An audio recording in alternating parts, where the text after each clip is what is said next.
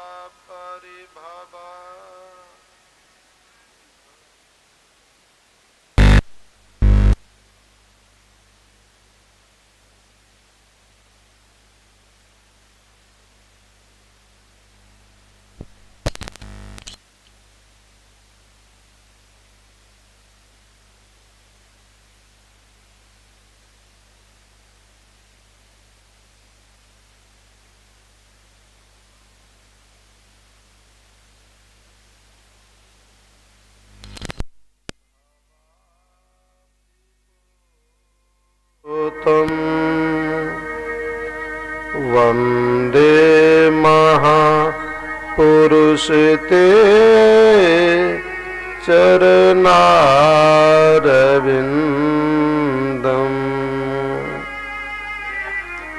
सच्चिदानंदरूपाय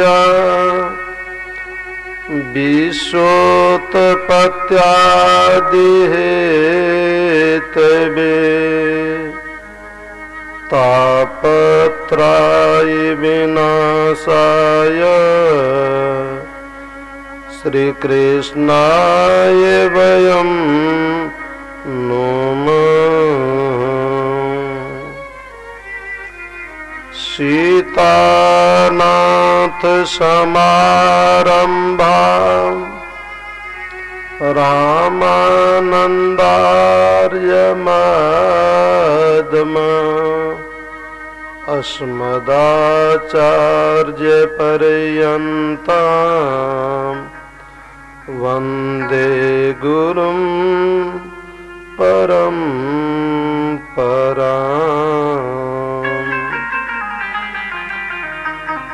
सर्वमङ्गलमाङ्गल्ये शिवे सर्वार्थसाधिके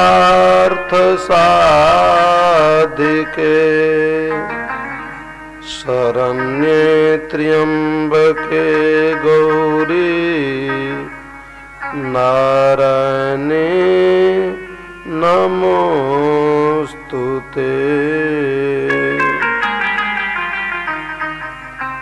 मनोजवं मारुततुल्यवेगम्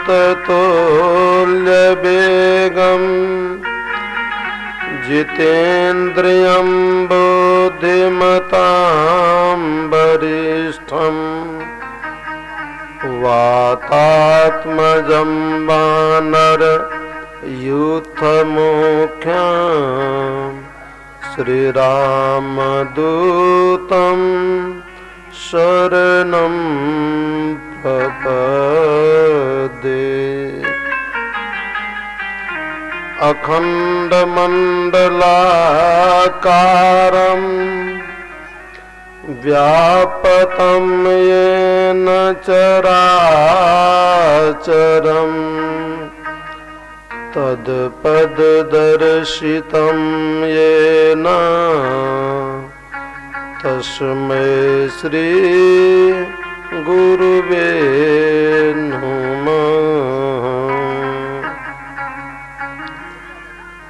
भक्त भक्ति भगवंत गुरु चतुर्नाम बपु एक।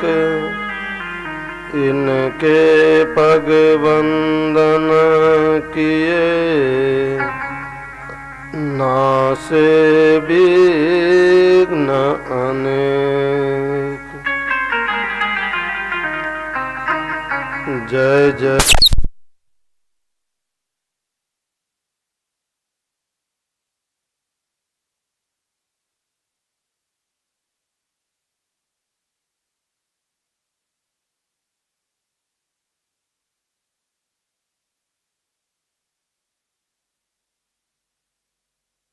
जय जय माखन चोर।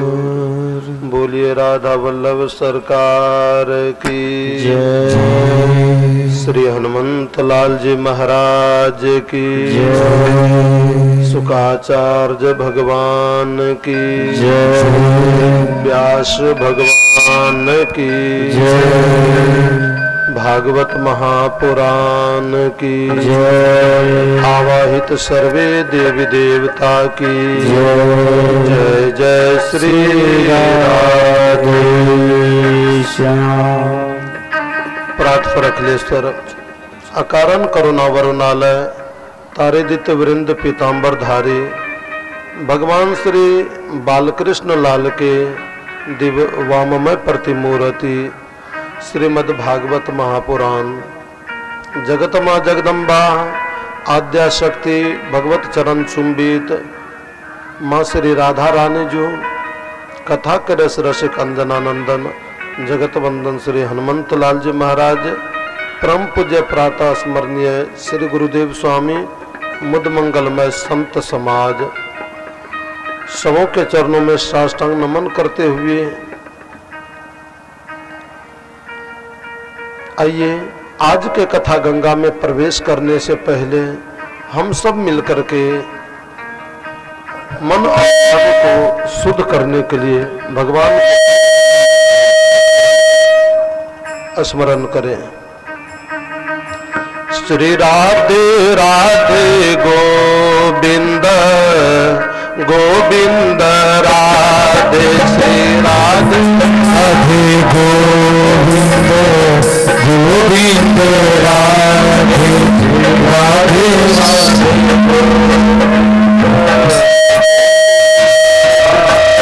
श्री राधे राधे गोविंद गोविंद राधे गोविंद राधे गोपाल राधे गोविंद राधे गोपाल राधे गोपाल राधे गोविंद राधे गोपाल राधे श्री राधे राधे गोविंद राधे श्री राधे राधे गोविंद गोविंद राधे गोविंद राधे गोपाल राधे गोविंद राधे गोपाल राधे गोविंद राधे गोपाल राधे गोविंद राधे गोपाल राधे गोविंद राधे गोपाल राधे गोविंद राधे गोपाल राधे गोविंद राधे गोपाल राधे गोविंद राधे गोपाल राधे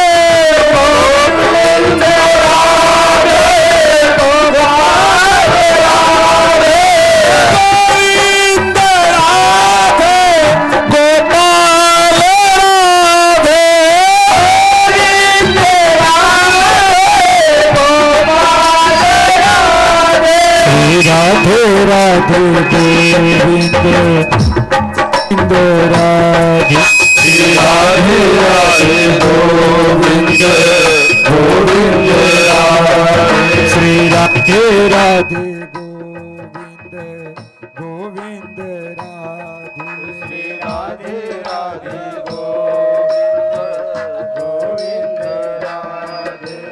गोविंद राधे गोपाल राधे गोविंद राधे गोपाल राधे गोविंद राधे गोपाल राधे गोविंद राधे गोपाल राधे गोविंद राधे गोपाल राधे गोविंद राधे गोपाल राधे सभी एक बार हाथ उठा लेंगे और तालियों के साथ कहना है गोविंद राधे गोपाल राधे गोविंद राधे गोपाल राधे गोविंद राधे गोपाल राधे गोविंद राधे गोपाल राधे गोविंद राधे गोपाल राधे गोविंद राधे गोपाल राधे श्री राधे राधे गोविंद गोविंद राधे श्री राधे राधे गोविंद श्री राधे राधे गोविंद गोविंद राधे श्री राधे राधे हाँ गोविंद राधे गोपाल राधे गोविंद राधे गोपाल राधे गोविंद राधे गोपाल राधे गोविंद राधे गोपाल राधे श्री राधे राधे गोविंद गोविंद राधे श्री राधे राधे गोविंद गोविंद राधे श्री राधे राधे गोविंद गोविंद राधे श्री राधे राधे गोविंद गोविंद राधे श्री राधे राधे गोविंद गोविंद राधे राधे राधे गोविंद गोविंद राधे गोविंद राधे गोपाल राधे गोविंद राधे गोपाल राधे गोविंद राधे गोपाल राधे गोविंद राधे गोपाल राधे गोविंद राधे गोपाल राधे गोविंद राधे गोपाल राधे गोविंद राधे गोपाल राधे गोविंद राधे गोपाल राधे गोविंद राधे गोपाल राधे गोविंद राधे गोपाल राधे श्री राधे राधे गोविंद गोविंद राधे राधे राधे गोविंद गोविंद राधे श्री राधे राधे गोविंद गोविंद राधे राधे राधे गोविंद गोविंद राधे राधे राधे राधे राधे राधे राधे राधे राधे वृंदावन में वृंदावन में कुंज गली में कुंज गली में पता में लता पता में बंसी बट में राधे राधे राधे राधे राधे राधे राधे राधे राधे राधे राधे राधे राधे श्री राधे राधे गोविंद गोविंद राधे राधे राधे राधे राधे राधे राधे राधे गोविंद राधे गोपाल राधे गोविंद राधे गोपाल राधे गोविंद राधे गोपाल राधे गोविंद राधे गोपाल राधे गोविंद राधे गोपाल राधे गोविंद राधे गोपाल राधे गोविंद राधे गोपाल राधे गोविंद राधे गोपाल राधे गोविंद राधे गोपाल राधे गोविंद राधे गोपाल राधे गोविंद राधे गोपाल राधे गोविंद राधे गोपाल राधे गोविंद राधे गोपाल राधे गोविंद राधे गोपाल राधे श्री राधे राधे गोविंद गोविंद राधे राधे गोविंद गोविंद राधे श्री राधे राधे गोविंद गोविंद राधे राधे राधे गोविंद गोविंद राधे राधे राधे गोविंद गोविंद राधे राधे राधे गोविंद गोविंद राधे जय जय श्री राधे बोलो बांके बिहारी लाल की जय हो भगवान श्री बालकृष्ण लाल के दिव्य मंगलमय कृपा से श्रीमद् भागवत सप्ताह ज्ञान महायज्ञ के आज के चतुर्थ दिवस के ज्ञान गंगा में हम लोग बैठे हुए हैं। कल के कथा प्रसंग में भगवान श्री सुखदेव स्वामी ने परीक्षित जी को बहुत ही सुंदर प्रसंग कह करके सुनाया, जिसमें हम लोगों ने श्रवण किए कि भगवान श्री नरसिंह ने प्रहलाद को रक्षा किया। नरसिंह के रूप को धारण करके भक्त प्रहलाद को बचा लिए। जिस प्रहलाद को मारने के लिए स्वयं पिता ही सारे प्रयत्न किया, अंतोगत्वा स्वयं अपने हाथ से मारने के लिए तत्पर हो गए, लेकिन भगवान के प्रति परिपूर्ण निष्ठा होने के कारण कैसी भी परिस्थिति आई, कैसा भी संकट आया, भगवान के शरण को प्रहलाद ने नहीं छोड़ा। इसका परिणाम मिला कि भगवान स्वयं आकर के उनको रक्षा किए।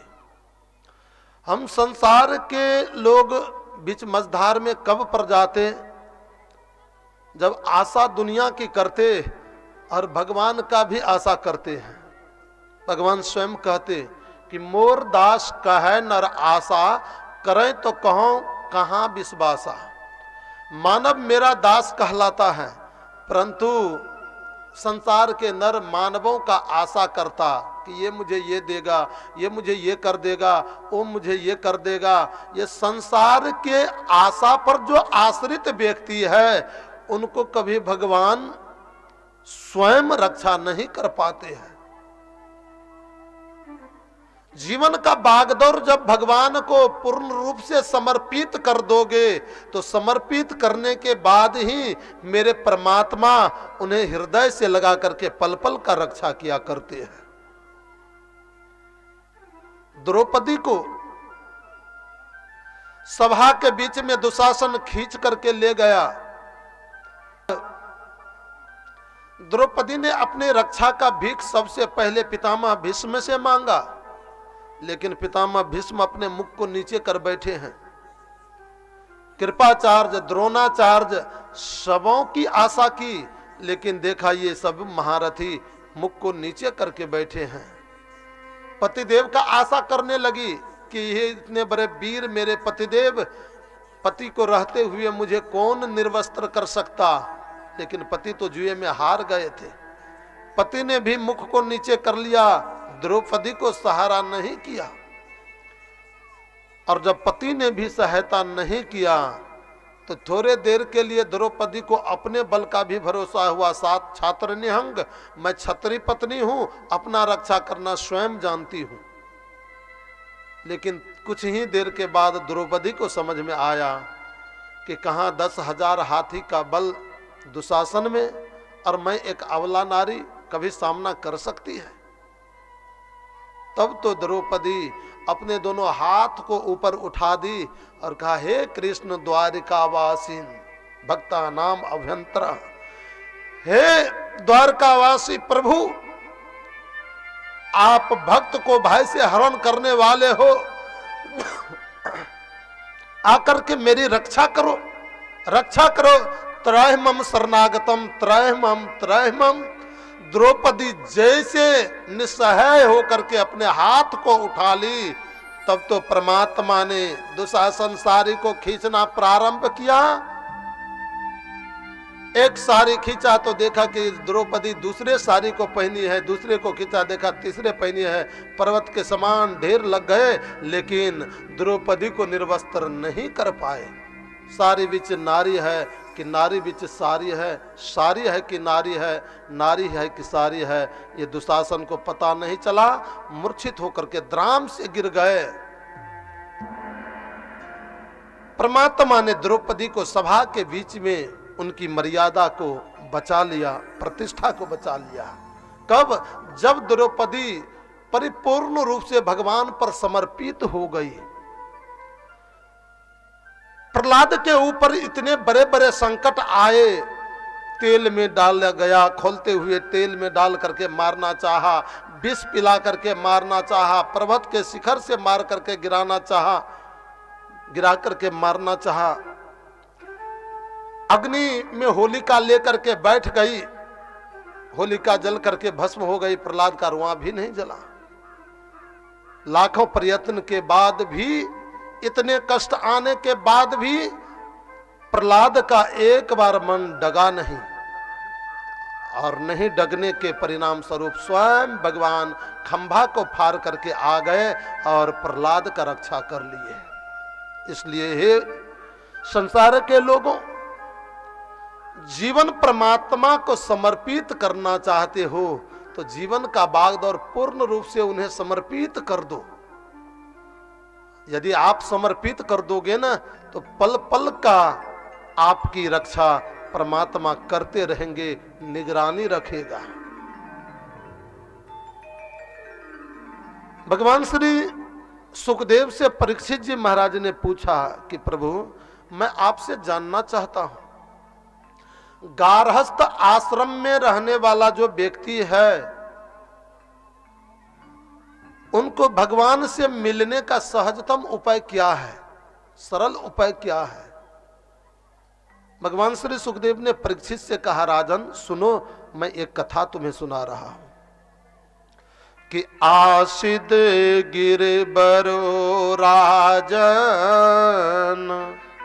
त्रिकूट इति विश्रुता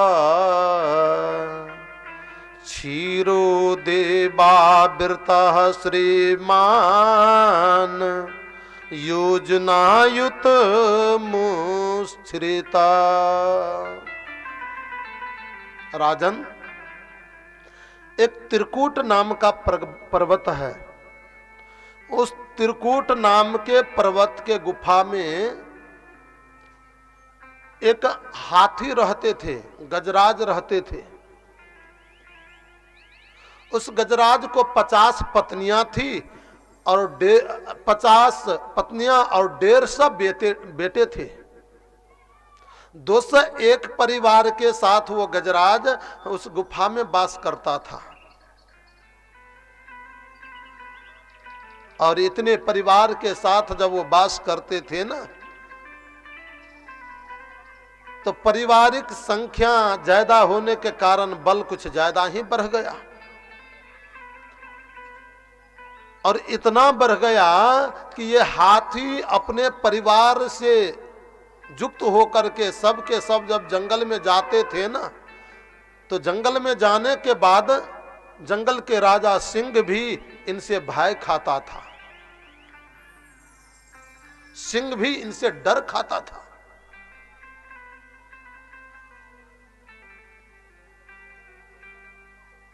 अब तो ये हाथी को अभिमान कुछ ज्यादा ही बढ़ गया।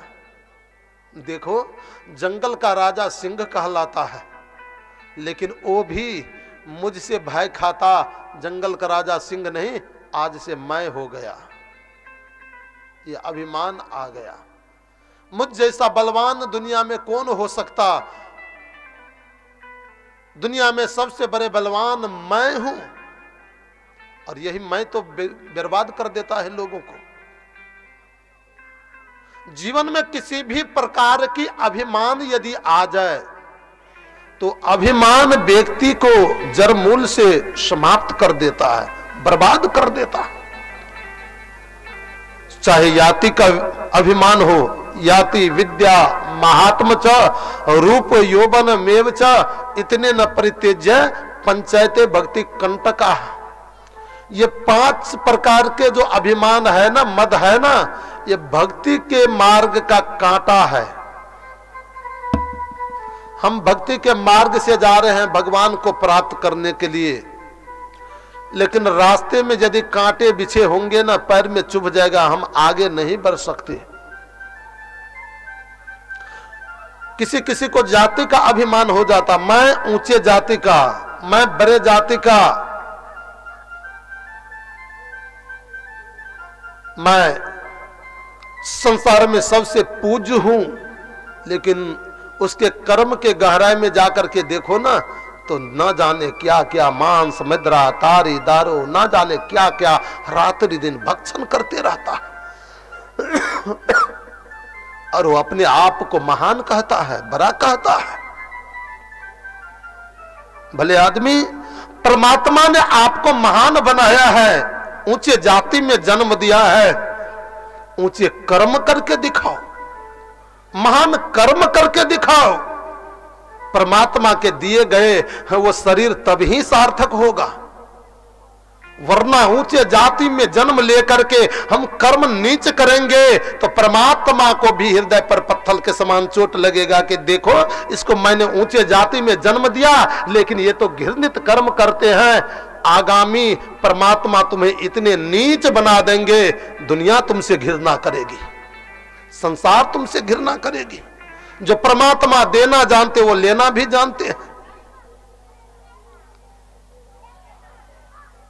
किसी किसी को विद्या का अभिमान हो जाता कि मैं बहुत पढ़ा लिखा, किसी किसी को रूप का अभिमान हो जाता, किसी किसी को यौवनता का अभिमान हो जाता, थोड़ा बल यौवनता में बढ़ जाता ना, हाथी की तरह मतवाले हो जाते हैं। किसी किसी को अपने पद और प्रतिष्ठा का अभिमान हो जाता। किसी भी प्रकार के अभिमान यदि जीवन में करोगे तो करने के बाद में अभिमान गोविंद भावत नाही, परमात्मा को अभिमान कभी नहीं भाता है। एक माला कम फेरोगे, परमात्मा उतना दुख नहीं मानेंगे, तेरे प्रति नाराज नहीं होंगे। लेकिन एक बार अभिमान कर लोगे ना, परमात्मा कभी माफ नहीं कर सकती है। परमात्मा तो स्वयं कहते हैं कि निर्मल मन जन सो मोहि पावा, निर्मल मन जन सो मोहि पावा। मोहि कपट छल छिद्र न भावा, मोहि कपट छल छिद्र न भावा। जिनका मन निर्मल है, परमात्मा कहते हैं वही मुझे पाता। मुझे कपट का थोड़ी सी छिद्र भी हो जाए ना, वो अच्छा नहीं लगता, भाता नहीं। थोड़ी सी भी कपट आ जाए। हाथी को जीवन में अभिमान आ गया कि अब मुझसे बड़ा बलवान कौन हो सकता। भगवान कहा कि ठहरो, अभी पता चलाता हूं। आज वो हाथी अपने पूरे परिवार के साथ जंगल में भ्रमण करने के लिए चल दिया, और जैसे जंगल में चल दिए तो चलने के बाद में महाराज जाते जाते न जाने कितने वृक्ष को तोड़ दिया, कितने धूली को उठा उठा करके जतर ततर फेंकता गया। मद में मत वाले तो है ही। सरोवर देखा, और सरोवर देखने के बाद में उस सरोवर में धड़ाम से कूद गया। और सरोवर में जाने के बाद, उस तालाब में जाने के बाद इतने अपने पैर को पटका, इतने शरीर को पटका कि पूरे सरोवर के जल कीचड़ ही कीचड़ हो गए। उसी सरोवर में एक ग्राह रहता था। वो ग्राह ने देखा, मेरे घर को किसने आकर के दूषित किया। ऐसा दूषित तो मेरा घर कभी नहीं हुआ था। किसने मेरे साथ में ऐसा दुर्व्यवहार किया, मेरे घर को दूषित किया। सरोवर में डुबकी लगाई, और वह ग्राह, जिसको गोहे अपने यहां कहा जाता है, वो ग्राह पानी में खोजते खोजते खोजते खोजते जब आगे गया तो एक हाथी को देखा।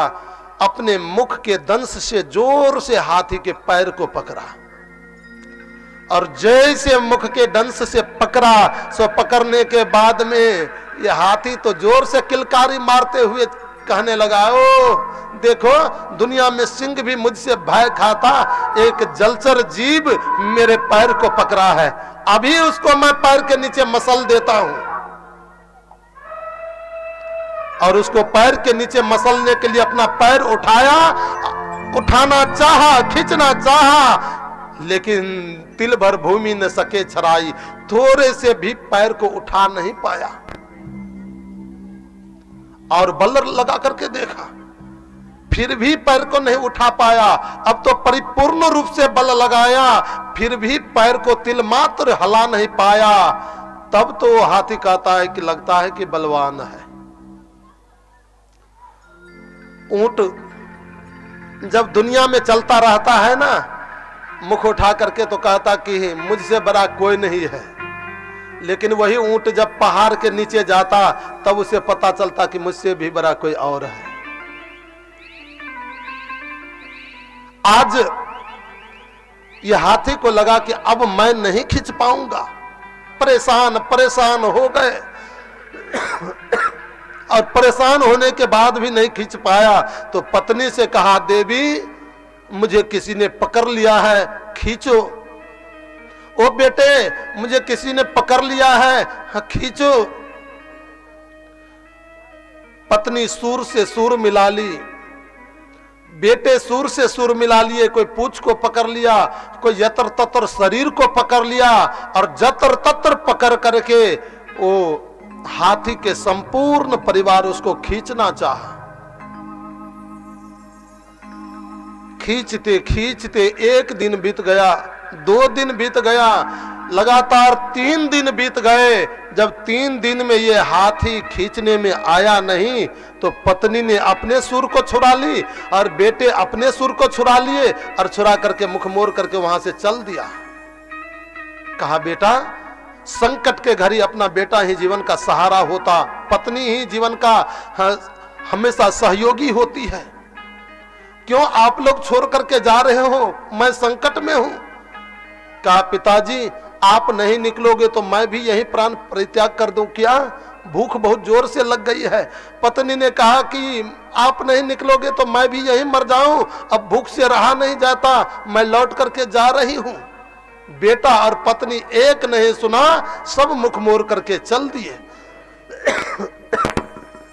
भगवान श्री सुखदेव ने परीक्षित से कहा राजन देखा क्या है, संसार में जब तक बाप बेटा को 1000 रुपया 10,000 लाख रोजो कमा कमा करके देते रहते हैं ना, तो बेटा कहता पिताजी खुआ खाओगे कि मलाई, चाय पियोगे कि कॉफी।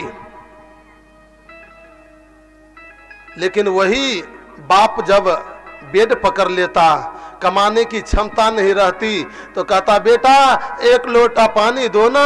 वही माँ जब बेड पकड़ लेते, बेटा 1 लोटा पानी दो ना, चुप रहो, बैठे बैठे जायदा फुरता है। ये दुनिया की हालत है, संसार की हालत है। जब संसार में संकट का समय आएगा, दुनिया कोई तेरा नहीं होगा, एक परमात्मा ही हमारा सहारा हो सकते हैं, दुनिया कोई नहीं होता। उस दिन केवल एक परमात्मा का भरोसा होता। संसार के लोगों से आसान किया करना, जब कोई न हो अपना, सिया राम जपा करना, जब कोई न हो अपना, सिया राम जपा करना। संसार के लोगों से आसान किया करना, संसार के लोगों से आसान किया करना, जब कोई न हो अपना, सिया राम जपा करना, जब कोई न हो अपना, सिया राम जपा करना, जब कोई न हो अपना, सिया राम जपा करना, जब कोई न हो अपना, सिया राम जपा करना। सब कोई ताली बजा करके हम लोग भी गाए, जीवन में झांक करके देख ले। दुनिया का आशा करोगे एक दिन निराश होना पड़ेगा, परमात्मा का आशा कर लोगे पल पल का साथ देगा।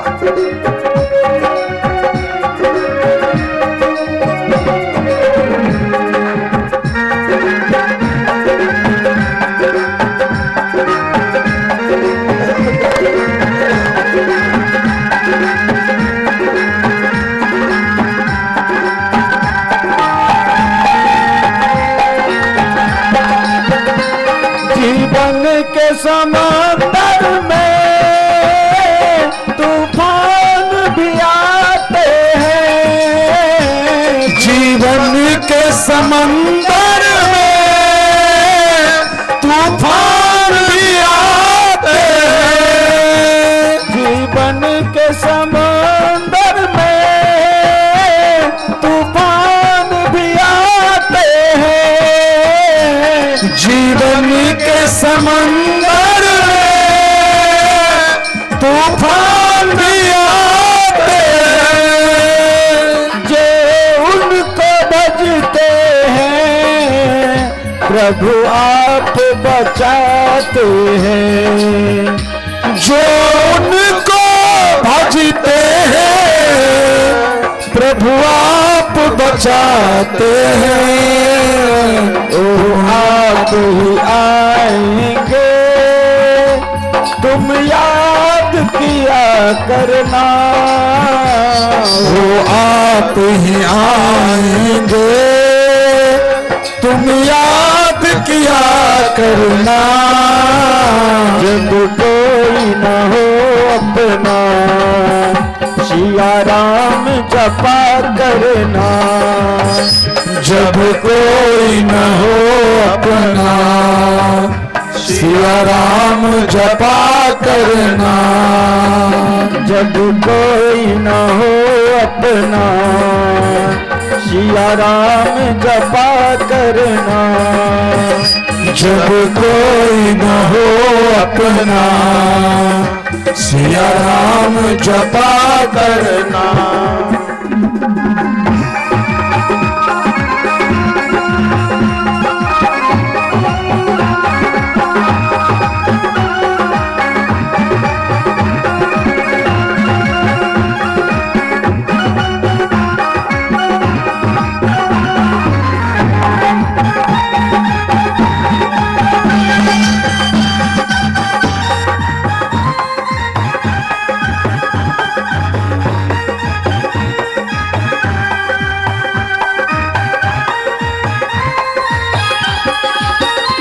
मत भूल अरे बंदे यह देश बेगाना है, मत भूल अरे बंदे यह देश बेगाना है, मत भूल अरे बंदे यह देश बेगाना है, मत भूल अरे बंदे यह देश बेगाना है, इसी दुनिया में आकर वापस फिर जाना है, इस दुनिया में आकर वापस फिर जाना है, माया के फंदे से दिन रात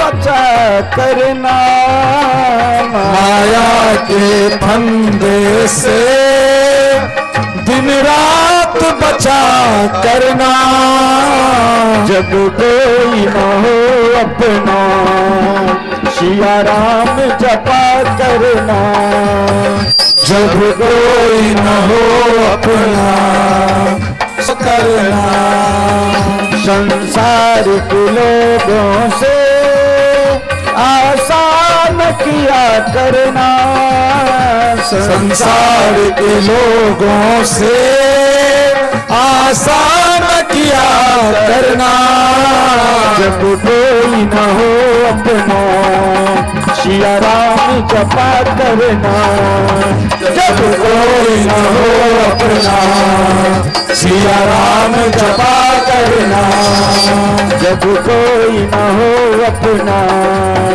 सिया राम जपा करना, जब कोई न हो अपना सिया राम जपा करना।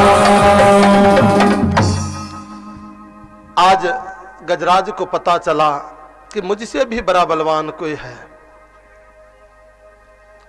पत्नियां मुख मोड़ करके, कोई मुझे सहारा नहीं है। गजराज के पैर को ग्राह खींचते खींचते खींचते खींचते पहले तो पूरे शरीर को डुबाया, शरीर को डुबाने के बाद में अब उसका मस्तक डूबा, और मस्तक डूबने के बाद उसके मुख डूब गए, दांत डूब गए, और डूबते डूबते डूबते डूबते अब हाथी की मात्र तिल भर सूर रहा जल ऊपर, मात्र एक तिल सूर जल से ऊपर रहा। देखा अब मैं नहीं बच पाऊंगा। जब ये स्थिति को देखा तो देखने के बाद में एक कमल के पुष्प थे वहां, कमल के पुष्प को सूर से तोड़ा, और तोड़ने के बाद में उस पुष्प को ऊपर के ओर उठा करके कहा, हे नारायणा अखिल गुरु भगवान नमस्ते, हे अखिल गुरु भगवान नारायण मैं आपको नमस्कार करता हूं, मेरी रक्षा करो, रक्षा करो। ओ हार के सहारे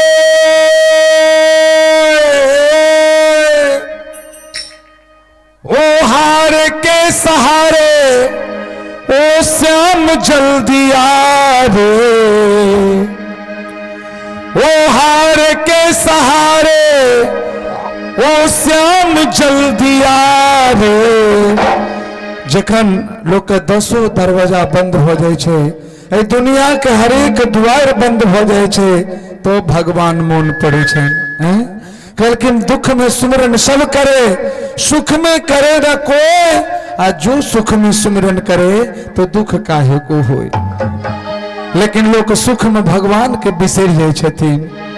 आए वह गजराज के जखन विपरीत पड़लैन, तब गोविंद के याद केलखिन और कहे छथिन, ओ हार के सहारे, ओ श्याम जल्दी आ रे, सेवक तेरा पुकारे, सेवक तेरा पुकारे, सेवक तेरा पुकारे, सेवक तेरा पुकारे।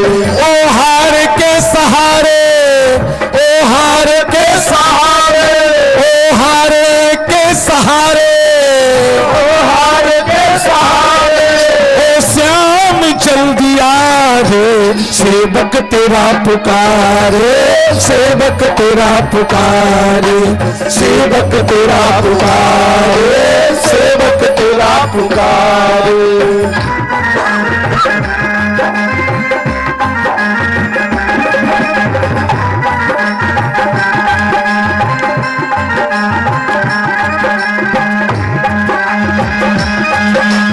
तेरे सिवा न कोई दुनिया में अब हमारा, तेरे सिवा न कोई दुनिया में अब हमारा, तेरे सिवा न कोई दुनिया में अब हमारा, तेरे सिवा न कोई दुनिया में अब हमारा।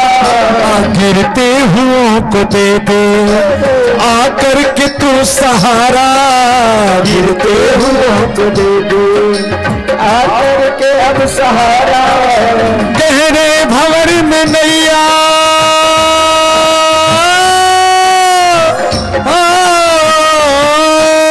गहरे भंवर में नैया, गहरे भंवर में नैया, डूबे है तो बचा रे। एक बार दोनों हाथ उठाकर सर्वता और ताली बजाकर, सेवक तेरा पुकारे, सेवक तेरा पुकारे, सेवक तेरा पुकारे, सेवक तेरा पुकारे। ओ हार के सहारे, ओ हार के सहारे, ओ हार के सहारे, ओ श्याम जल्दी आ रे, सेवक तेरा पुकारे, सेवक तेरा पुकारे, सेवक तेरा पुकारे, सेवक तेरा पुकारे।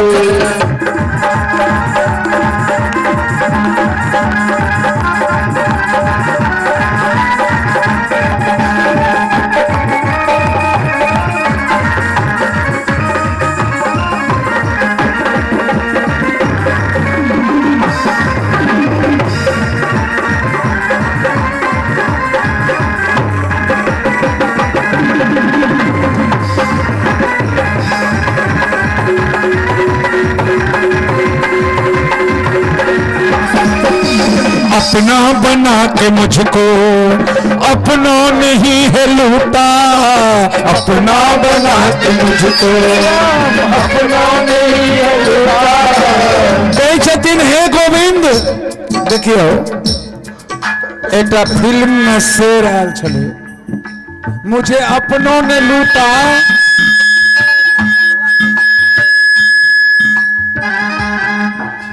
मुझे अपनों ने लूटा, गैरों में कहां दम था, मेरी किश्ती थी डूबी वहां कहां जहां पानी कम था। नहीं, जय परिवार पर, जय संसार पर आय गजराज एते मदमस्त जका भ्रमण करे चलखिन। आय ओई गजराज के की दशा हो छे। अपना बना के मुझको अपनों ने ही है लूटा, अपना बना के मुझको अपनों ने ही है लूटा। कल तक जो थे हमारे अब साथ उनका छूटा, कल तक जो थे हमारे साथ अब छूटा।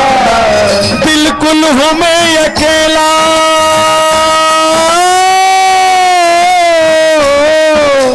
बिल्कुल हूँ मैं अकेला, बिल्कुल हूँ मैं अकेला, मेरा साथ तू निभा रे।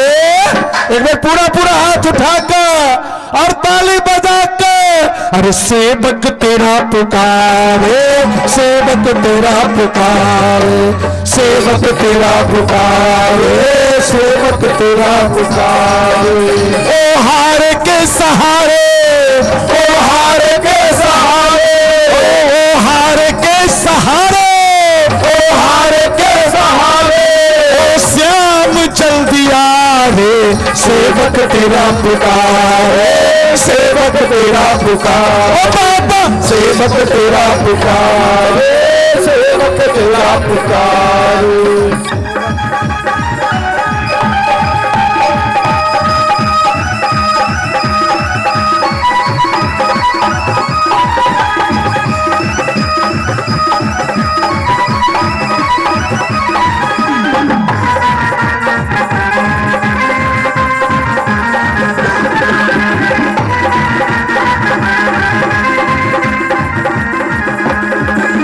सुनता हूँ तुम शरण में दीनों को है बिठाता, सुनता हूँ तुम शरण में दीनों को है बिठाता। गजराज आए कही छथिन, गजराज के चारू दसो दिशा आय मौन पड़े छन, कही छथिन गोविंद के, हे गोविंद सुने छी जे अहाँ दीनहीन के रक्षा करनिहार छिए। भैया धीरे धीरे, हे गरीब निवाज, हे दीनानाथ आए हमारी रक्षा करो। सुना है कि तुमने अजामिल को तारा, गनिका को उधारा, आज मेरी बारी है प्रभु। एक बार दोनों हाथ उठाकर सब गोटा और ताली बजा कर कहियो, सुनता हो तुम शरण में तीनों को है बिठाता, सुनता हो तुम शरण में तीनों को है बिठाता। हारे हुए का साथी दुनिया में तो कहाता, हारे हुए का साथी साथी दुनिया में तो कहाता। तेरा हर्ष जग से हारा मेरे श्याम, तेरा भक्त जग से हारा, तेरा भक्त जग से हारा, तेरा भक्त जग से हारा, तेरा भक्त जग से हारा। एक बार पूरा पूरा हाथ उठाकर सब गोटा ताली बजा के, अरे करुणा जरा दिखा रे, सेवक तेरा पुकारे, सेवक तेरा पुकारे, सेवक तेरा पुकारे, सेवक तेरा पुकारे। ओ हार के सहारे, ओ हार के सहारे, ओ हार के सहारे, ओ हार के सहारे, ओ श्याम जल्दी आ रे, सेवक तेरा पुकारे, सेवक तेरा पुकारे, सेवक तेरा पुकारे, सेवक तेरा पुकारे, सेवक तेरा पुकारे,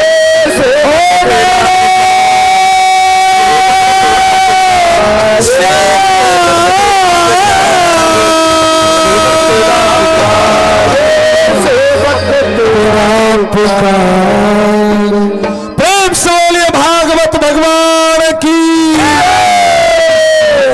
गजराज अपने सूर को ऊपर उठा लिया, हे अखिल गुरु मेरी रक्षा करो।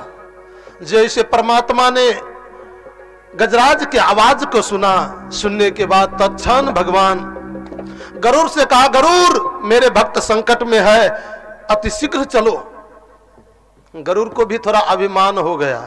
देखो भगवान को यदि कोई जल्दी कार्य करना होता ना तो मेरे बिना उनका भी कार्य नहीं चलता। भगवान मन में सोचे कि देखो एक ग्राह तो वहां सरोवर में है, दूसरा ग्राह मेरे पास में पैदा हो गया। अब इसको पहले देखो कि उसको देखो। कहा यहीं से काम तमाम करके चलते हैं। कहा गरुड़ थोड़ा इधर आना। चला गया नजदीक। आप प्रभु चलिए। अपने कनिष्ठ का उंगली को रख दिए और कनिष्ठ का उंगली को रख करके कहा हाँ गरुड़ चलो उड़ाओ, लेकर के चलो। प्रभु क्यों मजाक करते हो, बैठो ना। हाँ नहीं नहीं गरुड़, और दिन तुम मुझे लेकर के उड़ता था, आज मेरे उंगली को लेकर के उड़ो। प्रभु क्यों मजाक करते हो, बैठो ना, आपके भक्त संकट में हैं, डूब जाएंगे, हाँ जल्दी से बैठो ना। कहा नहीं नहीं पहले मेरे उंगली को उड़ाओ। सो तो गरुड़ अपना पंख फरफराना शुरू किया और पंख फरफराते फरफराते पसीने पसीने गरुड़ हो गए। तिल भर भूमि न सके छराई, जरा सा परमात्मा के उंगली को ऊपर नहीं उठा पाया। भगवान का अभिमान करते हो। परमात्मा को लेकर के मैं दुनिया में उड़ता हूं, इनके बिना मेरे बिना इनका भी काज नहीं चलता। क्या तुम्हारी हिम्मत की मुझे लेकर के उड़ोगे? अपने चरण में चिपका करके तुम्हें मैं दुनिया दिखाता हूं। गरुड़ का अभिमान टूटा। भगवान गरुड़ पर आरूढ़ हुए और गरुड़ पर आरूढ़ होकर के तत्क्षण चल दिए गजराज के पास। मात्र तिल मात्र सूर जल से ऊपर है। अचानक मेरे परमात्मा ने गरुड़ से कहा गरुड़ समुद्र के उस किनारे पर चलो जहां से कि गजराज के सूर पकड़ में आए। तत्क्षण गरुड़ गए और एक दरकिनार में अपना पंख फरफराते हुए जैसे नीचे हुए, तत्क्षण मेरे प्रभु ने हाथी के सूर को पकड़ा और पकड़ा करके खींचा और घुमा करके ऊपर के फेंका। जैसे गजराज को फेंका, गजराज के पैर के साथ ग्राह भी धब से जाकर तट पर गिरा। भगवान तत्क्षण सुदर्शन चक्र को चला दिए और चलाने के बाद उसके धड़ को सर से अलग कर दिया। गजराज ग्राह की मृत्यु हो गई। गजराज को बचा लिए परमात्मा। कहा देखा परीक्षित, एक बार गारहस्थ आश्रम में रहने वाला व्यक्ति यदि संसारिक सारी आशा को त्याग करके भगवान पर समर्पित हो जाता ना, तो भी भगवान आकर के उनको रक्षा करते हैं, पल पल का रक्षा करते हैं। गजराज को उद्धार कर दिए। ये गजराज पूर्व जन्म में इंद्रद्रुम नाम का राजा था, हाथी। इंद्रद्रुम नाम का जो राजा था, अगस्त जी महाराज सामने से गए, लेकिन एक बार उठ करके खड़ा भी नहीं हुआ। संस्कार, हमारी संस्कृति कहती है कि कोई बड़े व्यक्ति, बुजुर्ग व्यक्ति मेरे सामने से जाए ना तो उठ करके खड़ा हो जाना चाहिए, उन्हें सम्मान करना चाहिए, उन्हें बैठने का आग्रह करना चाहिए, ये शिष्टाचार कहती है। लेकिन ये इंद्रद्रुम राज अभिमान में अगस्त जी महाराज सामने में बैठे थे, लेकिन एक बार उठ करके खड़ा भी नहीं हुआ। अगस्त जी ने कहा देखो कैसे स्थूल के तरह बैठा है, जैसे लगता है कोई हाथी बैठे। जाओ मेरा श्राप है तो हाथी ही हो जा। वही इंद्रद्रुम हाथी बन करके पड़ा था।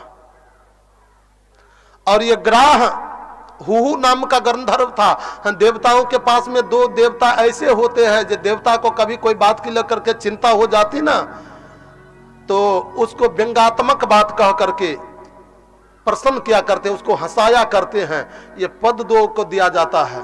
उसमें दो भाई थे, एक का नाम था हुहु और एक का नाम था हाहा। ये हुहु नाम का जो ज्येष्ठ भाई था नदी में स्नान कर रहा था। उसी समय देवल मुनि स्नान करने के लिए गए। देवल मुनि स्नान कर रहे थे।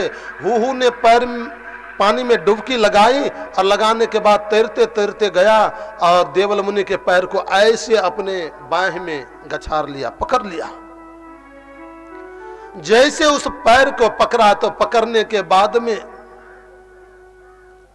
ये हुहु जोर से पकड़ा है। देवल मुनि घबरा गए, हे भगवान, हे भगवान, कोई ग्राह मुझे पकड़ लिया है, कोई ग्राह मुझे पकड़ लिया, क्या करें। खींचते खींचते देवल मुनि परेशान हो गए, पसीने पसीने हो गए। न जाने कितने हैरान, ऐसी स्थिति आ गई कि अब अपना प्राण परित्याग कर देंगे। हूहू ने देखा कि अब मर जाएगा, सो जल से ऊपर मुख उठा करके जोर से ठहाका मारा। कहा पागल, मैं तो समझा कि कोई ग्राह आकर के मुझे पकड़ लिया, लेकिन तुमने मुझे इतना परेशान कर दिया, मरनासम ले आया। जाओ, मेरा श्राप है, तू ग्राह ही हो जा। और वही ग्राह बन करके पड़ा था। आज परमात्मा ने उस ग्राह को उद्धार कर दिया। परीक्षित जी महाराज ने पूछा, महाराज ग्राह को तो नरक होना चाहिए था, ग्राह को उसने तो भक्त को दुख दिया, उसे नरक में सरा देना चाहिए था, लेकिन परमात्मा उनको उद्धार क्यों कर दिए? कहा देखो परीक्षित, भगवान अपने भक्त संत को उद्धार बाद में करते, लेकिन संत का चरण पकड़ने वाला जो व्यक्ति है ना, उसको पहले उद्धार कर देते हैं। यह भगवान का नियम है।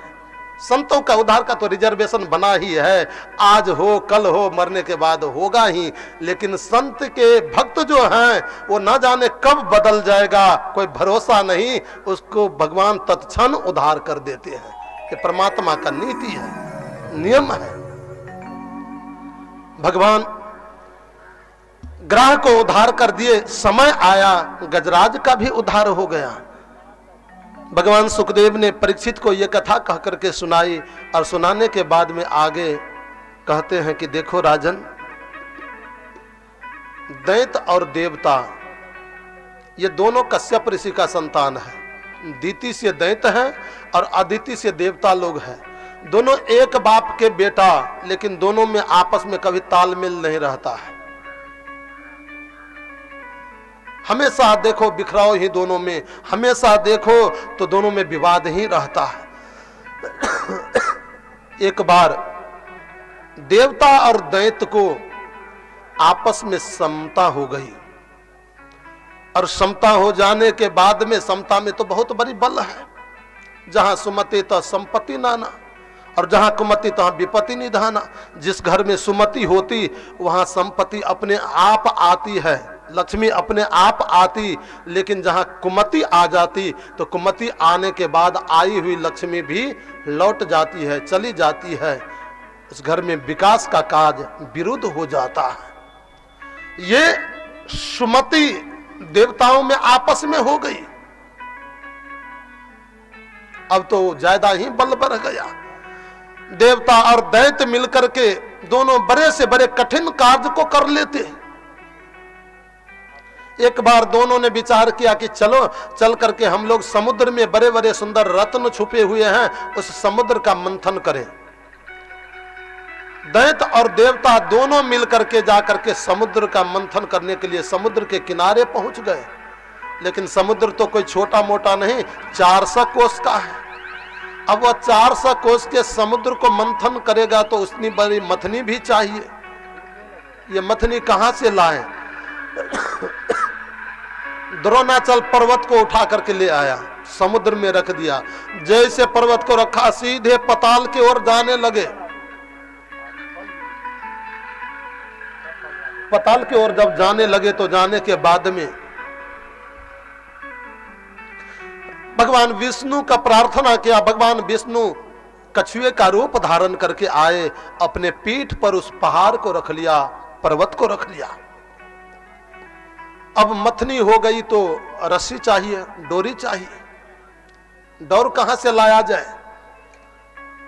दैत्य और देवता दोनों विचार करके चले गए, बासुकी नाग को ही पकड़ करके ले आए और ये पर्वत में उसको लिपेट दिया। और लिपेटने के बाद देवता लोग मुख के ओर पकड़ लिए और दैत्य लोग पूंछ के ओर पकड़ करके मंथन करना शुरू कर दिया। जैसे मंथन करना प्रारंभ किए, सो प्रारंभ करने के बाद में महाराज धीरे धीरे धीरे धीरे उधर से देवता खींच रहे हैं तो दैत्य हाथ को ढीला कर रहा है, दैत्य खींच रहे हैं तो देवता अपने हाथ को ढीला कर रहा है। आपस में दोनों खींच रहे हैं, कभी ढीला करते कभी खींचते। मंथन प्रारंभ हो गया। कुछ देर जब मथाना तो अचानक दैत्य लोग कहते हैं, भैया भैया देखो देवता से मेल हो गया। तो क्या अभी भी मुझे नीच समझता है? क्या हुआ भैया? क्या देखो अपने मुख की ओर पकड़ लिया है और मुझे पूंछ की ओर पकड़ा दिया, छोड़ दिया खींचना। हाँ, देवता लोग कहा अरे भैया क्या हुआ, कैसा सुंदर मंथन चल रहा था, क्यों छोड़ दियो? कहा है देवताओं, जितना नीच मुझे समझते हो ना उतनी नीच मैं नहीं हूं। क्या हुआ? अरे अपने मुख के ओर पकड़ लियो, हमें पूछ के ओर पकड़ा दियो, छोटे जान करके, हीन जान करके। कहा है भले आदमी, इसलिए इतना नाराज? आ जाओ तू ही मुख के ओर और मैं जाता हूं पूछ के ओर।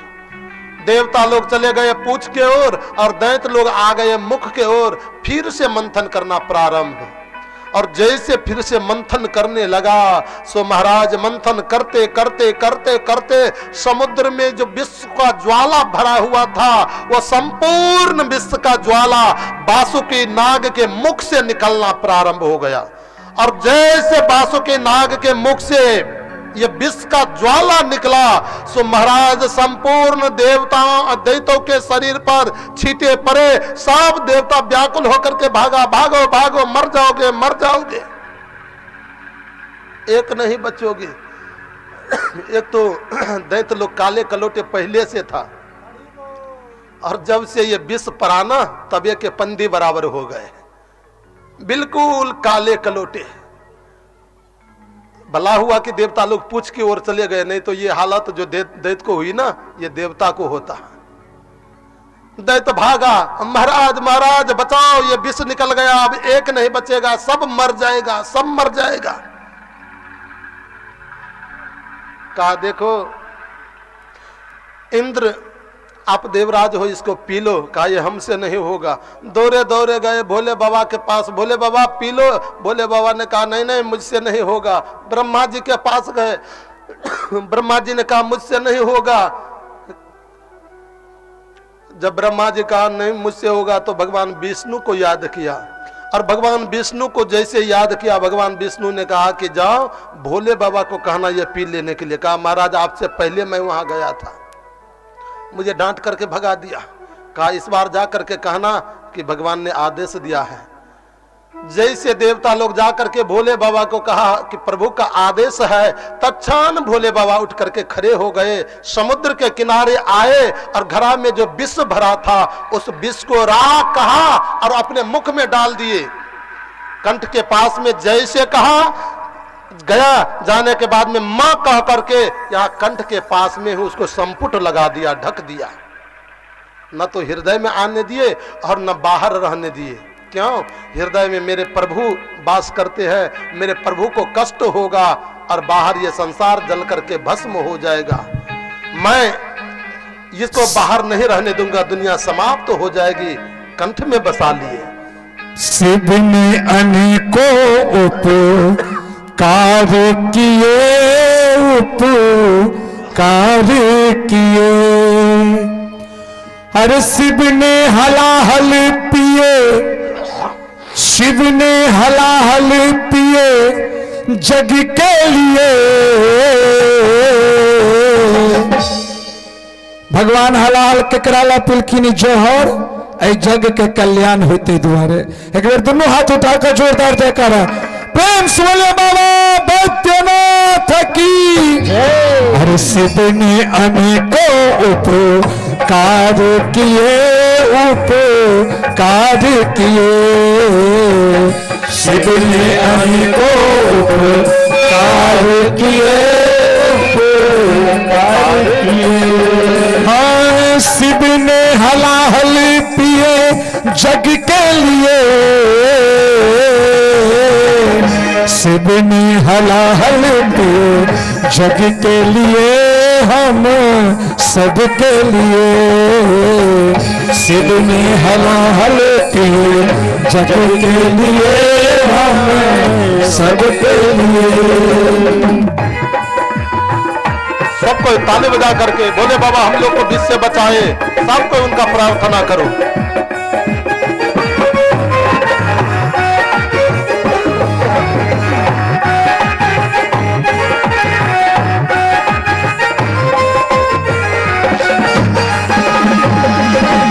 देवासुरों में हुआ एक चिंतन, सागर को मिल कर किया जाए मंथन।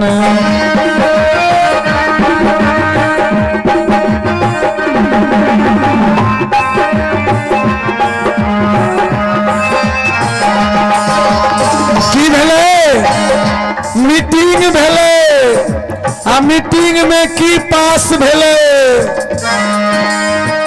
देवासुरों में हुआ एक चिंतन सागर को मिलकर किया जाए मंथन सागर को मिलकर किया जाए मंथन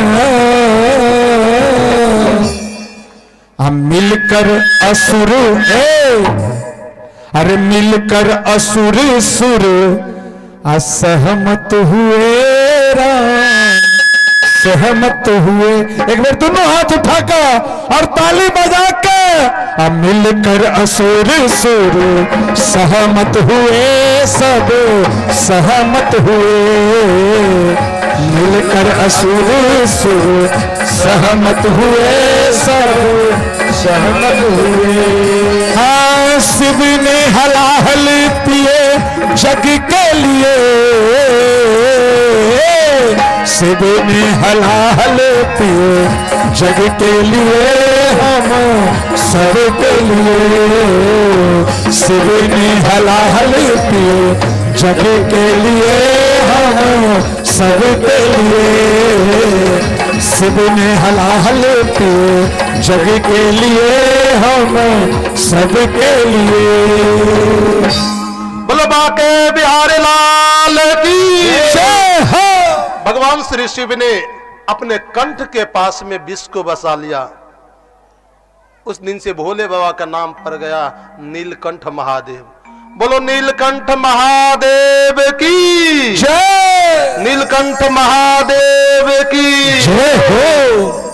भगवान शिव जब विष से रक्षा किए देवता लोग फिर से समुद्र का मथना प्रारंभ किया और जैसे मथने लगे तो मथते मथते मथते मथते समुद्र से 24 प्रकार के रत्न निकला। ये 14 प्रकार के रत्न निकले। पहला रत्न विष निकला जिसको भगवान शिव ने पान किया। दूसरा जो रत्न है उच्च सर्वा घोड़ा निकला जिसको देवराज बलि को मिला। बलि से इंद्र लिए, इंद्र से तारकासुर ले गया था, बाद में इंद्र को पुनः प्राप्त हो गया। तीसरा समुद्र से जो रत्न निकला ऐरावत हाथी निकली जो इंद्र ने प्राप्त किया। कौस्तुभ मणि निकली चौथा जो भगवान विष्णु ने प्राप्त किया। कामधेनु गाय निकली जिसको भगवान ऋषियों ने प्राप्त किया। छठा कल्प वृक्ष निकला जिसको इंद्र लोक में स्थापित किया गया। सातवां मां लक्ष्मी निकली जो भगवान विष्णु को वरण कर ली। आठवां अप्सरा निकली जो इंद्र लोक में रहने लगी। नौवां चंद्रमा निकला, ये परिजात वृक्ष निकला जो निकलने के बाद में हमारे मृत लोक में स्थापित हुआ। 10वां बारूनी निकली मैद्रा जिसको राक्षसों ने पान किया। और 11वां शंख निकला जिसको भगवान विष्णु ने प्राप्त किया। और 12वां चंद्रमा निकला जिसको भगवान शिव ने अपने ललाट पर धारण किया।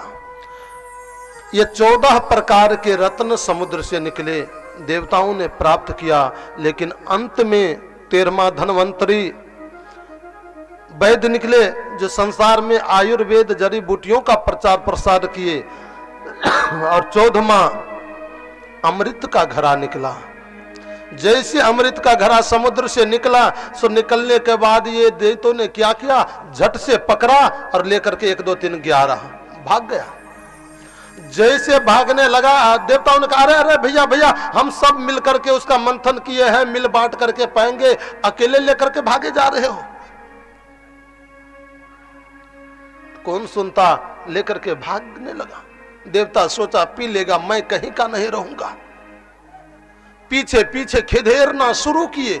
आगे आगे दैत्य लोग जा रहे हैं, पीछे से देवता लोग खिदेर रहे हैं। खिदेरते खिदेरते खिदेरते वर्षों भर तक उसके पीछे पड़े रहे।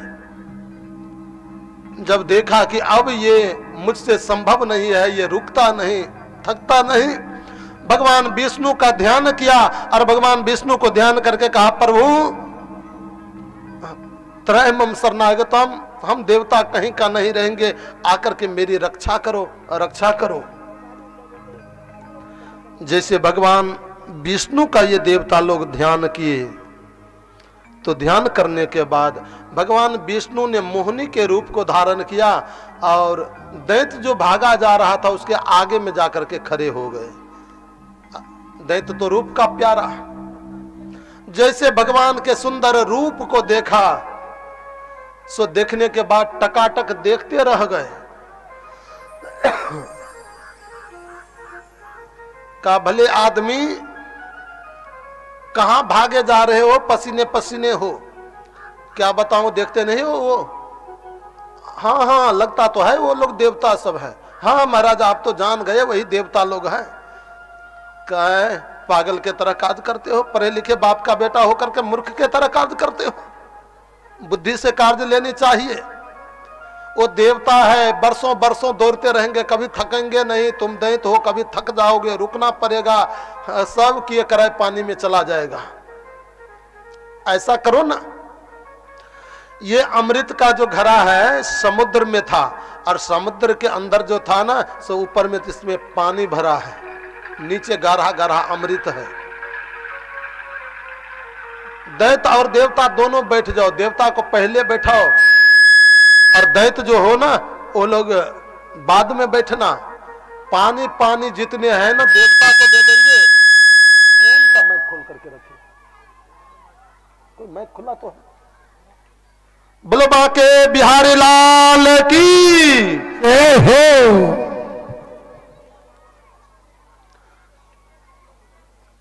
पानी पानी तुम्हें वो देवता को दे देंगे, गाढ़ा गाढ़ा जो अमृत होगा वो तुम्हें दे देंगे। कहा अच्छा निर्णय किया महाराज आपने, ठीक है। सो तो भगवान के रूप को देख करके ऐसे मोहित हो गया कि मेरा ही हित ऐसी है। दे दिए अमृत के घड़ा और अमृत के घड़ा दे दिए। देवता को कहा लाइन में बैठ जाओ।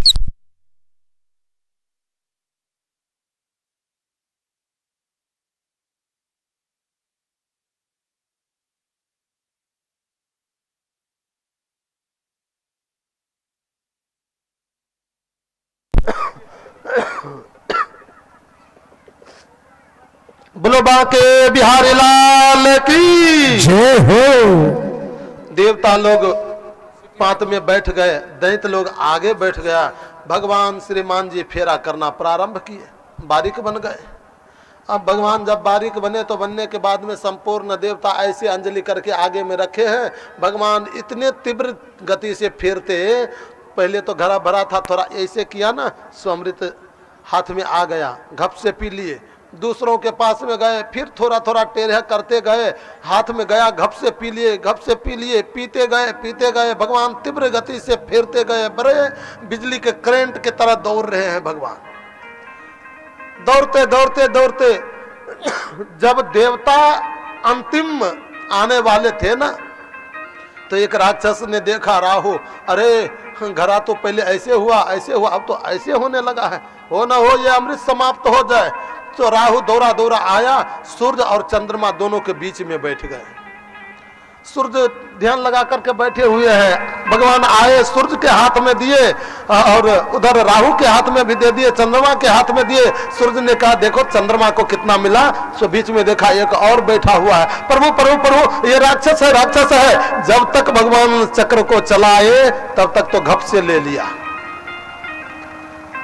गले तो काट दिए, लेकिन उसका सिर भी जीवित रह गया और धड़ भी जीवित रह गया। वो सिर जो हुआ केतु नाम का तारा हुआ। जो केतु नाम के तारा जल्दी से उदित नहीं होता, लेकिन जब उदित हो जाता तो देश का नाश हो जाता है। और राहु तो सब जानते हो कि चंद्रमा और सूरज के ऊपर में हमेशा वो ग्रहण लगता रहता है, ग्रसना चाहता कि यही मुझे गला कटवाया था, यही दोनों को मरवा दो। भगवान देवताओं के बीच में ही सारे अमृत का वितरण कर दिए। दैत्य सब के सब निराश होकर के, बेचारा उदास होकर के भागे भागे गुरु महाराज के पास में गए। गुरु महाराज से कहा, गुरुदेव हम तो कहीं का नहीं रहे, हम तो लूट गए। कहा देखो दैत्यों, देवता लोग अमृत पी लिया, वो मरेगा नहीं, अमर हो गया। लेकिन तुम दैत्य, तुम्हारे पास में बल का तो कोई कमी है नहीं और मेरा आशीर्वाद तेरे साथ है। और गुरु की आशीर्वाद हो जाए तो कहना ही क्या है। गुरु मेहरमान तो चेला पहलवान वैसे हो जाता है। गुरु की कृपा हो जाए तो दुर्गम से दुर्गम कार्य हो जाता है। सो महाराज जैसे कहा गुरु महाराज जी मेरा आशीर्वाद तेरे साथ है, जाओ देवताओं के ऊपर चढ़ाई करो, और चढ़ाई करने के बाद जितने देवता लोग राज सिंहासन पर बैठे हैं सबको मार पीट करके सिंहासन छुड़ा करके भगा दो। बलि संपूर्ण दैत्य को लिए और लेने के बाद सीधे स्वर्ग के ऊपर जाकर के धावा बोला। देवराज इंद्रासन पर बैठे हुए थे। बलि महाराज गए और जाने के बाद में इंद्र को दिया 2-4 थप्पड़ लप्पर। जैसे दिया सो तो इंद्र जान प्राण लेकर के भागा, भागो भागो छोड़ेगा नहीं। इंद्र भागे भागे गए, जल में जाकर के छुप गया। इंद्र के सिंहासन पर बलि जाकर के बैठ गए। कुबेर के पास में दैत्य लोग गए, दिया 2-4 थप्पड़ लप्पर। कुबेर भी सिंहासन छोड़ करके भागा, जाकर के वहां भी एक दैत्य बैठ गया। जमराज के पास में गए, उसको दिया 2-4, सो वो भी जान भागा वहां से, वहां भी एक दैत्य बैठ गए। जब कुबेर के पास में गया तो वहां भी दिया 2-4, सो वो भी भागा जान प्राण लेकर के वहां जाकर के सिंहासन पर जितने देवता थे संपूर्ण देवताओं के पद को छीन छीन करके दैत्य लोग वहां बैठ गए। अब दैत्यों का राज हो गया। अब तीनों लोग के राजा हो गए। बलि जी महाराज, इंद्र जाकर के जल में छुपा है, कोई जाकर के सुमेर पर्वत पर गुफा में छुपे हैं, कोई जंगल में भटक रहे हैं, कोई अन्य आदि जगह भटक रहे हैं। देवताओं की बड़ी विचित्र दशा हो गई, जत्र तत्र भटक रहे हैं। अब देवता जब भटकने लगे ना, परिवार में यदि किसी को संकट आ जाए, दुख आ जाए, तो आने के बाद में सबसे ज्यादा दर्द किसको होता है मालूम? मां को। पत्नी वियोग के आंसू को रोक लेगी, बेटा रोक लेगा, पुतोहू रोक लेगी, लेकिन मां से वियोग का आंसू नहीं ठहरता है, रुकता है। वो तो ममता का पात्र है। आज अदिति कश्यप ऋषि के पास में चली गई और कश्यप ऋषि के पास में जाकर के चरण में साष्टांग गिर गई। उनके चरण को दबाने लगी, सेवा करने लगी। सेवा करते करते घंटों भर सेवा करती रह गई। कश्यप ऋषि ने कहा, देवी आज की सेवा में कुछ भाव अलग दिख रहे हैं, क्या बात है? कहा, पतिदेव क्षमा करना, मैं नहीं चाहती हूं कि किसी का संहार हो, किसी का नाश हो। मेरे पुत्र का राज वापस हो जाए, ये मुझे ऐसा वरदान दो कि मेरे गर्भ से ऐसा पुत्र जन्म ले जो पुत्र मेरे पुत्र को राज वापस कर दे, किसी को मारे नहीं, संहार नहीं करे। कश्यप ऋषि ने कहा, देवी कौन किसका पुत्र, कौन किसका पिता, कौन किसके पति, कौन किसके पत्नी, कौन किसका संबंध होता है? को देहो भौतिको नात्मा, कोच आत्मा प्रकृते परा, कस्य के पति पुत्राद्या, मोह बही कारण। देवी को देहो भौतिको आत्मा, जो आत्मा प्रकृति पर, ये आत्मा जो है ना प्रकृति से परा हुआ है। आत्मा कभी प्रकृति के बस में नहीं होते, प्रकृति के आबद्ध में नहीं होता, ये तो स्वतंत्र हुआ करता है। फिर उस आत्मा के लिए क्या चिंता करती हो? ये तो परमात्मा का अंश है, वो परमात्मा का था और परमात्मा की ही होगा, वो दुनिया किसी और का नहीं हो सकता। वो तो परमात्मा का था और तुम पति और पुत्र की बात करते हो। देवी कस्य के पति पुत्राद्या, किसका कौन पति होते, किसके कौन पुत्र होते, किसका कौन पिता होता और किसके कौन पति और किसके कौन पत्नी। संसार में मोह एवं ही कारणम, मोह के बस हम किसी को पिता मान लेते, किसी को बेटा मान लेते, किसी को मां मान लेते, किसी को बेटा बेटी मान लेते, आदि संबंध मान लेते। लेकिन आज से पहले कहां था और कल मरने के बाद कहां जाएगा कोई जानता है? पहले भी मेरा नहीं था और बाद में भी मेरा नहीं रहेगा। बीच में हम न जाने कितने जंजाल में फंस करके उसको अमुक अमुक मान लिए। एक महात्मा थे, जैन महात्मा, हाथी से कहीं जा रहा था और हाथी से जब रास्ते से जा रहे थे ना, तो जाते जाते जाते एक दरवाजे के पास में गए ना, सो देखा क्या पति और पत्नी दोनों बैठे हुए हैं। उसका जो बेटा है कभी कंधे पर कूद करके चढ़ जाता, कभी कंधे पर खड़े हो जाता, कभी उसके केस को नोचने लगता, तो कभी उसके मूंछ को नोचने लगता, तो कभी उसके दाढ़ी को नोचने लगता, कभी उसके गले को ऐसे लटका देता, तो कभी ऊपर की ओर खींच लेता था। जैन महात्मा ने देखा ना, तो देखने के बाद में ठहाका मार करके हंसने लगे। वो पति पत्नी ने देखा, अरे मुझे देख करके महात्मा जी क्यों हंस रहे हैं। महात्मा हंस करके सीधे चले गए और जैसे महात्मा हंस करके वहां से चले गए, तो जाने के बाद में 10 दिन के बाद फिर वो महात्मा उसी रास्ते से निकले, हाथी से जा रहे थे। उसके घर के पास में गए तो देखा एक कसाई बकरे को चुरा करके ले जा रहा, अब बकरे को कटवाने के लिए ले जा रहा है खरीद करके कसाई खाना में। दया आ गई महात्मा को, और दया आने के बाद उस कसाई को जितना बकरे का पैसा होना चाहिए था उससे पूछ करके उसका दाम दे दिए, और दे देने के बाद बकरे को छुड़ा लिया। बेटा मत मानो। वो बकरा लेकर के वो जो पति पत्नी उस दिन बैठ करके उसके बेटे की रेरा कर रहा था, वो पति से कहा, ओ भैया देखते हो ये बकरा ये कसाई मार देता, मैं छुड़ा लिया हूं, कृपया इसको रख लो। कहा नहीं नहीं महाराज मैं बकरे उकरे नहीं रखता। कहा भैया रख लो ना। कहा नहीं नहीं मैं नहीं रखूंगा। अरे भैया रख लो ना। नहीं मैं नहीं रखूंगा। अरे महाराज मार देगा। कहा महाराज ऐसे तो हजारों बकरे रोज लेकर के कसाई जाते हैं, हम कितने को रखेंगे।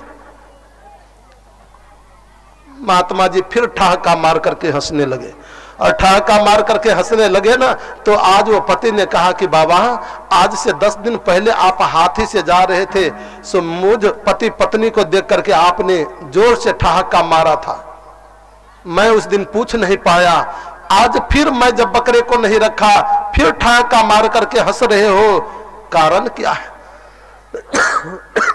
कहा भले आदमी क्या करोगे समझ करके। नहीं नहीं बाबा मुझे बताओ क्या मर्म है, कारण क्या है। कहा देखो बेटा उस दिन जो मैं जा रहा था ना, तेरा बेटा तेरे कंधे पर कूद रहा था, कभी तेरे गर्दन को नीचे झुकाता, कभी ऊंचा ऊपर झुकाता, कभी केस को नोचता, कभी दाढ़ी को नोचता, कभी मूंछ को नोचता था। मुझे बहुत जोर से हंसी आ गई, इसलिए कि वो जो तेरा बेटा है ना कोई और नहीं तेरा पड़ोसी था, तेरे पत्नी को पत्नी भाव से प्राप्त करना चाहता था, लेकिन पत्नी भाव से प्राप्त नहीं कर पाया, उसी के याद में मर गया। आज उसकी बेटा बन करके आ गया है। उसको कितने लार से कंधे पर कुदा रहे हो। जो तेरा दुश्मन था पड़ोसी, तेरे पत्नी को हरना चाहता था, लेकिन ये बकरा और कोई नहीं, ये तेरा बाप है, मरने के बाद बकरे में जन्म हुआ है। आज वो बाप को रखने के लिए कहता हूं, तुम रखने को तैयार नहीं, और जो तेरे पत्नी को हरण करना चाहता था उसको कंधे पर कुदा रहे हो। यही दुनिया है, यही संसार है। कौन किसका होता, आज है कल कहां थे, कल कहां रहेंगे, इसकी कोई गारंटी नहीं, कोई पता नहीं। देवी ये मोह में संसार में कोई किसी को का नहीं होता, अपने भाग से ही लोगों को सुख और दुख मिलता है। संसार में न तो बाप बेटा को सुख दे सकता है, न बेटा बाप को सुख दे सकता, न पति पत्नी को सुख दे सकता, न पत्नी पति को सुख देता। बाप के माध्यम से यदि बेटा को सुख मिलता ना तो बेटा का अपना कर्म बाप से सुख दिलाता है, और बेटा के माध्यम से बाप को जो सुख मिलता तो बाप का अपना कर्म बेटा से सुख दिलाता। पति के माध्यम से पत्नी को सुख मिलता, पत्नी का अपना सुख पति से सुख दिलाता है, कर्म सुख दिलाता। और पति को पत्नी के माध्यम से सुख मिलता तो पति का अपना कर्म पत्नी से सुख दिलाता। संसार में अपने कर्म से ही लोग सुख दुख पाते। देवी, लेकिन एक बात, तुमने जो अहिंसा की बात करी कि किसी की हत्या ना हो, मेरे पुत्र का राज वापस हो जाए, यह बात मुझे बहुत अच्छी लगी चुभा। इसलिए मैं तुझे वरदान देना चाहता हूं, तुझे पुत्र प्राप्त होंगे। इसके लिए देवी तुम्हें एक व्रत करना होगा। का कौन सा व्रत? फाल्गुन्यामले पक्षे द्वादशा अहम पयो व्रता अर्चयेदरविन्दाक्षं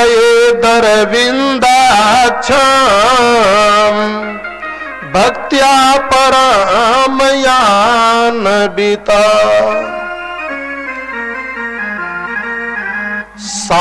साल में कितने महीने होते हैं?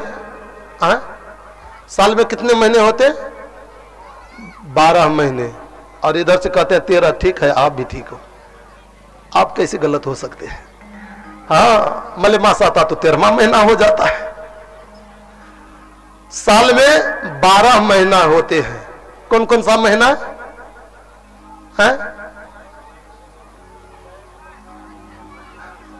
हाँ, इधर से तो सब कह दिए चैत बैसाख ज्येष्ठ आषाढ़ आदि आदि। उधर से माता ये सब कह रही है जनवरी फरवरी मार्च अप्रैल मई जून जुलाई आदि कह रही है। हाँ ठीक है, दोनों ठीक है, रहना चाहिए।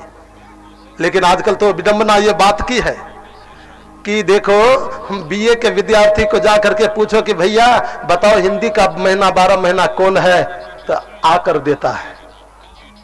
जनवरी है से दिसंबर तक बता देगा, लेकिन हिंदी वाला महीना नहीं बता सकता। अंग्रेज को तो हम लोग लाठी मार करके डंडे मार करके भगा दिए, और भगाने के बाद उनके भाषा को ऐसे चाव से पकड़े है ना, जैसे लगता है कि हमारा अपना धरोहर हो, संपत्ति हो। रखना चाहिए, अंग्रेजी जरूरी है, रखना चाहिए, लेकिन अपनी भी संस्कृति को तो मत भूलो, अपने भी संस्कृति को तो याद रखो। अपनी संस्कृति पर गौरव होनी चाहिए, लोग को उसको बचा करके रखना चाहिए। हमारी संस्कृति जब मिट जाएगी ना, तो मिटने के बाद में एक दिन ऐसी दशा आएगी कि दीपक लेकर के उस संस्कृति को ढूंढना पड़ेगा कि हमारी सभ्यता कहाँ गई, हमारी संस्कृति कहाँ गई, हमारा सदाचार और व्यवहार कहाँ गया।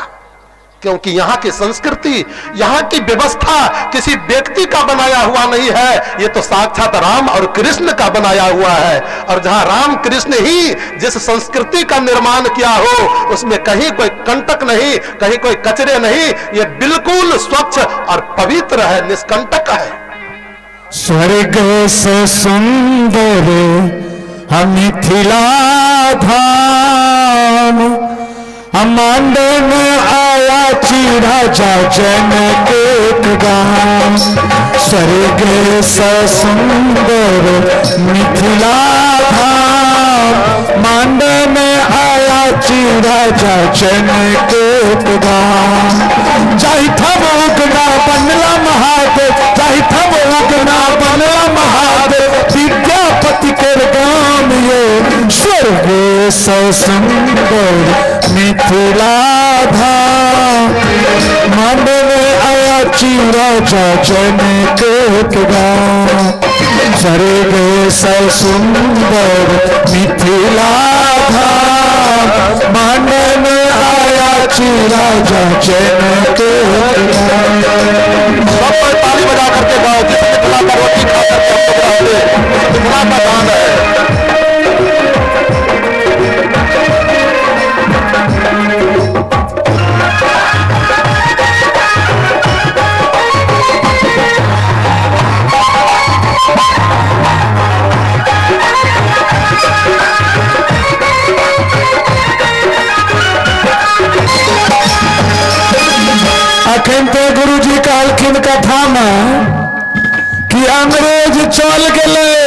लेकिन अंग्रेजी के छोड़ के गए। कहे छे जे अंग्रेजी के ताम झाम में अपन भाषा बिसर गेलो। अंग्रेजी के ताम झाम में अपन भाषा बिसर गेलो। डेग डेग पर पिता के पप्पा माय के मम्मी सुनते लो आ संस्कार चल गेल निखतर कि मायक बोली बिसर गेलो आ पिज्जा बर्गर के चक्कर में तिलकोरक तरुआ बिसर गेलो। एक बेर चार दुनू हाथ उठा के सब गोटा प्रेम से बाजू मिथिला धाम की। मांडन आया चीरा जन के गान, मांडन आया चीरा जन के गान।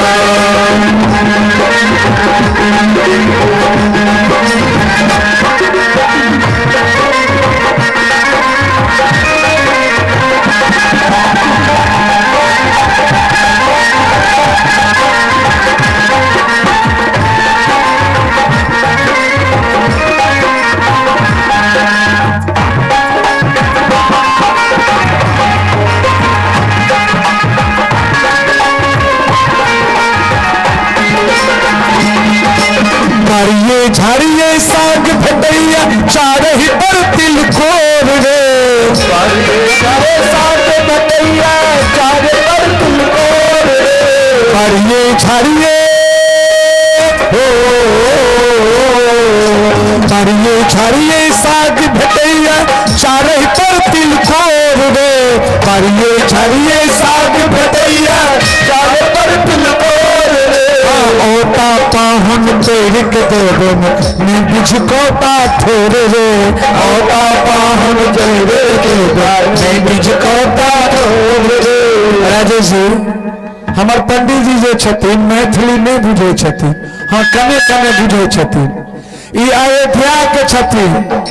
अयोध्या वाला तिलकोरक तरुआ की जाने गेले जे की होइ छै। तो जुआर बाजरा खाइत खाइत देखे छे कारी मेस भेल छे। गहुमक सोहारी अयोध्या के लोग बुझे छले। जहिया से जानकी जी गेलखिन मिथिला से तहिया से गहुमक सोहारी आ भात केकरा कहे छे तहिया से बुझा लगल। क्या बात सच है ना? एक बार सब गोटा हाथ उठा के कहियो बाड़िए झाड़िए साग भटैया चार ही पर तिलकोर रे। बाड़िए झाड़िए साग भटैया चार पर तिलकोर रे। ओटा पाहुन तैरिक देवन में बिझकोटा ठोर रे। ओटा पाहुन जयरे देवन में बिझकोटा ठोर रे। सीता बहिने छथि पाहुन राम, सीता बहिने छथि पाहुन राम। कहै छी तऽ थपड़ी बजबै छियै आ बिना कहने जेना लगे छै गोइठा ठोकै छै। नहीं एक बार पूरा पूरा हाथ उठा कर और ताली बजा कर मांडन आया जी राजा जनक का।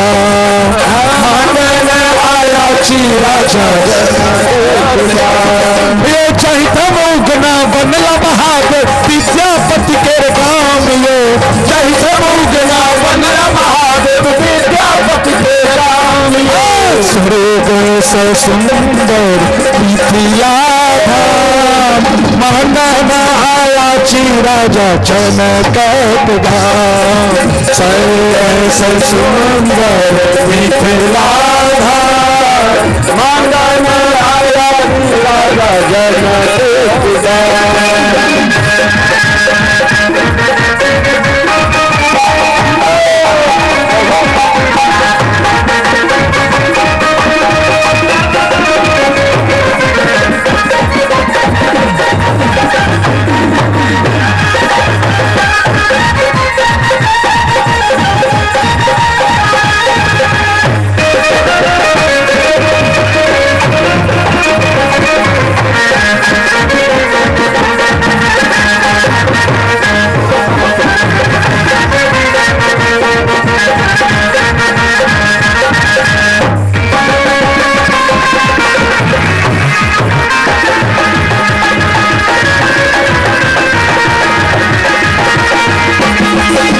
हमरा मीता मोन लगैया अपने ही प्रेमक नगरी में।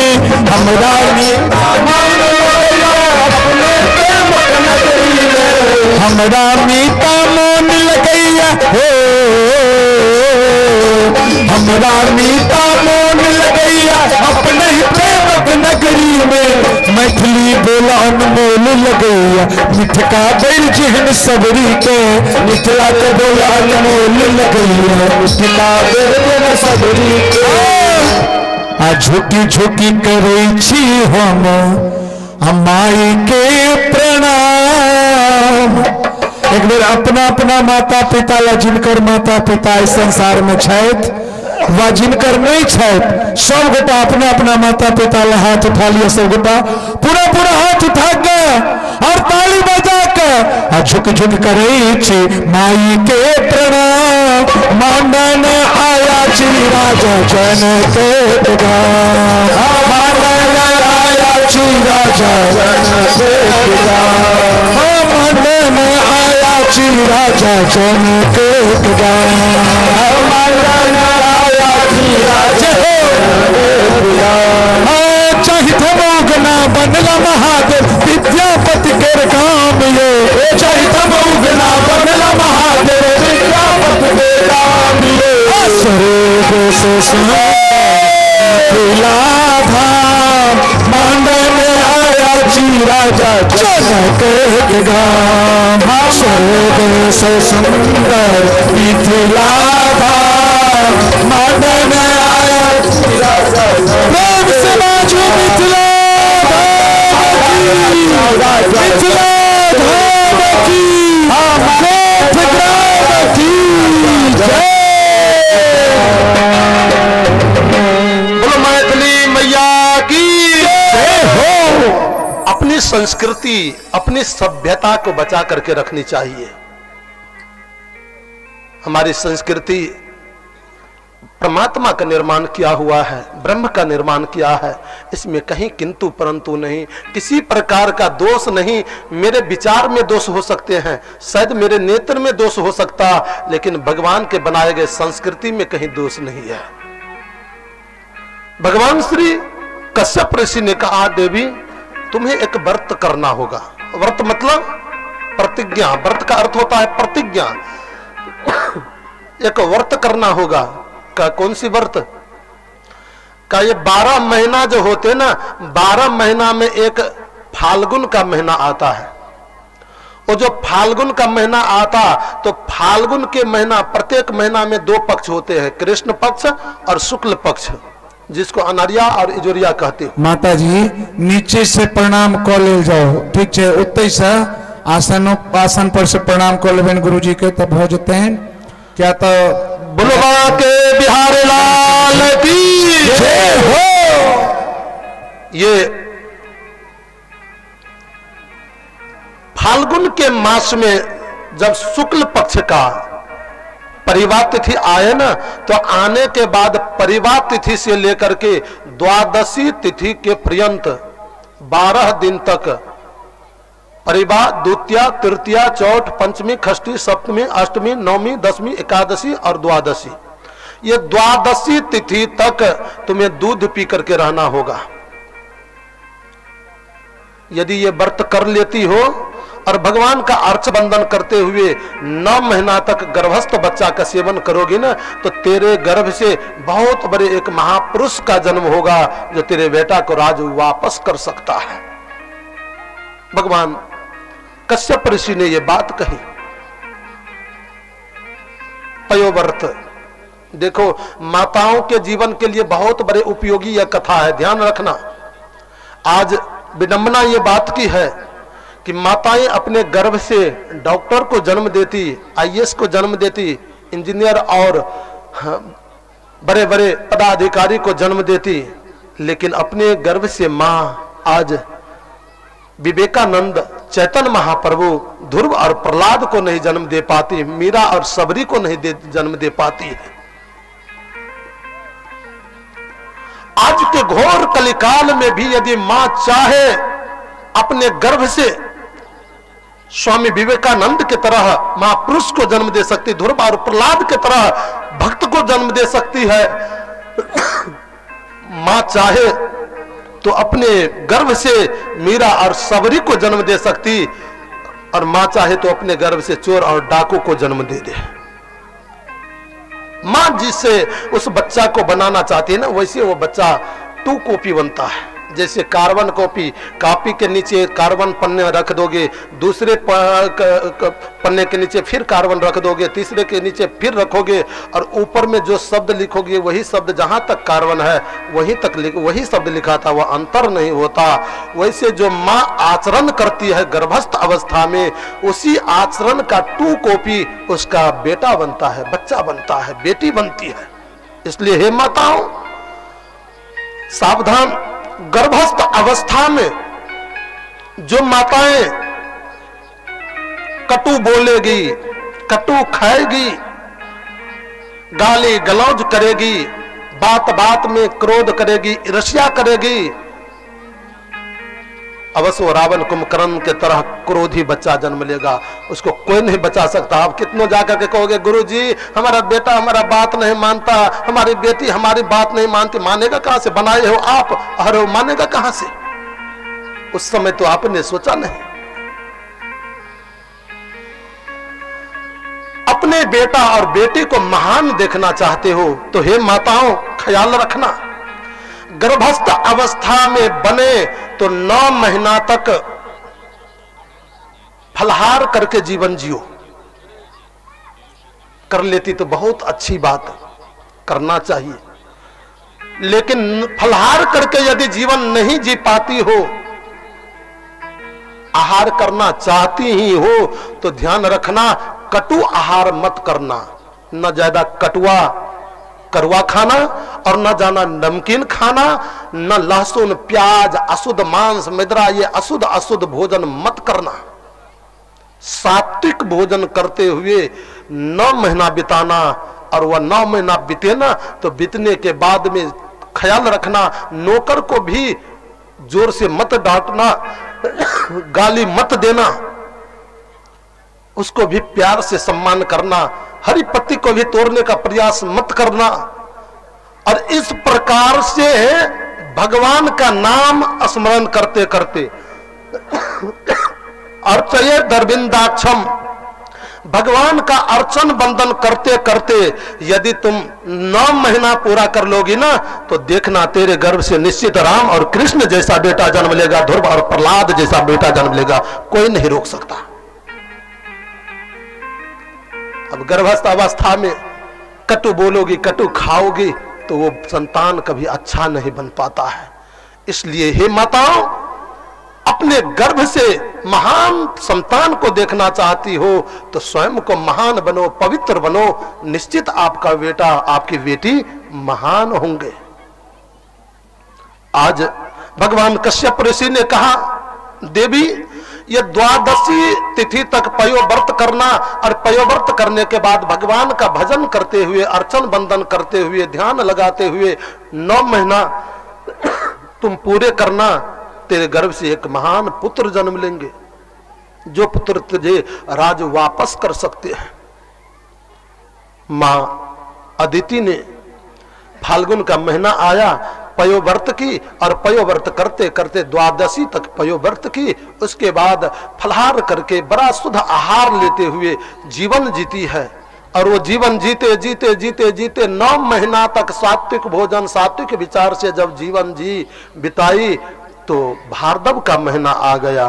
भगवान श्री सुखदेव कहते हैं कि श्रोणायाम सर्वन 12 मुहूर्ते अभिजीत प्रभु, सर्वे नक्षत्र ताराद्या, चक्रो तेजस जन्म दक्षिणा। भार्गव का महीना आ गया, शुक्ल पक्ष के 12वीं तिथि आ गई, और ये अभिजीत मुहूर्त आ गया।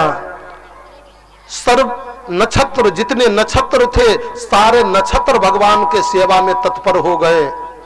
उस समय का लगन, उस समय का जोग, उस समय के सारे मुहूर्त परमात्मा के सेवा में सब के सब तत्पर हो गए। तो तत्पर होने के बाद में ठीक 6 से 7 बजा, सुबह के 7 से 8 बजा, 8 से 9 बजा, 9 से 10 बजा, 10 से 11 बजा, 11 से 11:30 बजा, 11:30 से धीरे धीरे जैसे घड़ी की काटा दिन के 12 बजे पर गई। प्रात पर अखिलेश्वर भगवान श्री ब्रह्म 52 के रूप में अदिति के गर्भ से जन्म ले लिए। बोल बावन भगवान की। अदिति के गर्भ से भगवान जन्म ले लिए। बड़ा सुंदर भगवान का रूप है। तंबटु बावनम दृष्ट्वा मोदमाना महर्षय कर्माणि कारयामासु पुरस्कृत प्रजापति। आकाश मंडल से देवता लोग पुष्पों का वृष्टि करके उस नन्हे से बच्चा का स्वागत किए। देवगुरु बृहस्पति आ गए। बृहस्पति आकर के बावन भगवान को जन्नो धारण करवाए। दिशा के स्वामी आकर के अपने हाथ के छत्र को दे दिया। माता सरस्वती ने अपने हाथ के माला को दे दी। ब्रह्मा जी ने अपना कमंडलू दे दिया और सप्तऋषि ने अपने कुशा के आसन को दे दिया। संपूर्ण देवता मानो मिलजुल करके इसको बाबा जी बना ही दिए। हाँ, लेकिन भगवान तो बड़े बुट्टे खट्टे नट्टे छोटे। हाँ, भगवान कितने बड़े हैं मालूम? हम लोग कितने बड़े हैं ये बताओ। हम लोग कितने अंगुल के हैं? कोई बताएंगे हम लोग कितने अंगुल का है? अच्छा, अंगुल नहीं बता सकते ना, ऐसा करो ना, आप कितने बीता का हो ये तो बता सकते हो। कितने बीत के हो? वो भी नहीं बता पाओगे। हे भगवान। अरे एक बीता या 2 बीता का 1 हाथ होता ना तो 3.5 हाथ का हम लोग है तो कितने बीता के हुए? 7 बीते का। तो कितने अंगुल का हम लोग हुए? कोई बताना। हे भगवान, बीत भी आपके पास में और हाथ भी आपके पास में, उंगली भी आपके पास में। चटपट नाप लो ना, देखो ना कैसे कितना होता है। कितना हुआ? 1 बीता 12 अंगुल का होता है। तो 12 सत्ते हम पढ़े लिखे कम हैं। आपे लोग के पास में तो मैं पढ़ा था। हमारा कई ठो संगी होगा इसमें। हम तो अब साथ में जो पढ़ता था चिन्हे हुए को भी आना जाना छूट गया तो भूल गए। हाँ, कितने व्यक्ति हमको चॉकलेट खिलाए होंगे। हाँ, हम छोटे में बड़ा दुलार था और पिताजी का दोस्त तो कम नहीं रहा। हम जिससे कहते थे कि पैसा दो हम लोग को चॉकलेट खाने के लिए, वो चले गए चाचा जी, रामबाबू चाचा। हाँ, कितने दिन नेताजी भरत जी सब थे, सब कितने दिन हमको चॉकलेट जब मिलते थे तो हमको पैसा दीजिए चॉकलेट के लिए, तुरंत देते थे। कितने चॉकलेट खिलाए होंगे हमको। हाँ, तो आप लोग के पास पला हो, कम पढ़ा लिखा हो। हाँ, लेकिन आप लोग तो पढ़े लिखे हो। बताना कितना? 12 सत्ते 84। 84 अंगुल के हम मानव होते, लेकिन ये श्रीमान जी कितने अंगुल के हैं?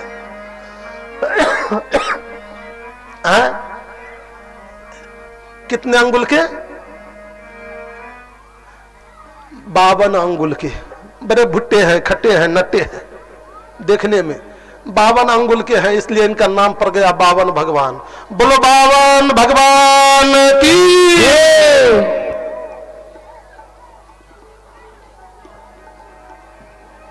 भगवान धीरे धीरे धीरे धीरे बड़े हुए। बड़ा सुंदर भगवान का बटुए की तरह मुख, मोती के तरह चमकता हुआ दांत, भगवान श्री अनार के काली के समान, दाने के समान भगवान का ओठ, तोते के समान उनका नाक और घुंघराले बाल परमात्मा का है।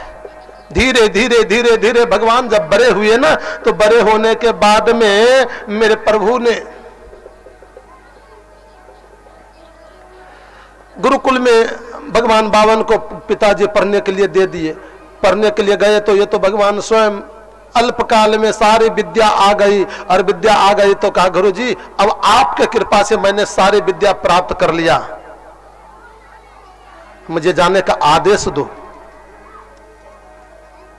कहा ठीक है बेटा जा सकते हो। कहा गुरुदेव आपके कृपा से ये विद्या मिली, पढ़ा और जाने का आदेश भी दे दिए हो, कम से कम हाँ मेरी इच्छा है कुछ गुरु दक्षिणा दो, कुछ गुरु दक्षिणा दो। कहा बेटा तुम जैसे शिष्य मुझे मिला, जगत के लोग कहेंगे कि देखो भगवान वामन स्वयं आकर के इनका शिष्य बना, इससे बढ़कर के दक्षिणा क्या हो सकता, मुझे कुछ नहीं चाहिए। कहा नहीं नहीं गुरुदेव मेरा मन होता कि कुछ दूं। कहा नहीं नहीं बेटा मुझे कुछ नहीं चाहिए। नहीं नहीं प्रभु नहीं लोगे ना तो मेरे मन को तकलीफ होगा, कुछ मांगो। कहा बेटा जो मैं मांगूंगा वो दोगे? हाँ हाँ मांगो। कहा बेटा देना चाहते हो तो यही दो कि वर्तमान में तीनों लोक को जीत करके बलि राजा बना हुआ है, बलि से तीनों लोक ले आकर के मुझे दे दो। अवश्य गुरुदेव तुरंत मैं लेकर के आता हूं। भगवान बावन वहां से चल दिए। बुरुकच्छ क्षेत्र में बलि जी महाराज अभी बहुत सुंदर यज्ञ कर रहे हैं। जाते जाते जाते बुरुकच्छ क्षेत्र के पास में जब गए ना, सो बावन भगवान को बलि ने जैसे देखा, देखने के बाद तो महाराज इतनी बड़ी तेज थी शरीर का, देख करके सब के सब अचंभित हो गए। अचंभित होकर के कहा स्वागतम ते नमस्तुभ्यां ब्रह्मनिकम करवामते ब्रह्म ऋषि नाम तपः साक्षात् मैं त्वार्ज बपूधर।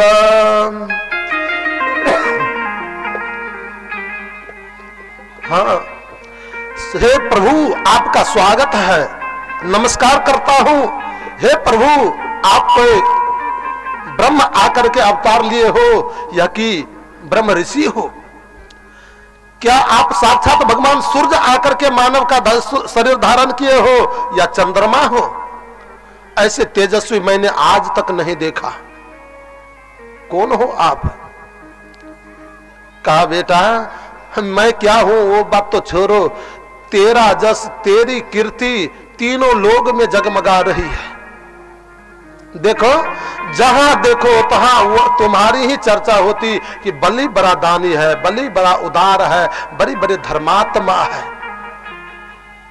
सो तीनों लोक में तेरी ही जस कीर्ति गाई जाती। बेटा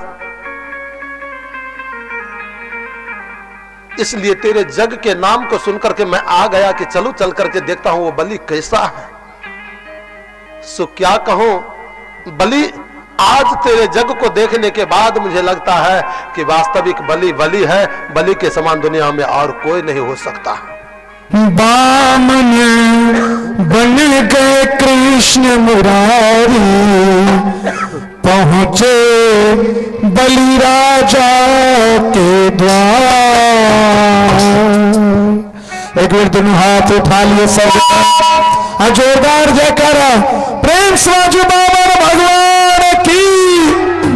अच्छा आवाज ले, अहाँ सब ईमानदारी से कहियो तो प्रेम से भागवत भगवान की। अब कने कने और ऊपर हो। बामन बन गए कृष्ण मुरारी, पहुंचे बलि राजा के द्वार।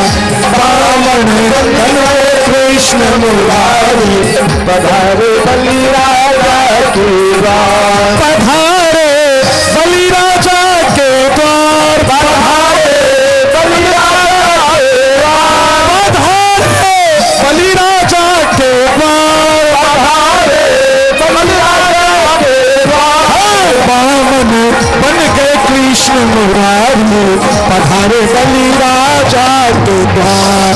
बामन बन गए कृष्ण मुरारी, पहुंचे बलि राजा के द्वार।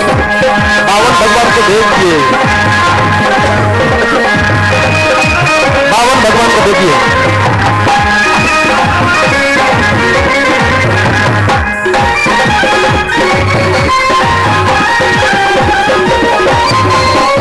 बावन भगवान, बावन भगवान, बावन भगवान को देखिए।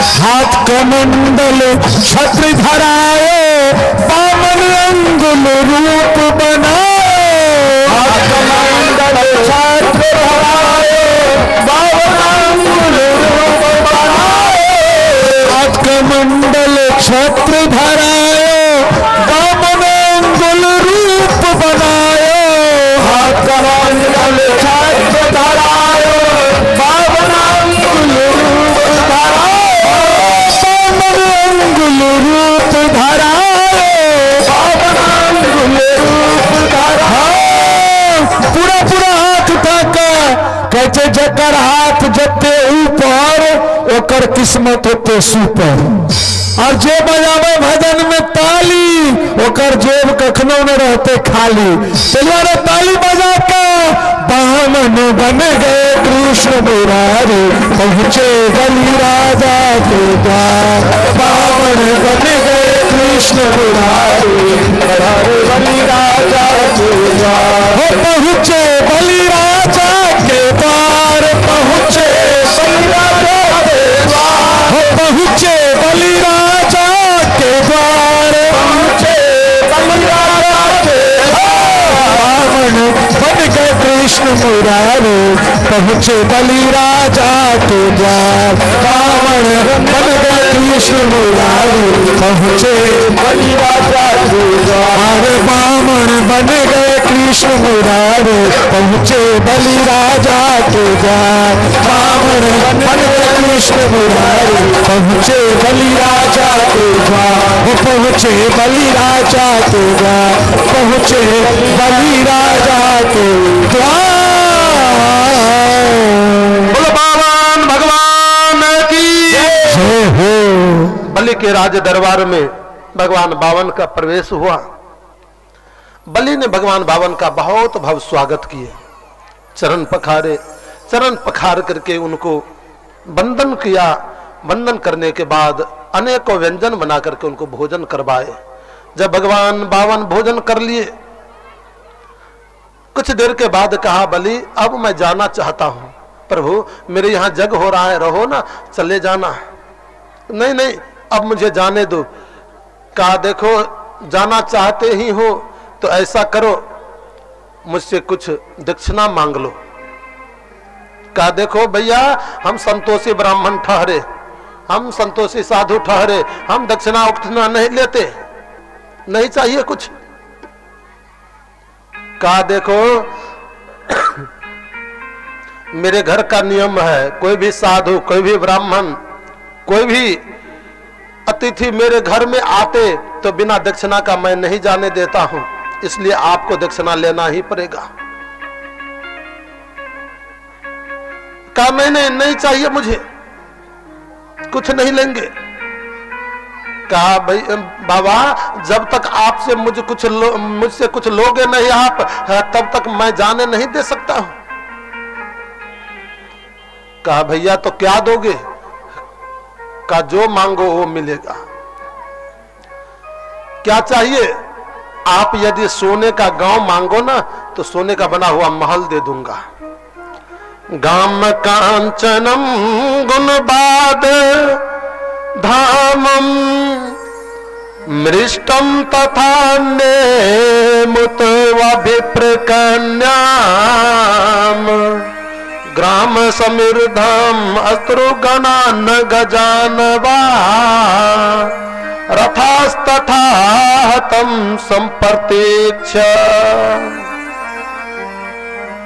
भगवान आप चाहो तो सोने का बना हुआ गांव आपको दे दूं, बिल्कुल सोने का बना हुआ मनुष्य जनित गांव आपको मैं दे दूं। आप चाहो तो गांव को वैसे खाली नहीं धन से परिपुष्ट करके दे दूंगा, कभी कोई चीज की कमी नहीं होगी। कहा तो इतने बड़े सोने का महल दे दोगे, सारी व्यवस्था संपत्ति भी दे दोगे, तो देने के बाद वो संपत्ति को रक्षा करने के लिए हम रहेंगे, हम तो राजा बन जाएंगे। कहा हाँ राजा बन जाओगे। कहा तब तो रानी भी चाहिए। कहा तो रानी की भी चिंता मत करो, विप्र कन्याम, किसी ब्राह्मण कन्या से तुम्हें विवाह भी करवा देंगे। कहा भैया यदि ब्राह्मण कन्या से विवाह करा दोगे तो कराने के बाद में उसको भरण पोषण पालन के लिए तो बस संपत्ति चाहिए, चीजें चाहिए। कहा उसकी चिंता न करो, समृद्ध हम सारी समृद्धि से युक्त देंगे, कोई चीज की कमी बेटे पोते को खाने पीने पढ़ने में नहीं होगी। कहा तो फिर सवारी, कहा गजान वाह रथान वाह, यदि आप चाहो तो हाथी आपको चढ़ने के लिए सवारी में दे दूं, नहीं तो आप यदि रथ चाहो तो रथ दे सकता हूं, आप बताओ क्या चाहिए। कहा महाराज जब इतने चीज दोगे तब तो हम उसी की रक्षा में रात्रि दिन रह जाएंगे, और उसी की रक्षा में जब हम रात्रि दिन रह जाएंगे तो रहने के बाद में फिर तो भजन नहीं हो पाएगा। मुझे कुछ नहीं चाहिए, मैं कुछ नहीं लूंगा। कहा नहीं महाराज आपको कुछ लेना ही होगा। कहा दोगे ही? तो हाँ महाराज। कहा तो ऐसा संकल्प करो। जैसे संकल्प का नाम लिया ना, सो बगल में शुक्राचार्य बैठे बैठे सब बात को सुन रहे थे। कहा रे ऐसे संतोषी कौन आ गया? तब से अपना बड़ाई बहुत करता है कि मैं संतोषी साधु, संतोषी ब्राह्मण, ये कौन है? गौर से देखा ना तो उनके चरण पर नजर पड़ा। भगवान अपना रूप बदल लेते, रूप को छुपा ले, लेकिन भगवान कहीं जाते उनके चरण का चिन्ह नहीं बदलता है, वो 2400 चिन्ह रहते ही। जैसे भगवान के चरण के चिन्ह में देखा, कहा रे बाबा बली बली सावधान, खबरदार, कुछ नहीं दो, ये कोई 52-54 नहीं, ये 64 है, 64। लूट लेगा तेरा सब कुछ, तुझे कंगाल बना देगा। ये छलिया विष्णु है। मत दो, कहा दो दूसरे दिन आना, हम सोच लेंगे, आज नहीं दे सकते। कहा गुरुजी मैं तो बाग से हार गया हूं, वचन से कह दिया कि मांगो, अब मैं बात को उल्टा नहीं सकता। कहा देखो बेटा 5 जगह ऐसा है जहां झूठ बोलने से पाप नहीं लगता। कौन सा जगह? भगवान श्री शुक्राचार्य जी कहते हैं ये बलि से कि राजन स्त्रीषु नर्म विवाहे चा विरत्यर्थे प्राण संकटे ग्रो ब्रह्मार्थे हिंसायाम नारित्यम स्वाज गोपिता। राजन ये 5 जगह स्त्री सु पति और पत्नी के आपसी वार्ता में हास विनोद करते समय यदि एक बार झूठ शब्द का उच्चारण हो जाए ना तो पाप नहीं लगता। इसलिए पति पत्नी ये ना विचार लेना कि सर्टिफिकेट मिल गया तो कल से खूब झूठे बोलूं, डबल पाप लगेगा। हाँ अरे हास विरोध करते हो, करते करते अचानक यदि धोखे से झूठ बुला गए तो जो पाप नहीं लगेगा, और जबरदस्ती हमेशा 24 घंटा झूठे बोलोगे तो कोई रोकेगा थोड़े, ठिका कोई थोड़े लिया है, डबल पाप लगेगा, ऐसा मत करना। हाँ और दूसरी बात विवाहे च, किसी किसी को अगुवाई करने का आदत ज्यादा, शौक ज्यादा होता है। बर कन्या को विवाह कराने का, कराना चाहिए, यह भी समाज का सेवा है, उपकार है। अगुवाई करने का किसी किसी को आदत है। देखो बर कन्या को विवाह कराने में यदि झूठ बोलना पड़े तो पाप नहीं लगता। तो अगुआ सब ये मत समझ जाना कि सर्टिफिकेट मिल गया तो डबल झूठे बोलता रहूं, डबल पाप लगेगा। हाँ एक अगुआ करने वाला है कि नहीं, यहाँ हमारे पास में भी अलबेला बाबा है, आप तो जानते हो। हाँ अरे महाराज क्या बताए, उसको जब 2-4 हजार 5 हजार रुपया दे दो ना घुस में, तब तो देखो सिर से चोटी तक लगा करके विवाह करा ही देंगे। और उसको तो छोड़ो, हाँ, अपने से भी घूस ले लिया तो दूसरों की बात क्या करना है, अपनों से कोई भी नहीं छोड़ा। यदि घूस मिल जाए तब तो देखो ना, 2 चीज का बड़ा प्रेमी है, एक तो अच्छा खाने के लिए दो गए ना, तब तो कल हमारा भी साथ छोड़ देगा, आपे के साथ खाने में लग जाएगा। और दूसरी बात, यदि अगुवाई में 2-4-5 हजार घुस मिल गया तब तो गुरुजी क्या है, अब तो विवाह जी सब कुछ है। रात्रि दिन श्रीमान जी किसी किसी को अगुवाई करने का ज्यादा आदत होता। अब अगुवाई करने वाला व्यक्ति रात्रि दिन झूठे बोल करके विवाह कराओगे तो कोई ठेका थोड़े लिया, गारंटी थोड़े लिया है, पाप लगेगा, नहीं बोलना। हाँ, विवाह सत्य बोल करके कराना चाहिए, लेकिन विवाह के कर्म में वार्तालाप में ऐसी परिस्थिति आ गई कि अब हम एक बार यदि झूठ नहीं बोलेंगे तो यह विवाह का कार्य बिगड़ जाएगा। वैसी परिस्थिति आने के बाद यदि एक बार झूठ भी बोल लेते हो ना तो पाप नहीं लगता है। तीसरी बात, वृत्त्यर्थे, बिजनेस करने वाला व्यक्ति, व्यापार करने वाला व्यक्ति झूठ बोल करके भी अपना उचित कमाई यदि ले लेता तो उसको पाप नहीं लगता। बनिया सब ये सोच नहीं लेना कि, और हमारे प्रधान जजमान जी तो आगे हैं इसमें, हाँ, बोलबा के बिहारी लाल की, हाँ, सर्टिफिकेट मिल गया तो खूब बोलू, नहीं बोल रहा।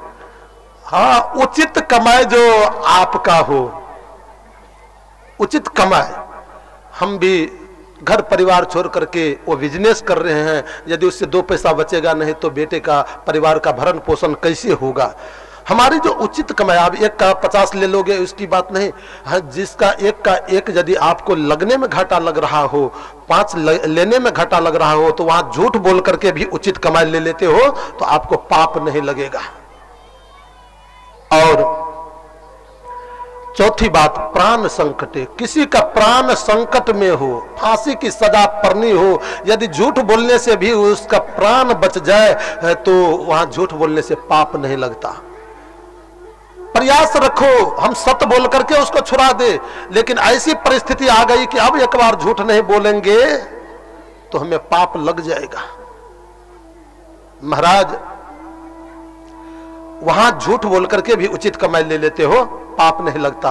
और 5वीं बात, गौ ब्रह्मा गौ विप्र हिंसायाम, गौ ब्रह्मार्थे हिंसायाम, गाय और साधु ब्राह्मण के हिंसा में यदि एक बार झूठ बोलने से भी गाय के प्राण रक्षा हो जाए, साधुओं की, ब्राह्मणों की प्राण रक्षा हो जाए तो वहां झूठ बोलने से पाप नहीं लगता है। प्रयास रखना पहले सत्य बोल करके छुड़ाए, लेकिन ऐसी परिस्थिति आ गई कि एक बार हम झूठ नहीं बोलेंगे तो ये मर जाएगा, इसको मार देगा, वैसे जगह पर झूठ बोलोगे पाप नहीं लगेगा। ये 5 जगह झूठ बोलने से राजन पाप नहीं लगता है। तुम्हारा तो सर्वस्व लूटने वाला है, कह दो आज नहीं दूसरे दिन आना। बलि ने कहा, गुरुदेव मैं भी बात का बात करता हूं, मैं अपने मुख से जो बोल दिया अपने बात को बदल नहीं सकता, चाहे सूरज टल जाए, लेकिन मैं अपने बात को नहीं बदल सकता। कहा है बलि, मेरा शिष्य होकर के मेरे साथ ढिठाई करते हो, कंगाल हो जाओगे, सब लूट जाएगा तेरा। भले लूट जाए, प्रभु गुरुदेव आपने कहा कि ये छलिया विष्णु है, भगवान विष्णु है। आज तक मैंने देखा कि दुनिया वाले सबके सब रात्रि दिन भगवान से मांगने के लिए लाइन में लगे रहते हैं, प्रभु मुझे बेटा दो, मुझे बेटी दो, मुझे धन दो, संपत्ति दो, ये दो वो दो, रात्रि दिन पीछे पड़े रहते हैं और भगवान उनको देते। लेकिन जगत को देने वाला वो परमात्मा आज मुझसे मांगने के लिए आया है। ये दुनिया कहेगी भगवान से जो दुनिया मांगता वह भगवान बलि से मांगने के लिए आया। मैं ये झूठ नहीं बोल सकता, मैं दूंगा ही दूंगा। शुक्राचार्य आवेश में आ गए और आवेश में आकर के कहा है लूट जाओगे, नहीं माना। कहा बलि देना चाहते हो संकल्प करो। हाँ प्रभु कराओ। पान के पात लिए, सुपारी लिए, गंगा जल लिए, तुलसी पात लिए, अक्षत ज्योतिल फूल दर्भ लिए करके जल लेना था, गंगा जल लेना था। एक टोटी में गंगा जल थी, जैसे उस टोटी को खोल करके पानी को निकालना चाहा ना, शुक्राचार्य देखा कि चेला लूट जाएगा, सो उस टोटी में मक्खी का रूप धारण करके प्रवेश कर गए। पानी को रोक दिया गिरने से। अब पानी न गिरे तो, पानी न हो तो संकल्प कैसे हो? क्या करे गुरुदेव? इसमें पानी तो भरा है लेकिन गिरता ही नहीं। कहा कोई कचरा जम गया होगा। अपने कुसा के आसन भगवान के थे, एक कुसा को खींचा और खींच करके कहा कि इस टोटी को थोड़ा खुरेच दो। जैसे कुसा का आसन लिए और उस टोटी में दिए तो आगे जाकर के अटक गया। कहीं वही कचरा है, थोड़ा जोर से मार दो ना। और जैसे वो कुसा के को लिया और नीचे किया और ऐसे मारा, सो मारने के बाद में महाराज लगा शुक्राचार्य जी की आंख में, श्रीमान जी का आंखें फूट गया।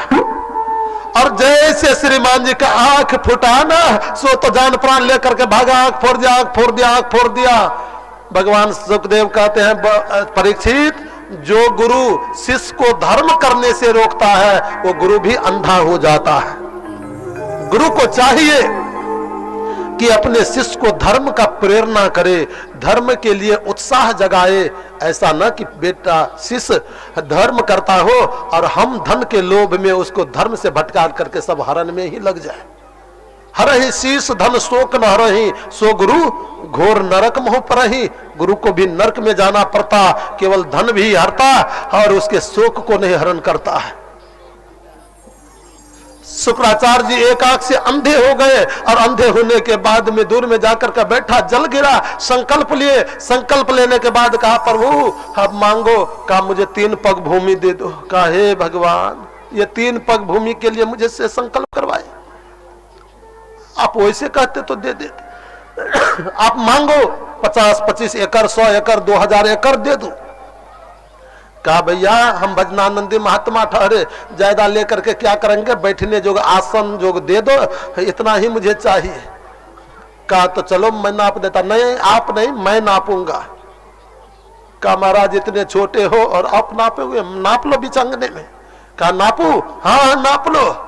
सो तो भगवान देखते देखते देखते विराट स्वरूप को धारण किया और जैसे भगवान विराट स्वरूप का धारण किए अनंत आकाश तक भगवान का शरीर हो गया और जैसे आकाश मंडल तक परमात्मा का शरीर गया। जितने बलि के सेना थे सब दौरा मारने को, पकड़ो पकड़ो, मारो मारो, ये चोर है, लूटने आया, छली है, कपटी है।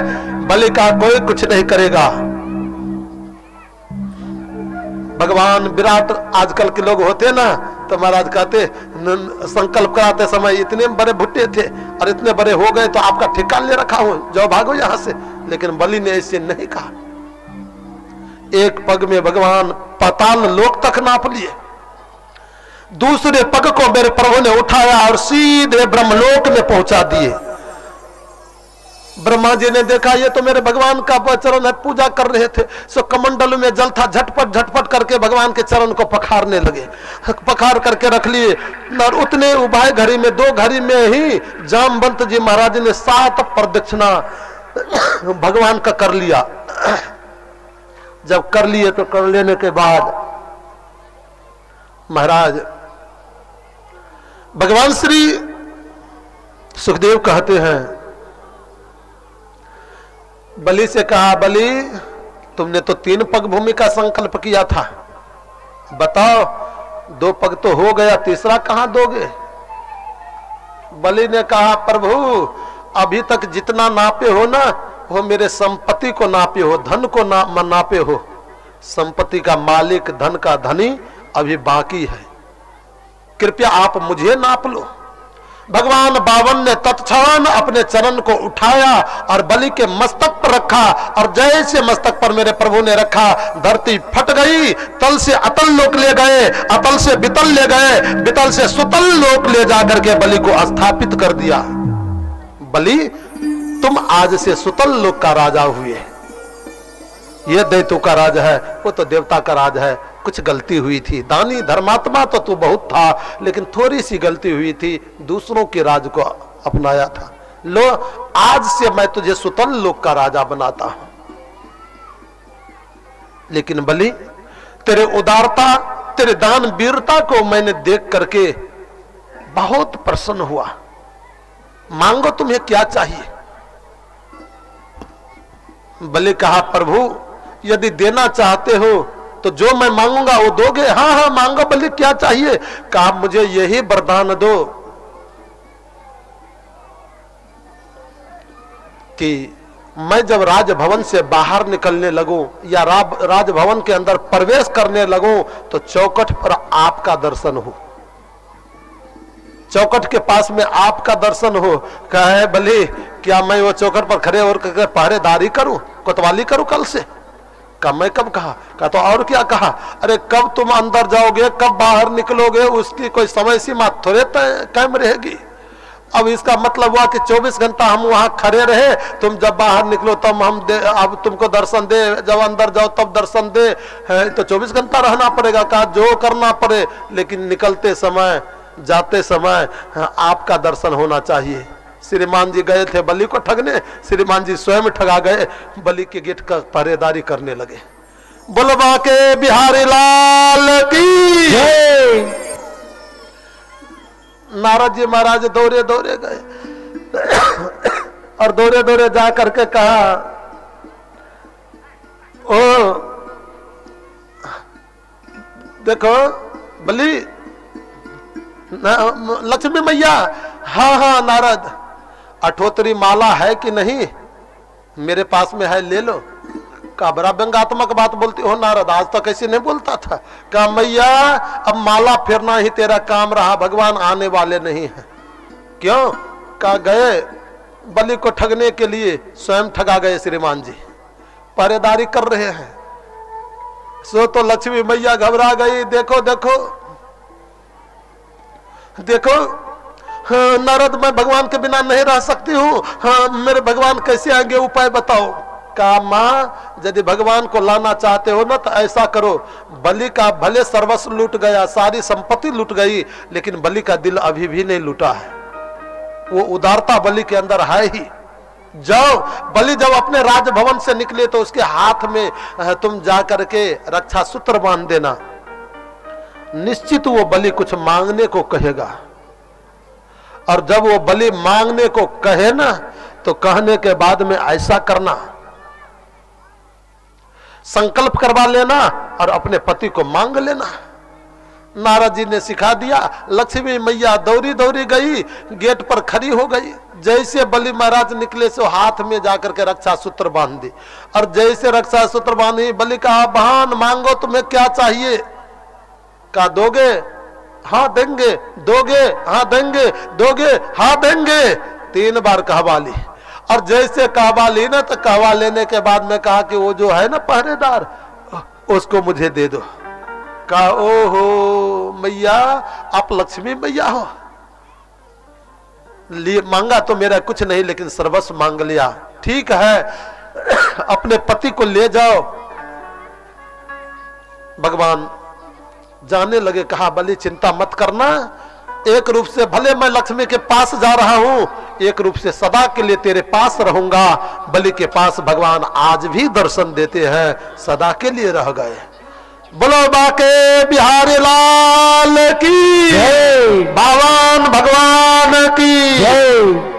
बावन भगवान वो तीनों लोक बलि से ले आकर के गुरुजी को दिए। गुरुजी ने देवता को पुनः वापस कर दिया और देवता सब के सब अपने अपने स्थान को ग्रहण कर लिए। इस प्रकार से अदिति के पुत्र ने अपने भाई के राज को वापस किया। भगवान सुखदेव ने परीक्षित को यह बात कही और कहने के बाद में कहा देखो इंद्र का जो सिंहासन छिना था, लूटा था, बलि ने लूट लिया था। मैं शायद कहा था कि नहीं, हाँ कहा था, नहीं कहूंगा। हाथी के गले में दुर्वासा जी लाए थे भगवान के पास से माला, इंद्र को दिया, इंद्र हाथी के गले में दे दिया और हाथी के तले मसल करके ये ऐरावत ने समाप्त कर दिया। इसी पाप के वजह से ये हाथी, ये इंद्र का राज छिन गया। प्रसाद को तत्क्षण सदुपयोग कर लेना चाहिए, इसका दुरुपयोग करने से बहुत बड़ा पाप लगता है। भगवान श्री सुखदेव ने यह बात बताई और बताने के बाद में आगे रघुवंश के कथा को कह रहे हैं, राम के वंश के कथा को कह रहे हैं। और ये रघुवंश तो बड़ा ही पवित्र वंश है, मर्यादा का वंश है।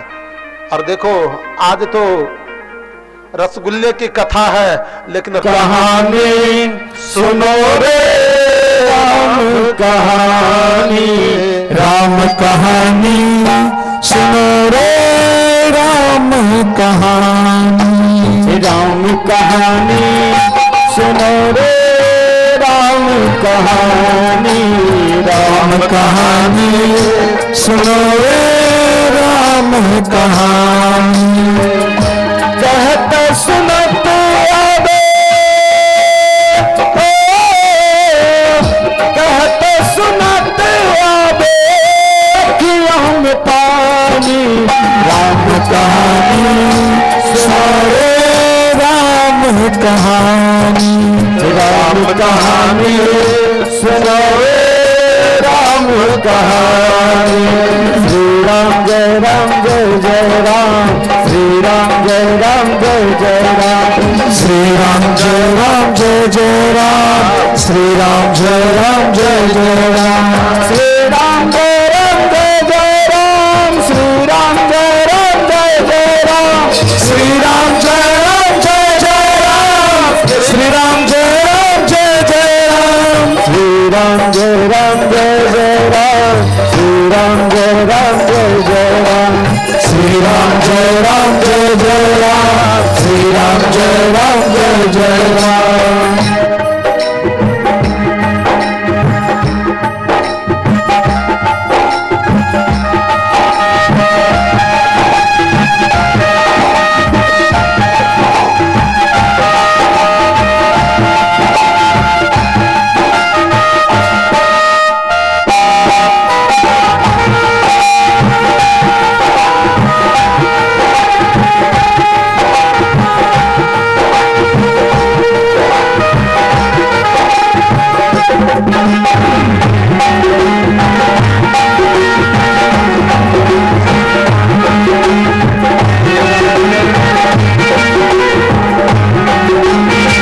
राज दुलारे कौशल्या के आंख के तारे, दशरथ के राज दुलारे कौशल्या के आंख के तारे, सूर्य वंश के सूरज रघुकुल के लो उजियारे, सूर्य वंश के सूरज रघुकुल के वे उजियारे, राजीव नयन बोले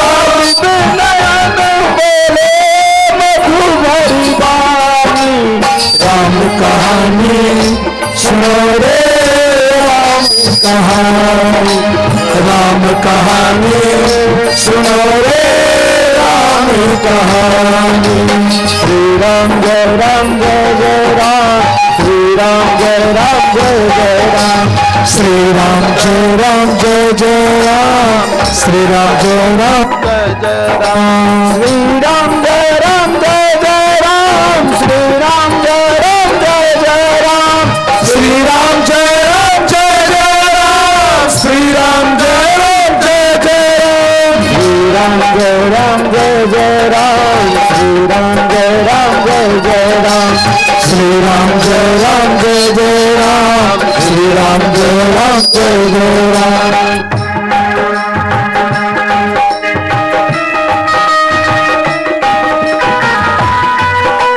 सबको एक ताली बजा करके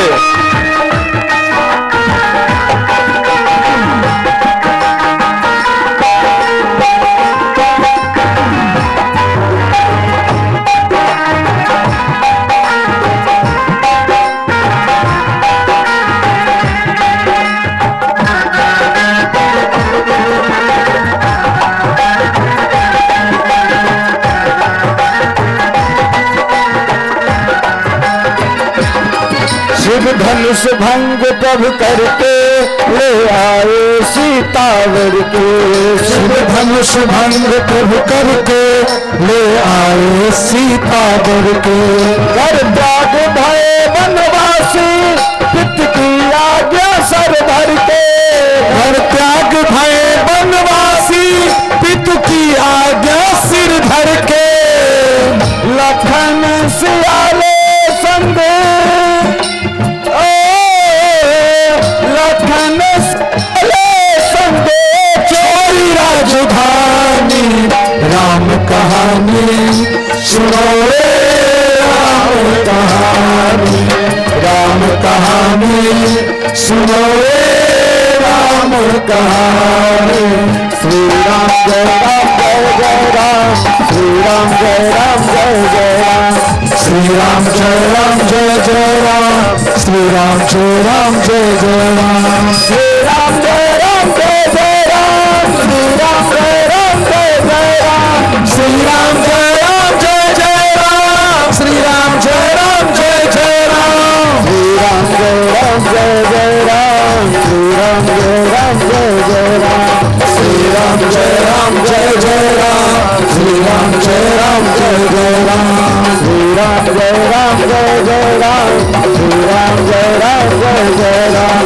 श्री राम जय राम जय जय राम श्री राम जय राम जय जय राम बोलो राघवेंद्र सरकार की जय हो। ऐसे जयकरा से राम कथा नहीं होगी। गांव में जब जमाई आता ना तो वैसे थोड़ा करंट बढ़ जाता है।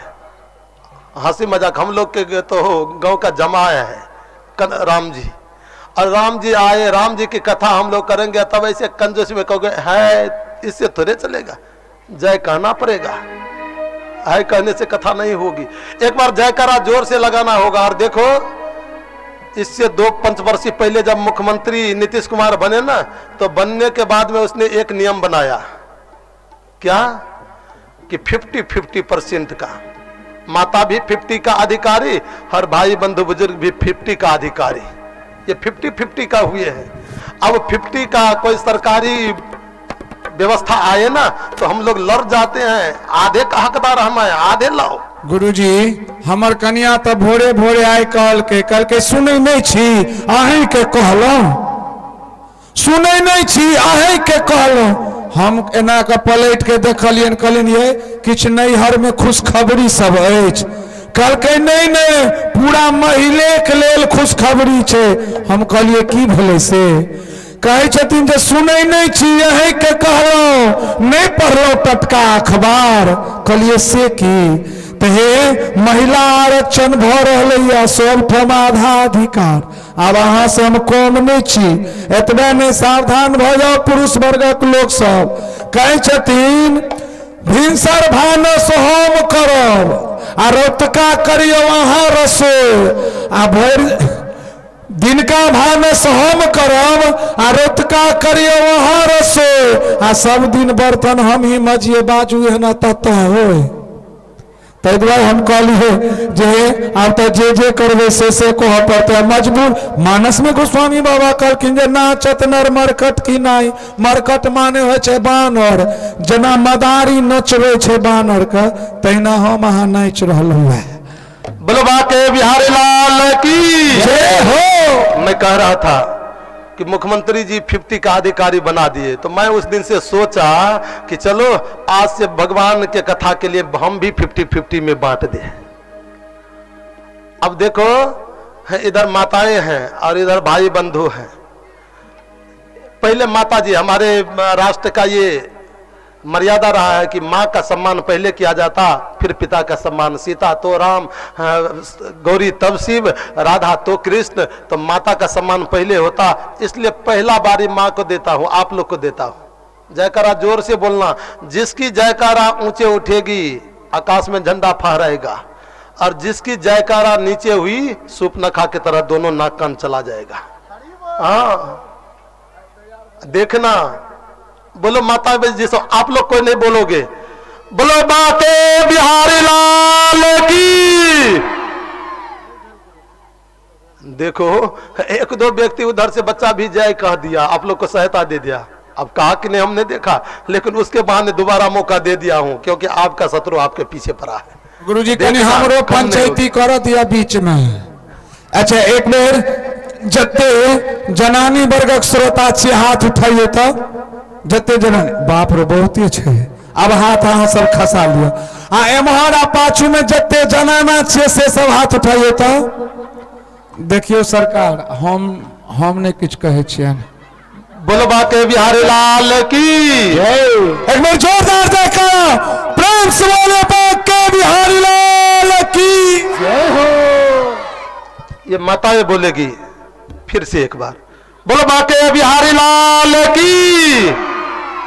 आप लोग इनका आवाज सुन लिए हो, देखना उससे कम नहीं होना चाहिए। यदि कम हुआ तो आपका जो जाएगा मेरा भी आपे के साथ चला जाएगा।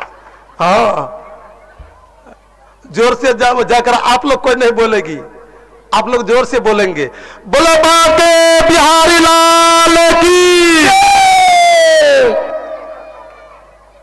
अब कुछ बेईमानी हुई है, इधर मैक था उधर नहीं था। है? कौन जीता कौन हारा? है? उधर कहते मैया सब हम जीते, इधर से कहते हैं लोग कि हम जीते। पंचायत आपसे नहीं होगा, झगड़ा हो जाएगा, हमें रख लो पंचायतिया में। करूं? है? आप लोग आदेश दो तो करूं। न कोई जीता न कोई हारा, दोनों 50-50 में ही रह गए। बोलो बाके बिहारी लाल की। हाँ, ऐसे जयकारा जोर से आज बोलो, क्योंकि आज राम जी आने वाले हैं, कृष्ण जी आने वाले हैं। भगवान श्री सुखदेव परीक्षित से कहते हैं कि राजन, ये रघुवंश बहुत ही पवित्र वंश है। भगवान श्री नारायण के नाभि से ब्रह्मा जी के पुत्र ही मरीचि हुए, मरीचि के ही कश्यप ऋषि हुए, कश्यप ऋषि के ही भगवान सूर्य हुए, वैवस्वान जिनको कहा जाता है।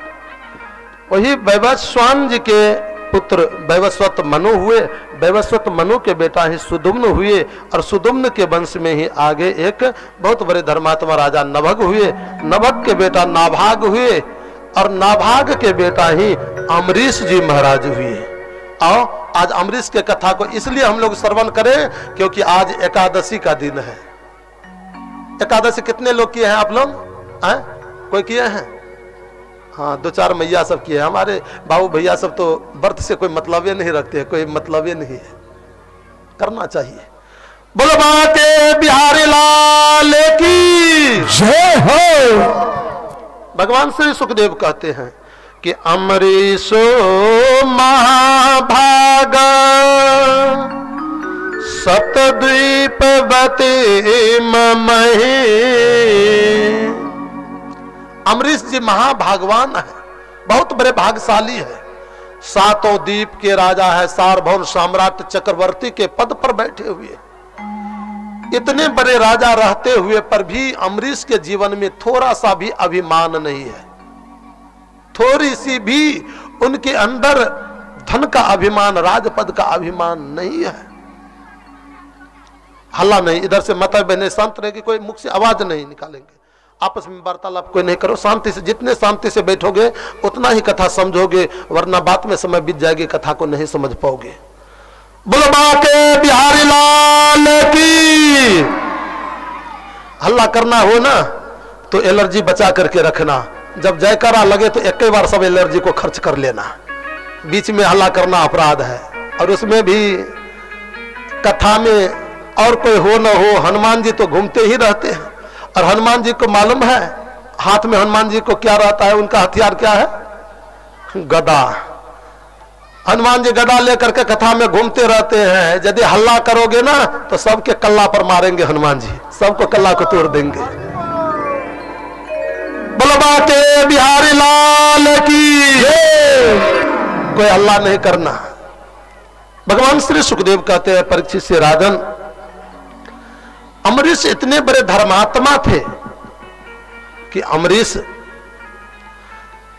भगवान प्रत्येक एकादशी निराहार किया करते थे, निर्जला किया करते थे। अम्बरीश भगवान को जब प्रसाद भोग लगाना था तो अपने हाथ से जता को चला करके, सिले को चला करके प्रसाद को तैयार करते। पति और पत्नी दोनों एक और पत्नी घुमाने के लिए बैठ जाती, एक और पति बैठ जाते, और बैठ करके जब गीत गाते हुए, भगवान का कीर्तन करते हुए उस प्रसाद को पीसने लगते थे तो भगवान आकर के नाच करने लगते थे, नृत्य करने लगते थे। इतने बड़े धर्मात्मा अम्बरीश है। अम्बरीश एक बार एकादशी किए थे। एकादशी व्रत जो है ना, एक बार ब्रह्मा जी हमारे मृत लोक में घूमने के लिए आए, पितामह ब्रह्मा, और ब्रह्मा जी जब घूमने के लिए आए तो आने के बाद में खेत के आरी से जा रहे थे। खेत के आरी से जाते हुए अन्न के अधिष्ठात्री देव ने देखा, अन्न के मालिक ने देखा, तो देखने के बाद स्वशरीर से खड़े हो गए और भगवान से कहा, प्रभु, ब्रह्मा जी से कहा, प्रभु, आपके सृष्टि में कोई भी प्राणी ऐसा नहीं है जिसको कि छुट्टी नहीं मिलती है। किसी को सप्ताह में, किसी को एक पख में, किसी को एक महीना में, लेकिन एक न एक दिन छुट्टी सबको मिलती है। हम ही ऐसे दुर्बल प्राणी जो रात्रि दिन मुझे लोग खाता रहता, हाँ, रात्रि दिन खाता रहता, कभी मुझे छुट्टी नहीं देता। एक दिन कम से कम छुट्टी दो ना। ब्रह्मा जी को दया आ गई और दया आने के बाद अन्न के अधिष्ठात्री देव से कहा कि जाओ अन्न के अधिष्ठात्री देव, आज से मैं तुम्हें महीना में 2 छुट्टी दिया, कृष्ण पक्ष के एकादशी और शुक्ल पक्ष के एकादशी। ये दोनों दिन जो तुम्हें खाएंगे, जितने दाने खाएंगे उतने जीव भक्षण का पाप लगेगा। ब्रह्मा जी ने ये आदेश दे दिया। उस दिन से ये अन्न को छुट्टी मिली। अब छुट्टी कितना मिली वो तो आप लोग जानते ही होंगे, तो भी हम लोग मानने को तैयार नहीं। बोलो बाके बिहारी लाल की। वो 2 दिन ब्रह्मा जी ने छुट्टी दिया और छुट्टी जब दिया देने के बाद में तब से एकादशी व्रत का प्रारंभ हुआ। एकादशी व्रत दशमी के रात्रि, एकादशी से एक दिन पहले रात्रि में अल्प भोजन करना चाहिए, थोड़ी भोजन करना चाहिए। दिन आने के बाद बने तो निराहार रह करके करो, यदि नहीं बन पाता तो फलहार करके रहो। द्वादशी तिथि में दूसरे दिन त्रयोदशी पड़ने से पहले पारण कर लेना चाहिए। यदि द्वादशी तिथि चली जाती, त्रयोदशी आ जाती है तो फिर एकादशी के पूर्ण फल नहीं मिल पाता, इसलिए द्वादशी में पारण कर लेना चाहिए, यह नियम है। अब जो व्यक्ति निराहार एकादशी करते हो तो जल भी 1 चम्मच ले लेंगे तो उनका पारण माना जाता, लेकिन जो फलहार करके करते वो उसको अन्न खाना जरूरी होता है, खाना चाहिए। अमरीश जी निराहार एकादशी किए हुए थे। ब्रह्मलोक में ब्रह्मा जी ने आज सभा लगाई और सभा लगाने के बाद में संपूर्ण देवताओं के बीच में कहा, भैया ये बताओ कि मृत लोक में अभी सबसे बड़े धर्मात्मा कौन है? किसी ने कुछ कहा, किसी ने कुछ कहा, किसी ने किसी का नाम कहा, किसी ने किसी का नाम कहा। नारद जी उठ करके खड़े हो गए, कहा, आप लोग को क्या मालूम, राज पर बैठे रहते हो, हम तीनों लोक में घूमते हैं, हमें मालूम है, बताओ। कहा, देखो मैं मृतलोक में घर घर घूम करके देखा, अभी वर्तमान में अमरीश से बड़ा धर्मात्मा कोई नहीं है। बोले बाबा आग बबुल्ले हो गए। नारद, मेरा भक्त कहीं नहीं दिखाई दिया, ये विष्णु भक्त की बात करते हो, मेरे भक्त का बड़ाई नहीं करके विष्णु भक्त का बड़ाई करते हो। कहा, महाराज बड़ाई नहीं, वास्तविक है, अमरीश से बढ़कर के भक्त कोई नहीं है। कहा, तो ऐसा करो ना, यदि अमरीश इतने बड़े भक्त है तो मैं स्वयं चल करके उसका परीक्षा लूंगा। हाँ महाराज, ले सकते हो। दुर्वासा जी आ गए उनका परीक्षा लेने के लिए, और जैसे दुर्वासा जी परीक्षा लेने के लिए आए तो आने के बाद में भगवान, सुबह का सूर्योदय का समय था, सूर्य उदय के अंदर ही अमरीश जी के आश्रम पर पहुंच गए 1000 शिष्य को लेकर के। अमरीश जी ने देखा, कहा, बड़ा भाग है आज, देखो 1000 साधु आए हैं, संपूर्ण साधु को पारण करा करके करूंगा, आज बड़ा सौभाग्य है, एकादशी आज धन्य हो गई। कहा, गुरुदेव हे महात्मन, आज मेरे यहाँ के प्रसाद पा करके जाना। ठीक है, पाऊंगा। वो कह करके चले गए। चले जाने के बाद में कहा कि स्नान नहीं किया हूं, स्नान करके आता हूं। चले गए स्नान करने को। हाँ, स्नान तालाब के पास स्नान क्या करें, वो तो गए थे परीक्षा के लिए। तालाब के पास में ध्यान लगा करके बैठ गए और पल पल देख रहे हैं, देखो अमरीश करता क्या है, देखो अमृत करता क्या है, देखो अमरीश करता क्या है। अब तो उस दिन द्वादशी थोड़ी देर थी, त्रयोदशी चढ़ने वाली थी। हाँ, ये अमरीश ने देखा कि अब तो मेरा व्रत भंग हो जाएगा। दौड़े दौड़े गए गुरुदेव के पास, महात्मा के पास। गुरुदेव मुझे बताओ अब मैं क्या करूं? कहा देखो, भगवान के चरणामृत लेने से भोजन भी नहीं माना जाएगा और तेरा ये सुबह का पारण भी हो जाएगा, संतों का भी अपमान नहीं होगा। चरणामृत जाकर के ले लिए और जैसे चरणामृत लिए ना, सो तो उधर से दुर्वासा ने देखा, अरे अमरीश तो कुछ खा लिया। अब क्या खाया क्या पिया ये तो समझा नहीं, कुछ खा लिया। सो तो दुर्वासा आग बबुल्ले हो करके उठ करके खड़ा हुआ और महाराज तिलमिलाते हुए दौड़ते आया। ये अमरीश मुझे न्योता दे करके अपमान किया, अपने स्वयं खा लिया, मुझे खिलाया नहीं, छोड़ूंगा नहीं। दौड़ते दौड़ते गए अमरीश के पास में और अमरीश के पास में अपने सिर के जटा को खोला, द्राम से पटका। कृतिका नाम के राक्षसी जन्म ले ली और जैसे कृतिका नाम की राक्षसी जन्म ली ना, सो जन्म लेने के बाद में महाराज कहा जाओ इसको अमरीश को जला करके भस्म कर दो। जैसे कृतिका अमरीश को जलाने के लिए दौड़ी ना, भगवान तत्क्षण अपना सुदर्शन चक्र छोड़ दिए और जैसे प्रभु ने अपना सुदर्शन चक्र छोड़ा, सो तो कृतिका को काट करके छिन भिन करके द्राम से धरती पर गिरा दिए और दुर्वासा के पीछे पड़ गए। अब तो दुर्वासा जान प्राण लेकर के भागा जा रहा है। ब्रह्मलोक सुरपुर धामा फिरे ब्रह्मलोक गए, सुरपुर गए, शिवलोक गए, फिरे शर्मित व्याकुल भैंसों का फिरा, शर्मित हुआ, परेशान हुआ, लेकिन कहीं उसकी रक्षा नहीं हुई। इंद्र ने कहा भागो मेरा लोक जल जाएगा, मैं नहीं रहने दूंगा। ब्रह्मा जी ने कहा मैं नहीं रहने दे सकता, मेरा लोक जल जाएगा, ये सुदर्शन जला देंगे। भगवान शिव ने डांट करके भगा दिया। अंत में भागे भागे भगवान नारायण के पास जब गए, कहा अहम भक्ता पराधीना, मैं भक्त के अधीन हूं। अहम भक्त पराधीनो हा स्वतंत्र द्विजः साधुर भी ग्रस्ता हृदयो भक्ति भक्त जनन प्रिय। मेरे जीवन में साधु प्राण प्रिय है, मेरा भक्त प्राण प्रिय है, मैं भक्त के अधीन हूं। जो जिस भक्त का अपराध किए हो वही भक्त तुम्हें बचा सकता है।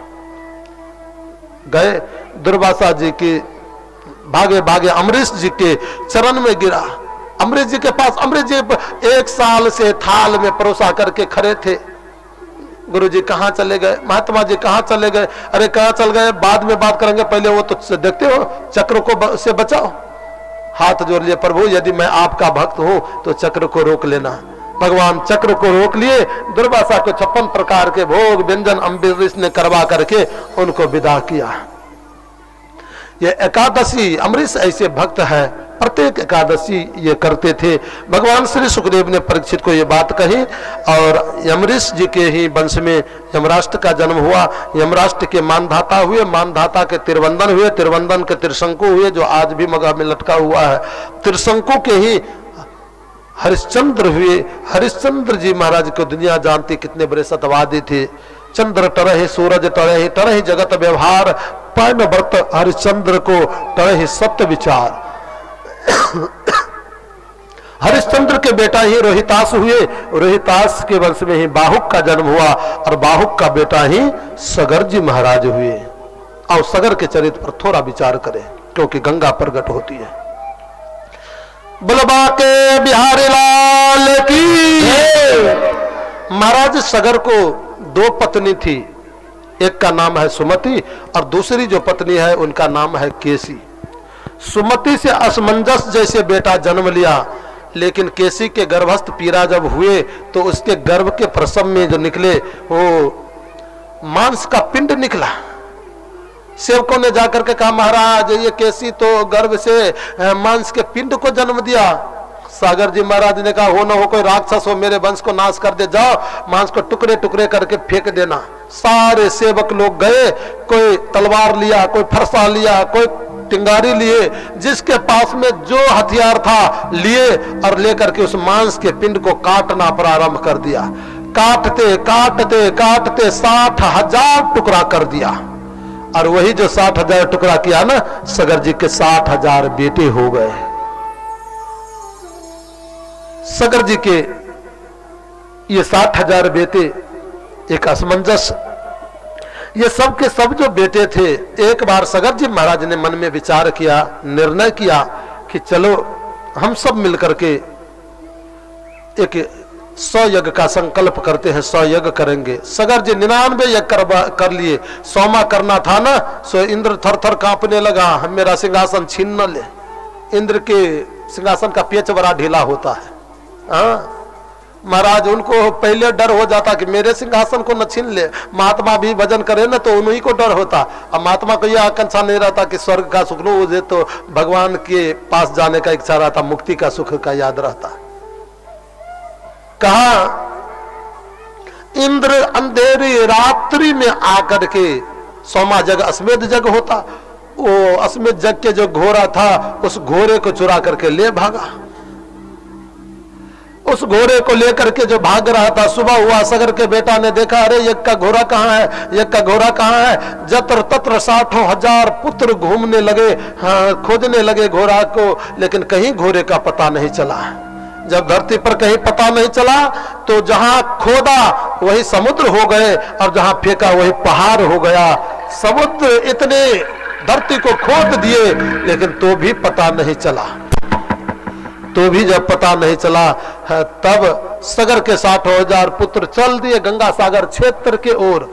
और गंगा सागर क्षेत्र के ओर जाते जाते जाते जाते जब देखा तो दूर से देखा, इंद्र ने देखा कि सगर के 60,000 पुत्र आ रहे हैं, मुझे छोड़ेगा नहीं, मार ही देगा। कपिल मुनि बैठे थे, उनके आश्रम पर एक वृक्ष में घोड़े को बांध दिया और इंद्र जाकर के छुप गए। सगर के 60,000 पुत्र ने देखा कहीं किसी को नहीं।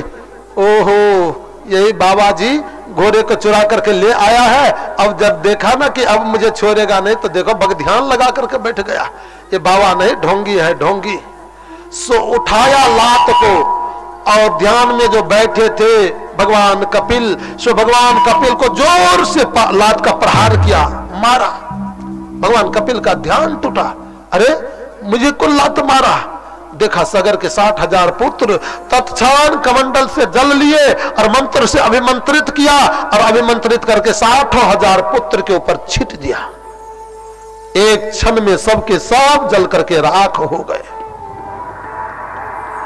सगर के 60,000 पुत्र की मृत्यु हो गई। और 60,000 जब मर गए ना, सगर को बहुत बड़ी चिंता हुई कि मेरे 60,000 पुत्र का अकाल मृत्यु हुआ। पंडितों से जाकर के सलाह लिया, बुजुर्गों से सलाह लिया है कि मेरे बेटा का उद्धार कैसे हो, कल्याण कैसे हो।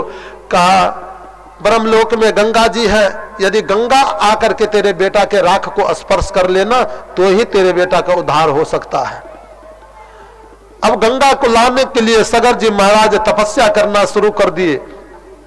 तपस्या करते करते जीवन बीत गया लेकिन गंगा को नहीं ले आ पाए।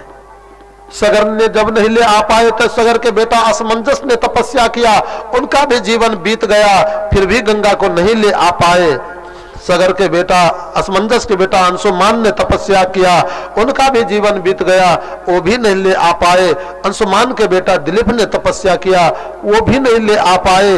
दिलीप के बेटा भागीरथ ने जब तपस्या किया तो तपस्या करने के बाद महाराज गंगा आकर के प्रकट हो गई। मांगो भागीरथ, तुम्हें कौन सा वरदान चाहिए। कहा माँ मुझे यह वरदान दो, मेरे दादा का राख पड़ा हुआ है, सबों की अकाल मृत्यु हुई, महात्मा का अपराध से मृत्यु हुई, सब का आत्मा जतर ततर भटक रहा है, कृपया आप उसे उद्धार कर दो। कहा ठीक है, लेकिन मैं ब्रह्मलोक से यहां आऊंगी, इतनी तीव्र वेग मेरा कौन सहन करेगा, धरती फट जाएगी, मैं पाताल लोक को चलो जाऊंगी, कोई उपाय करो। भोले बाबा के लिए जाकर के तपस्या किए भागीरथ जी, हजारों वर्ष तक भोले बाबा का तपस्या किए और भगवान शिव जब प्रसन्न हुए तो प्रसन्न होने के बाद कहा कहो गंगा को आने के लिए मैं उसके वेग को रोकने को तैयार हूं। कहा मां गंगे, हाँ बेटा भागीरथ आ जाओ, तेरे वेग को सहने के लिए ये भोले बाबा तैयार है। ब्रह्मा जी ने अपने कमंडलों को उल्टाया और जैसे कमंडलों को उल्टाया ब्रह्म कटाह को भेदन करते हुए ब्रह्मलोक को फाड़ करके सीधे गंगा जी दुर्वलोक में आ गई। दुर्वलोक को फाड़ करके सीधे गंगा जी सप्त ऋषि मंडल पर आ गई। सप्त ऋषि मंडल को फाड़ करके सीधे गंगा जी स्वर्ग में आ गई। स्वर्ग को फाड़ करके गंगा की 4 धारा बनी स्वर्ग में। सीता, अलकनंदा, चक्षु और भद्रा, उसमें अलकनंदा नाम की जो गंगा है उन स्वर्ग को फाड़ करके सीधे कैलाश पर्वत पर भोले बाबा के जटा पर गिरी। भोले बाबा के जटा पर जैसे गिरी का अभिमान हो गया था, मेरे बेग को कौन सहन करेगा। भोले बाबा जटा में लिपेट लिए। भागीरथ जी महाराज ने कहा, हाँ बाबा अभी तो गंगा ऊपर से गिरी थी, कहाँ गई। कहा उसको अभिमान हो गया था, मेरे बेग को कौन सहन करेगा, मैं जटा में बांध लिया हूं। बाबा मेरे पूर्वज का उद्धार कैसे होगा, 5-5 पीढ़ी बीत गए, कैसे उद्धार होंगे। भोले बाबा को दया आ गई, एक जटा को खोल दिए, जटा से गंगा जी बहने लगे। आगे आगे भागीरथ जी, पीछे पीछे गंगा जी आ रही है। जाते जाते भागीरथ जी कुछ दूर गए ना, एक गाय पहाड़ पर घास चर रही थी, खा रही थी। वो गाय प्यासी थी, देखा जल को, सो भागीरथ जी आगे गए, गाय पीछे सब जल को पी गई। भागीरथ जी मुड़ करके देखा गंगा कहाँ गई। गाय ने कहा मैं पी ली, प्यास लगा था। माँ मोफत में 5-5 पीढ़ी बीत गए, इसको लाने में तुम मोफत में पी ली हो। हाँ, निकाल दो, मेरे पूर्वज का उद्धार कैसे होगा। गाय ने अपने मुख से पुनः गंगा को निकाल दिया, और जैसे मुख से निकाल दिया तो निकालने के बाद फिर भागीरथ जी गंगा को लेकर के वहां से आगे चले। आगे आगे जा रहे हैं, जाते जाते जाते जाते कुछ दूर आगे गए ना, तो जाने के बाद एक जहानवी ऋषि पूजा कर रहे थे, बैठ करके पात्र फैलाए थे। गंगा जी गई, जहानवी ऋषि के सारे पूजा पात्र को बहा करके भाग गई।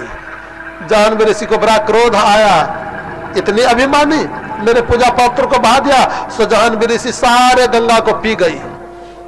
भागीरथ जी लौट करके देखा गंगा कहाँ गई। कहा मैंने पी लिया। बाबा मोफत में, मेरे पूर्वज का उद्धार कैसे होगा। मेरे पूजा पात्र को बहा दिया। कहा बाबा क्षमा करो, निकाल दो, मेरे पूर्वज कितने दिन से नरक में पड़े हैं। भगवान तत्क्षण वो गंगा जी को निकाल दिए। जहानवी ऋषि सोचा मुख से निकालूंगा जूठी हो जाएगी, उचिष्ट स्थान से निकालूं अपवित्र हो जाएगी। जंघा को फाड़ दिया और अपने जंघा से उस गंगा जी को निकाल दिए। जैसे गंगा जी को निकाला, फिर से भागीरथ गंगा जी आगे, भागीरथ जी आगे आगे, गंगा पीछे पीछे जा रही है। जाते जाते जाते जाते गंगा सागर क्षेत्र में गए, जहां सागर के 60,000 पुत्र पड़े हुए थे, उसका राख पड़ा था। 60,000 पुत्र के राख को गंगा जी अपने बेग के धारा में ली, चपेट में लेकर के तत्क्षण समुद्र में समाहित हो गई। एक क्षण में सागर के 60,000 पुत्र का उद्धार हो गया। ब्रह्मा के कमंडल से निकली ना, इसलिए ब्रह्मलोकनी नाम पड़ा। सप्त ऋषि मंडल पर आई, सप्तलोकनी नाम पड़ा। ध्रुवलोक में आई, ध्रुवलोकनी नाम पड़ा। स्वर्ग में आई, सुरसरी नाम पड़ा। शंकर के जटा पर आई, जटा शंकरी नाम पड़ा। जहानवी ऋषि के गंगा से निकली, जहानवी गंगा नाम पड़ा। और सागर के 60,000 पुत्र को उद्धार की पाप नाशनी गंगा नाम पड़ा। और वो गंगा, जो गंगा एक क्षण में संपूर्ण व्यक्ति के पाप को विनाश कर देती है, हम सब मिलकर के उसका वंदन करें। मैया हे गंगा मैया, मैया हे गंगा मैया, मैया हे गंगा मैया, मैया हे गंगा मैया। गंगा मैया तुम्हारी जय हो, गंगा मैया तुम्हारी जय हो, गंगा मैया तुम्हारी जय हो, गंगा मैया तुम्हारी जय हो बे। हे जय हो बे, तेरी जय हो बे, जय हो बे तुम्हारे हो बे, जय हो बे तेरी जय हो बे, जय हो बे तेरी जय हो बे। गंगा मैया तुम्हारी जय हो बे, गंगा मैया तुम्हारी जय हो बे, गंगा मैया तुम्हारी जय हो बे, गंगा मैया तुम्हारी जय हो सतलोकनी तुम्हारी जय हो दे सतलोकनी तुम्हारी जय हो दे सतलोकनी तुम्हारी जय हो दे सतलोकनी तुम्हारी जय हो दे ध्रुवलोकनी तुम्हारी जय हो दे ध्रुवलोकनी तुम्हारी जय हो दे ध्रुवलोकनी तुम्हारी जय हो दे ध्रुवलोकनी तुम्हारी जय हो दे गंगा मैया तुम्हारी जय हो दे गंगा मैया तुम्हारी जय हो दे जय हो दे तेरी जय हो दे जय हो दे तेरी जय हो दे जय हो दे तेरी जय हो दे जय हो दे तेरी जय हो दे गंगा मैया तुम्हारी जय हो दे गंगा मैया तुम्हारी जय हो दे जटा शंकरी तुम्हारी जय हो दे जटा शंकरी तुम्हारी जय हो दे जटा शंकरी तुम्हारी जय हो दे जटा शंकरी तुम्हारी जय हो दे गौमुखी तुम्हारी जय हो दे गौमुखी तुम्हारी जय हो दे गौमुखी तुम्हारी जय हो दे गौमुखी तुम्हारी जय हो दे गंगा मैया तुम्हारी जय हो दे गंगा मैया तुम्हारी जय हो दे गंगा मैया तुम्हारी जय हो दे गंगा मैया तुम्हारी जय हो दे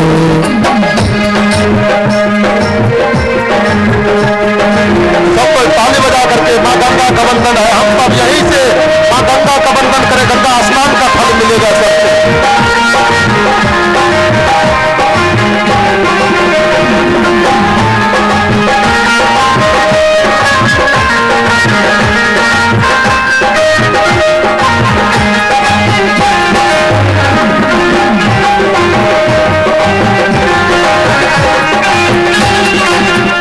ब्रह्मकमंडली तुम्हारी जय हो दे ब्रह्मकमंडली तुम्हारी जय हो दे ब्रह्मकमंडली तुम्हारी जय हो दे ब्रह्मकमंडली तुम्हारी जय हो दे पाप नाशनी तुम्हारी पाप नाशनी तुम्हारी जय हो दे पाप नाशनी तुम्हारी जय हो दे पाप नाशनी तुम्हारी जय हो दे गंगा मैया तुम्हारी जय हो दे गंगा मैया तुम्हारी जय हो गंगा मैया तुम्हारी जय हो गंगा मैया तुम्हारी जय हो गंगा मैया तुम्हारी जय हो गंगा मैया तुम्हारी जय हो बोलो गंगा मैया की ये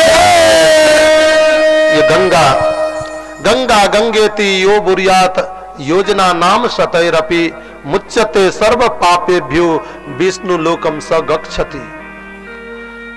गंगा एक ऐसी पवित्र नदी है, यदि एक बार जाकर के स्नान कर लोगे तो जीवन में संपूर्ण पाप से मुक्त हो जाओगे और भगवत धाम का अधिकारी बन जाओगे।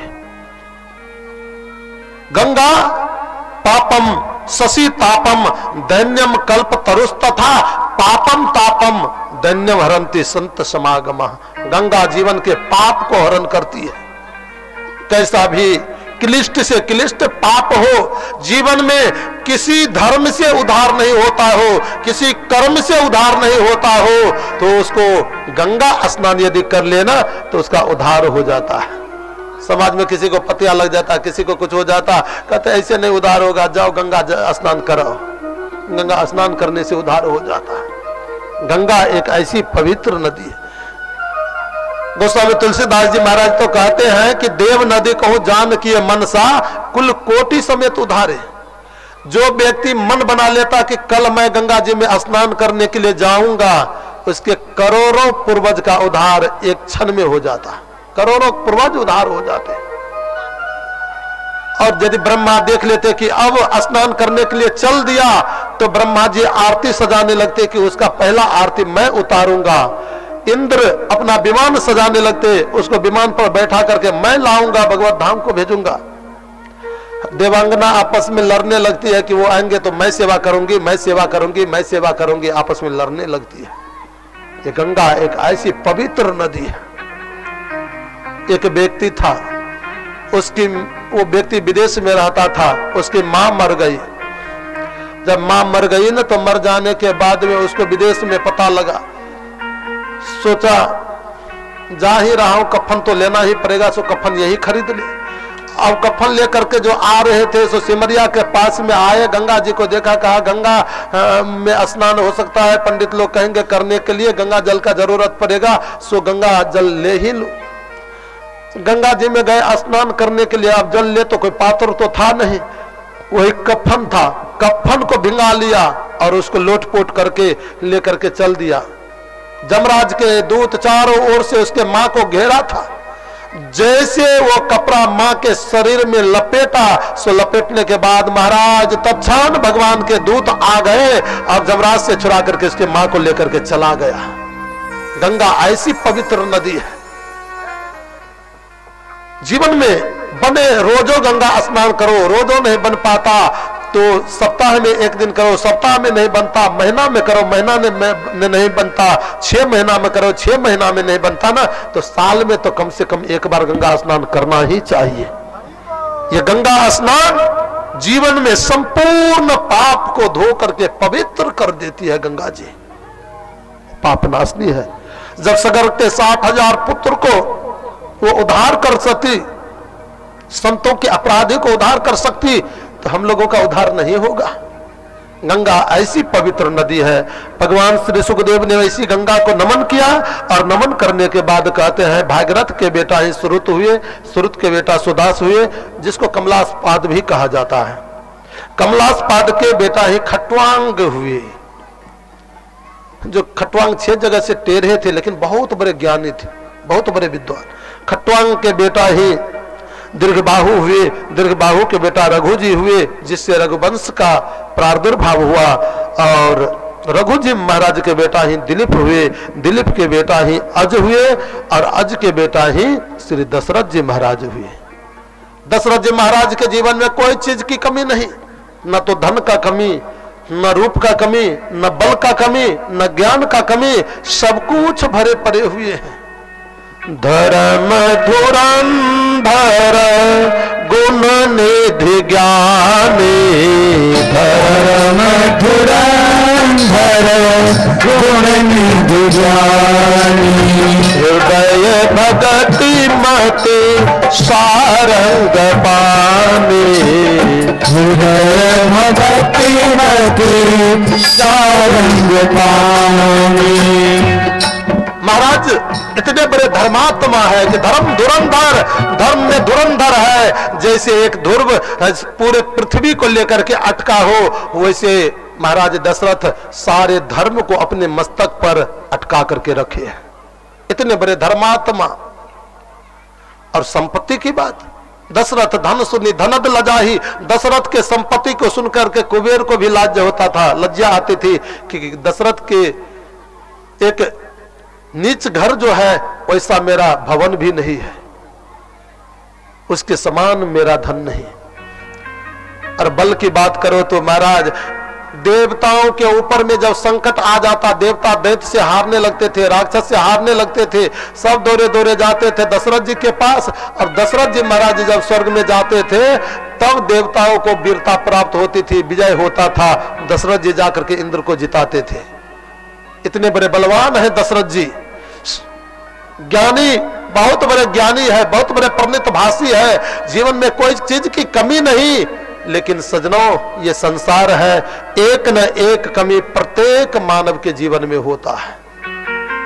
विधि प्रपंच गुण अवगुण साने, विधाता ब्रह्मा का प्रपंच गुण और अवगुण से समन्वित है। बहुत जिसके अंदर गुण है एक न एक अवगुण है, और बहुत जिसके अंदर अवगुण है तो एक न एक गुण उसके अंदर भी है। दशरथ जी महाराज इतने बड़े ज्ञानी थे, प्रणितभाषी, इतने बड़े धनवान, लेकिन एक संतान नहीं था, एक पुत्र नहीं था। और एक पुत्र के बिना लाले पड़ते थे कि हे भगवान, एक पुत्र नहीं दोगे, ये राज निपुत्र का राज हो जाएगा। लेकिन ज्ञानी ठहरे अपने मन को समझा लेते थे, बारंबार समझा लेते। अब सोचो, दशरथ जी महाराज इतने बड़े धर्मात्मा है, इतने बड़े ज्ञानी है, फिर उनको संतान क्यों नहीं प्राप्त हुआ? ये विचारणीय है। एक तो मैं शायद कहा था कि दशरथ जी महाराज को संतान के लायक दुनिया में कोई आत्मा है ही नहीं, वैसे धर्मात्मा। क्योंकि दशरथ जैसे धर्मात्मा है ना, ऐसे धर्मात्मा आत्मा ही उनका संतान बन सकता, ऐसे कि आत्मा है ही नहीं, इसलिए वो संतान बने कैसे? दूसरी बात, दशरथ जी महाराज को जो संतान नहीं होता था, मैंने संतों से सुना, मनुष्यों से सुना कि दशरथ जी महाराज एक विवाह कौशल्या जी के साथ किए, भले कारण जो बना हो। जब संतान जन्म नहीं लिए तो केकई के साथ विवाह किए, फिर केकई से भी संतान जन्म नहीं लिया तो सुमित्रा से विवाह किए, फिर सुमित्रा से भी संतान नहीं जन्म लिया। तो मालूम है दशरथ जी को कितनी पत्नी है? 700 पत्नी है। वाल्मीकि के आधार पर 360, 700 पत्नी है। पैं लागिन, जिस समय हमारी जानकी मैया विवाह करके यहां से गई ना अयोध्या, तो मैया कौशल्या ने हाथ को पकड़ ली, बेटी ये भी तेरी सासू है, प्रणाम करो। बेटी ये भी तुम्हारी सासू है, प्रणाम करो। बेटी ये भी तुम्हारी सासू है, प्रणाम करो। पै लागिन दुल्हन सिखावती सरस 700 माई, 700 माई को प्रणाम कराया कि ये 700 तेरी सासू है। 700 पत्नी थी। अब सोचो, एक बार विचार करो, किसी व्यक्ति को एक पत्नी हो, संतान जन्म नहीं लेता हो, तो कहोगे कि ये पत्नी में कोई दोष है, इसलिए संतान नहीं जन्म लिया। यदि दूसरी पत्नी आ जाए तब तो एक बार विचारना पड़ेगा कि अरे दूसरी भी वैसे थोड़े हो जाएगी, शायद ये पुरुष में ही दोष है। लेकिन ये भी सोच ले कि हाँ दूसरी भी वैसे आ गई, यदि तीसरी आए और तीसरी को भी संतान ना हो, तब क्या करोगे? तब तो 100% कहना पड़ेगा कि ना ना ये पुरुष में ही दोष है। और यदि तीसरे में भी कहोगे कि वो भी वैसी मिल गई संजोग से, तो 700 पत्नी जो मिली सब में दोष ही दोष था क्या? ये पत्नियों में एक में दोष नहीं, दोष था तो महाराज में दोष था, राजा महाराज में दोष था। और वो दोष ये था कि एक समय की बात है, महाराज श्री दशरथ जी रोग से ग्रस्त थे, बीमार पड़े हुए थे। 35 की बीमारी हो गई थी, पेट खराबी की बीमारी। और पेट खराबी की बीमारी में तो कमजोर लोग थोड़ा ज्यादा ही हो जाता है। इतने कमजोर हो गए कि दशरथ जी उठ करके बैठ भी नहीं सकते। सुमंत्र से कहा, सुमंत्र अब मैं नहीं बच पाऊंगा, जाओ किसी वैद्य को बुला करके लाओ। किसको लाओ महाराज? कहा अभी वर्तमान में बहुत बड़े वैद्य विशेषरवा है, रावण के पिता, जाओ उसको बुला करके लाओ। सुमंत्र चले गए, जंगल में तपस्या कर रहे हैं विशेषरवा मुनि। उनको जाकर के कुटिया पर कहा कि महाराज मेरे महाराज को रोगग्रस्त हो गए हैं, कृपया आपको बुलाए हैं, चल करके उनको देख लो। तत्क्षण विशेषरवा चल दिए, लेकिन जैसे चले ना तो चलने के बाद में उसकी पत्नी बगल में थी। कहा खबरदार नहीं जा सकते हो। क्यों देवी? कहा मालूम नहीं है, आकाशवाणी हुई कि दशरथ का जो संतान होगा यही तेरे बेटा, उसका जो संतान होगा वो राम होगा, वो रावण का संहार करेगा, तेरे बेटा का काल होगा।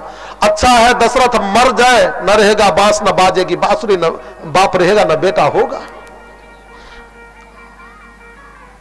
कहा देवी वो तो ठीक है, लेकिन किसी डॉक्टर और वैद्य का अपना धर्म नहीं होता कि किसी को शत्रु समझ करके छोड़ देना, परित्याग कर देना।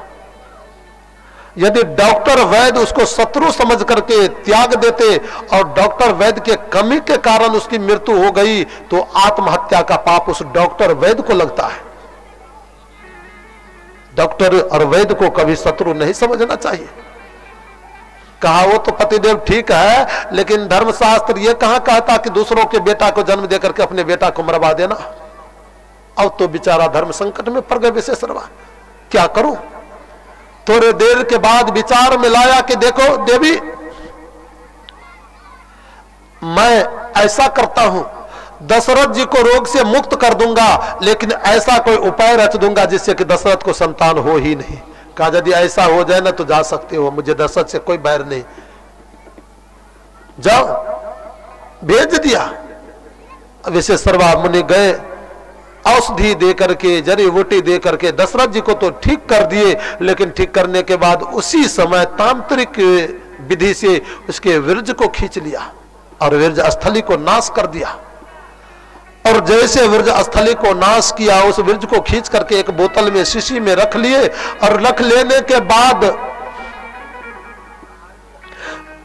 वो शीशी को ले गए। जब मुक्त हो गए रोग से तो अपने बेटा रावण को दिया, बेटा बेटा जाओ इसको जाकर के घर में रख देना। कहा पिताजी ये क्या है। विशेषरवा मुनि झूठ नहीं बोला, वो कहा कि विष है, लेकिन सारद प्रेरित आसुमति फेरी। रावण को सुना दिया कि कहा बिरज है, वो कहा सुना कि विष है। रावण को सुना दिया विष है। कहा जाओ माँ को कहना रख देने को। माँ के पास में ले गए और ले जाकर के कहा माँ रख दो, पिताजी दिए हैं। क्या है बेटा। कहा विष है। पिताजी कहे रख देने के लिए, समय से काम आएगा। और बेचारी रख दी। पति पत्नी में रात दिन खटपट होते रहता था, एक क्षण मेल मिलावट नहीं। आज इतने जोर से पति पत्नी में झगड़ा हुआ, पूरे अशांत कर दिए। और देखो कोई कोई जब उल्टा आ जाती ना तो आने के बाद में पड़ोसी को भी चैन नहीं रहने देता, अपने तो रहता नहीं, दूसरों को भी चैन नहीं रहने देता।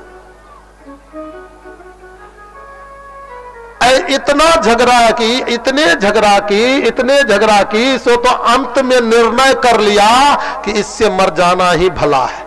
पत्नी ने विचार ली, अब मरने की व्यवस्था तो है ही, घर में विष रखा ही है। सो दौड़ी दौड़ी वो विशेषरवा की पत्नी गई, दशरथ जी के बीर्ज को विष समझ करके घप से पी ली।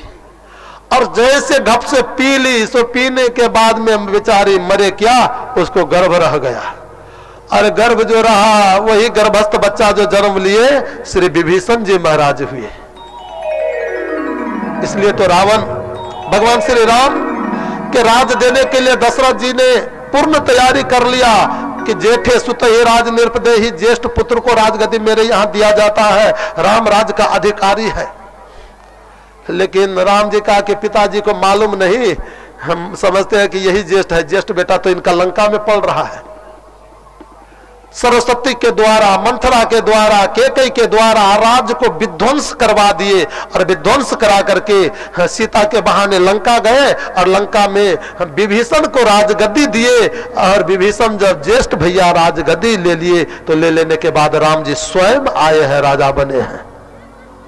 विभीषण अपना भाई, और हनुमान जी तो सब जानते हो कि खीर लेकर के उड़े जा रहे थे तो पक्षी की चोट से गिरी, अंजनी माँ ने खा ली, उससे हनुमान का जन्म हुआ। हनुमान जी भी अपना सगा भाई है। बोलो बाके बिहारी लाल की। इसलिए दशरथ जी महाराज को संतान नहीं होता था, एक संतान के बिना लाले पड़ते थे। आज सुबह दशरथ जी महाराज ब्रह्म मुहूर्त में सो करके जगे और जगने के बाद स्नान करने के लिए जब चले, मानव को स्नान ब्रह्म मुहूर्त में करना चाहिए। मैं कहा था यहां 10 प्रकार के गुण प्राप्त होते हैं। दशरथ जी जैसे स्नान के लिए चले, एक भंगी झाड़ू लगाता था, वो भंगी ने देखा, कहा ओहो ऐसे निपुत्र का दर्शन हुआ ना, आज का दिन अच्छा नहीं रहेगा। बोला तो बेचारे अपने समझ से कम से धीरे से कि महाराज न सुने, लेकिन महाराज के कान तक ये आवाज चली गई। आजकल के राजा होते तो तुरंत फांसी का सजा दे देते, लेकिन दशरथ जी ने एक बार कुछ नहीं कहा। एक भंगी मेरा अपमान करता, लेकिन दशरथ ने कुछ नहीं कहा। स्नान करके आए और सीधे गुरुदेव के पास में चले गए। दूसरी बात, इंद्र के पास में गए थे और जाने के बाद इंद्र से बात करके जब वापस आए फिर गए तो देखा कि इंद्रासन के गादी को धोते हुए। कहा महाराज स्वर्गलोक के वस्त्र तो कभी मैले नहीं होते, अपवित्र नहीं होता, फिर धोया क्यों जाता? कहा महाराज क्यों पूछते हो, छोड़ो। कहा नहीं बताओ। कहा महाराज क्षमा करना, आप मेरा मित्र हो इसलिए अर्ध सिंहासन आसन दे, आधा सिंहासन मैं हमेशा खाली करके आपके लिए रखता हूं, लेकिन आप निपुत्र हो, अपवित्र हो गया ये सिंहासन, धो रहा हूं। दशरथ जी को पत्थर के समान चोट लगा और दौड़े दौड़े गुरुदेव के पास में गए। तीसरी बात, मैया अरुंधति एक दिन गुरुदेव से कहा, पतिदेव से कहा, पतिदेव ये रघुवंश समाप्त होने वाला है, दया नहीं आती, उनको एक बेटा दोगे? कहा देवी मेरे भी आकांक्षा ये कई बार हुई, लेकिन दशरथ मांगता ही नहीं तो दूं कैसे? कहा मांगने की बात मैं कर देती हूँ, देने का बात आप कर दो।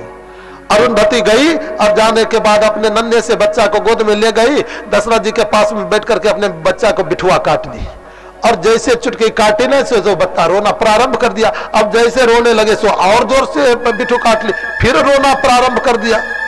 अब ये फिर बच्चे रोने लगे, फिर बिठुआ काट ली, जैसे चुप होते कि फिर से काट लेती, रोने लगे। कहा मैया ये बच्चे की रोते क्यों, ये बालक रोते क्यों? कहा क्या करोगे राजन समझ करके? कहा नहीं नहीं बताओ। कहा क्या करोगे समझ करके? कहा नहीं माँ बताओ, कुछ चाहिए, इसको खिलौना चाहिए या क्या चाहिए, क्यों रोता बताओ। कहा नहीं नहीं राजन क्या करोगे समझ करके? फूट फूट करके वो बच्चा रो रहा है। रोते हुए इस बच्चा को देखा, कहा माँ आखिर बताओ ना। कहा बेटा ये मेरा बेटा इसलिए रोता है कि आज तक मेरे पिताजी रघुवंश के गुरु थे, उनसे भरण पोषण हुआ, अब मेरा भरण पोषण कैसे होगा? रघुवंश तो समाप्त होने वाला है। आपके लिए बच्चा रो रहा। कहा एक बच्चे को भी मेरे लिए आंख में आंसू। दशरथ जी से धैर्य नहीं रहा और दौड़े दौड़े गुरुदेव के पास में गए। एक बार भूपति मन माही, एक बार भूपति मन माही, भय गलानी मोर सुत नाही, भय गलानी मोर सुत नाही। गुरु गृह गए हो तो रत नहीं पाला, गुरु गृह गए हो रत नहीं पाला, गुरु गृह गए तो रत नहीं पाला। चरण लागी कर विनय विशाला, चरण लागी कर विनय विशाला। निज दुख सुख सब गुरु ही सुनायो, निज दुख सुख सब गुरु ही सुनायो, निज दुख सुख सब गुरु ही सुनायो। कही वशिष्ठ बहुविधि समझाओ, कही वशिष्ठ बहुविधि समझाओ। धरहु धीर हुई है सुतचारी, धरहु धीर हुई है सुतचारी, धरहु धीर हुई है सुतचारी, धरहु धीर हुई है सुतचारी। त्रिभुवन विदित भगत भयहारी, त्रिभुवन विदित भगत भयहारी। एक बार रामचरितमानस में जहां भी एक बार का शब्द आया ना, बहुत बड़ा मर्म छुपा है उसमें, बहुत बड़े शब्द छुपे हुए हैं। गलानी तो बहुतों बार हुई, लेकिन इस बार के गलानी में जो घटना घटी वो घटना कभी नहीं घटी थी। दशरथ जी महाराज गुरुदेव के चरण में जाकर के साष्टांग गिर गए। एक बार भूपति मनमाही, भय गलानी मोरे सुतनाही, गुरु गृह गयो तुरंत मही पाला। चरण लागी करी विनय विशाला, चरण में गिर करके विशाल विनय किए, प्रार्थना किए, गुरुदेव क्या ये रघुवंश समाप्त हो जाएगा? ये वंश निपुत्र का वंश हो जाएगा, ये प्रजाएं सबके सब दुख पाएगी, हम लोग को नरक में जाना पड़ेगा। क्योंकि जासु राज प्रिय प्रजा दुखारी, सो निरपवस नरक अधिकारी। जिस राजा के राज में प्रजा दुखी होती है उस राजा को नरक में जाना पड़ता है। कहा राजन धैर्य धारण करो, तुम एक पुत्र की कामना करते हो, धराओ धीर हो, यही सुतचारी। 4 पुत्र तेरे घर में होंगे, 4 संतान होंगे। कहा प्रभु कोई कोई व्यक्ति होता दुख के समय सांत्वना देने के लिए कुछ से कुछ कह देते हैं जिससे शांत हो जाए। शायद लगता है मुझे सांत्वना देना चाहते हो। पटरानी तो 3 है, यदि बेटा भी हो तो 3 हो सकते, 4 की बात कहां से करते हो। कहा राजन धैर्य धारण करो, मैं तेरा गुरु हूं, मैं सत्य बताता हूं, तुझे 4 पुत्र होंगे। कहा कैसे गुरुदेव। कहा इसके लिए एक पुत्रिष्ठि यज्ञ करना पड़ेगा।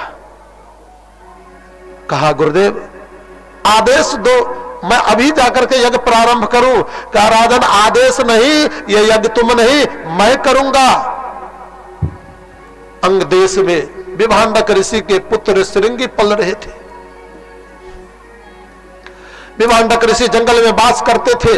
वास करते समय ये अंग देश के राजा शांति को लेकर के, दशरथ जी के बेटी को लेकर के गए थे।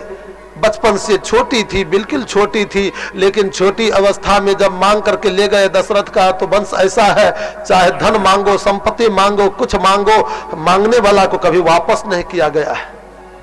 उस बेटी को, नन्ही सी बेटी मां के दूध को पीती थी, दे दिया। जैसे उसको पोष पाल करके बड़े किए ना, तो बड़े करने के बाद में शास्त्र बताता, नीति कहती है कि बेटी का विवाह 8 वर्ष से लेकर के 12 वर्ष के अंदर में हो जाना चाहिए। हाँ, पहले बाल विवाह होता था, इसका मतलब यह नहीं समझना कि पहले के लोग बड़ा मूर्ख थे, बहुत समझदार थे, बहुत ज्ञानी थे। 8 वर्ष से लेकर के 12 वर्ष के अंदर में बेटी का विवाह हो जाना चाहिए। यदि नहीं किया जाता तो उस राज्य में अकाल पड़ता था, प्रजाएं दुख पाती थी, बारिश होना बंद हो जाता, पशु तरह तरह करके मरते, पक्षी मरते, मानव सबके सब मरते थे। आज ये शांति का उम्र हो गया 16 वर्ष का। सरकार तो इतने दिन शायद 18 था, 20 कर दिया है, फिर शायद 2 वर्ष और बढ़ा दिए, 21, हाँ फिर 2-3 वर्ष बढ़ा दिए। और जितना आयु बढ़ाएगा ना उतनी ही ये अन्याय फैलेगा ही फैलेगा, अत्याचार फैलेगा ही फैलेगा। ठीक है, सरकार की विचार है, लेकिन शास्त्र ऐसा नहीं कहता। बुलबा के बिहारी लाल की 16 वर्ष की उम्र शांति की हो गई, लेकिन अभी तक पिताजी विवाह नहीं किए। पूरे राज्य में अकाल पड़ गया, प्रजा त्राह त्राह करके मरने लगी, बारिश होना बंद हो गया। अंग राजा ने, रोमपाद राजा ने, अंग देश के राजा रोमपाद ने प्रजाओं को बैठाया, बुजुर्ग पंडितों को, गुरुजनों को बैठाया और कारण पूछा तो पता लगा कि तुम्हारी बेटी कुमारी है ना, इसलिए तेरे राज्य में अकाल पड़ा है। महाराज तो बताओ ना मेरी बेटी की शादी कहाँ होगी, आप तो ये भी जानते होंगे। कहा देखो जंगल में विभांडक ऋषि का पुत्र श्रृंगी भजन कर रहा है,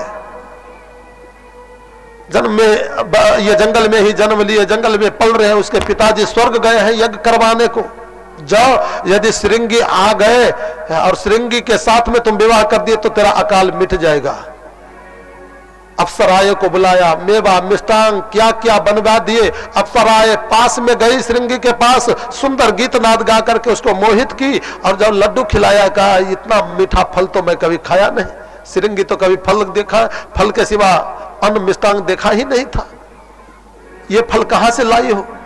कहा ये क्या मीठा है, चलो ना मेरे घर, इससे भी मीठा मीठा फल मेरे यहाँ है। सो तो उस फल को खा करके, उस फल के लोभ में ही श्रृंगी आ गए। जैसे अंग देश में पैर दिए, पैर देते जोरों से वृष्टि हुई, पूरे राज्य का अकाल मिट गया, घमासान बारिश होने लगी।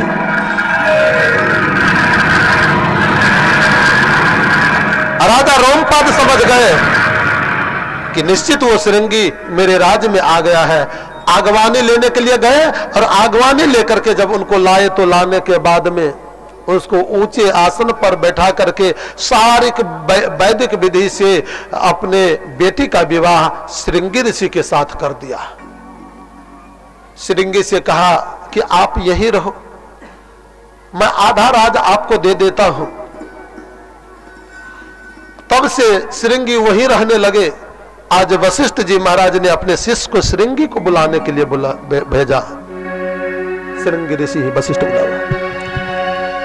श्रृंगी ऋषि वशिष्ठ बुलावा, श्रृंगी ऋषि वशिष्ठ बुलावा, श्रृंगी ऋषि वशिष्ठ बुलावा। पुत्र काम शुभ यज्ञ करावा, पुत्र काम शुभ यज्ञ करावा।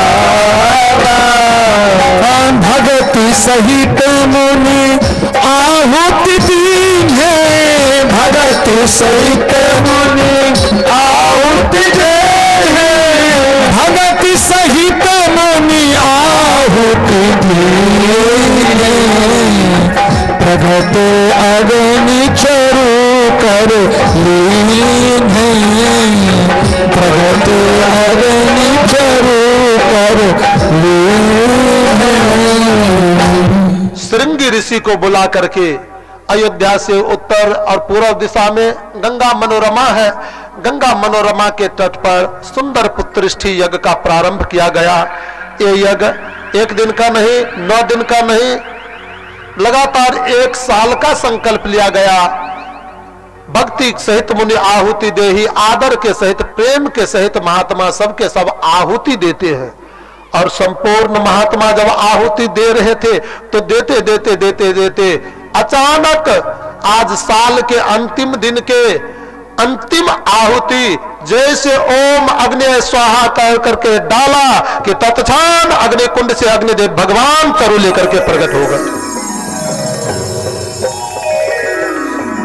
सोने का पात्र है, सोने के पात्र में खीर भरे पड़े हुए हैं, हवी भरी है। और वो खीर लेकर के वशिष्ठ जी को दिया कि लो ये महाराज को दे दो, कह दो पत्नी को जोग्यता पूर्वक दे दे, निश्चित उनके घर में राम पैदा होंगे। भगवान अग्निदेव वहां से अंतर्ध्यान हो गए और जैसे भगवान अग्निदेव वहां से अंतर्ध्यान हुए तो होने के बाद में गुरु वशिष्ठ जी ने दशरथ जी को बुलाया और बुला करके कहा, दशरथ इसको जाकर के तीनों रानी को जथा जोग्यता पूर्वक बांट दो। देखना दशरथ, जोग्यता पूर्वक यदि तुम जाकर के तीनों रानी को बांट दोगे तो तेरे घर में राम पैदा होगा। लेकिन किसी नारी में ज्यादा आसक्त होने के कारण तुमने जोग का भंग किया तो तेरे घर में राम नहीं हराम पैदा लेंगे। राम को पैदा करना है तो जोग का ख्याल रखो, जोग का ध्यान रखो। आजकल हम लोग जोगे भूल गए हैं। हाँ, बुलबा के बिहारी लाल की जय। दशरथ जी महाराज ने उस खीर को अपने हाथ में लिया, तीनों रानी को बुला लिए और बुला करके तीनों रानी को खीर वितरण कर रहे हैं। आधा भाग कौशल्या जी को मान करके चलो। दशरथ जी महाराज के पास में अब कितना था, हम जैसे पापी को थोड़े दर्शन हुआ। मान करके चलो, समझने के लिए मैं आपको बताता हूं। मान करके चलो कि भगवान दशरथ के हाथ में 1 किलो खीर है। कितने? 1 किलो। अब 1 किलो दशरथ जी को जो खीर था ना उसमें से आधा आधा कर दिए। गोस्वामी तुलसीदास जी महाराज कहते हैं, अर्ध भाग कौशल्य ही देना, उभय भाग पुण्य आधे के नाम। भाग कौशल्य ही देना, उभय भाग आधे के नाम। एक कहाँ सो निर्पदयो रहियो सो उभय भाग पुनि भयो। सीताराम सीताराम सीताराम सीताराम सीताराम सीताराम सीताराम जय सीताराम सीताराम सीताराम। आधा भाग, 1 किलो खीर को 2 भाग किया गया तो कितना कितना हुआ? आधे किलो यानी 500 ग्राम 500 ग्राम। दशरथ जी 500 ग्राम लेकर के कौशल्या जी को दे दिए। अब दशरथ जी के पास में कितना रहा? 500 ग्राम। के कहा सो निरपदयो रहियो सो उभय भाग पुनि भयो। उसको पुनः 2 भाग किए, 1 भाग के को दे दिए। 2 भाग किए तो कितना कितना हुआ? 250 ग्राम यानी 1 पुआ 1 पुआ। 1 पुआ के जी को दे दिए। अब दशरथ जी के पास में कितना रहा? 250 ग्राम 1 पुआ। दशरथ बड़ा बेईमानी किए, बड़ा बेईमानी किए। आजकल की पत्नी होती ना तो पतिदेव के अकल को ठिकाने पर पहुंचा देती। हाँ, लोअर कोर्ट खोल के सुप्रीम कोर्ट पर दौड़ करके जाती। बड़ा बेईमानी किया, मालूम है। अब 3 पत्नी किसी को हो, 2 को दे दे और बगल में 1 खड़ी हो उसको नहीं दे तो और कुछ नहीं तो खप्पर और झाड़ू तो चलेगा ही चलेगा। हाँ, सो महाराज दशरथ जी बड़ा बेईमानी किए। फिर से वो 1 पुआ है वो 125 ग्राम दे दिए कौशल्या को और फिर से दे दिए कैकेयी को। बगल में खड़ी सुमित्रा उनको नहीं दिया। लेकिन सुमित्रा नाराज नहीं हुई। सुमित्रा तो नाचने लगी, हंसने लगी। देवी तुमसे ज्यादा सम्मान मेरा हुआ है। कहा देवी सो कैसे? दशरथ जी महाराज ने पतिदेव ने हम लोगों को अपने हाथ से स्वागत किया, तुम्हें नहीं दिए। कहा देखो बहन, भारत के सर्वोच्च व्यक्ति राष्ट्रपति आकर के किसी गरीब का सम्मान करे, भिखमंगे का सम्मान करे तो इसका मतलब हुआ उसको पैर पकड़ करके छुए तो इसका मतलब हुआ कि किसी मायने में वो बड़े हैं इसलिए उनको पैर पकड़ा। लेकिन वो भिखमंगा व्यक्ति भी एक दूसरों को जाकर के पैर पकड़े तो उससे भी बड़ा वो माना जाएगा जिसको वो भिखमंगा ने पैर पकड़ा है। कहा महाराज ने आपको सम्मान किया लेकिन आप मुझे सम्मान करोगी ना तो महाराज तुमसे ज्यादा मेरा सम्मान होगा। बहन मैं सच कहता हूं, आप दोनों मिलकर के मुझे खीर दे रही हो। भगवान यदि मुझे 2 पुत्र दिए तो 1 पुत्र तेरे बेटा के सेवा में कौशल्या जी सौंप दूंगी और दूसरा पुत्र है कैकेयी जी आपके बेटा के सेवा में सौंप दूंगी। और ऐसा ही हुआ। जीवन पर्यंत लक्ष्मण राम के सेवा में रहे हैं और जीवन पर्यंत शत्रुघ्न भरत के सेवा में रहे हैं। तीनों रानी को खीर वितरण किए और जब से खीर वितरण किए रानी महारानी उस खीर को चाव से खाई। खाने के बाद में रानी सबको गर्भ रहा। गोस्वामी तुलसीदास जी महाराज कहते हैं कि यही विधि गर्भ सहित सब हृदय हर्षित सुख भारी। हाँ यही विधि गर्भ सहित सब हृदय हर्षित सुख भारी। तीनों रानी गर्भवती हुई।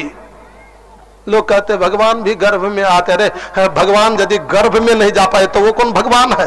भगवान तो वही जो कर तुम अकर तुम अन्यथा कर तुम सामर्थ्य प्रभु। जो कार्य नहीं होने वाला हो उसको भी कर ले और जो होने वाला हो उसको भी नहीं करे। वही तो परमात्मा है।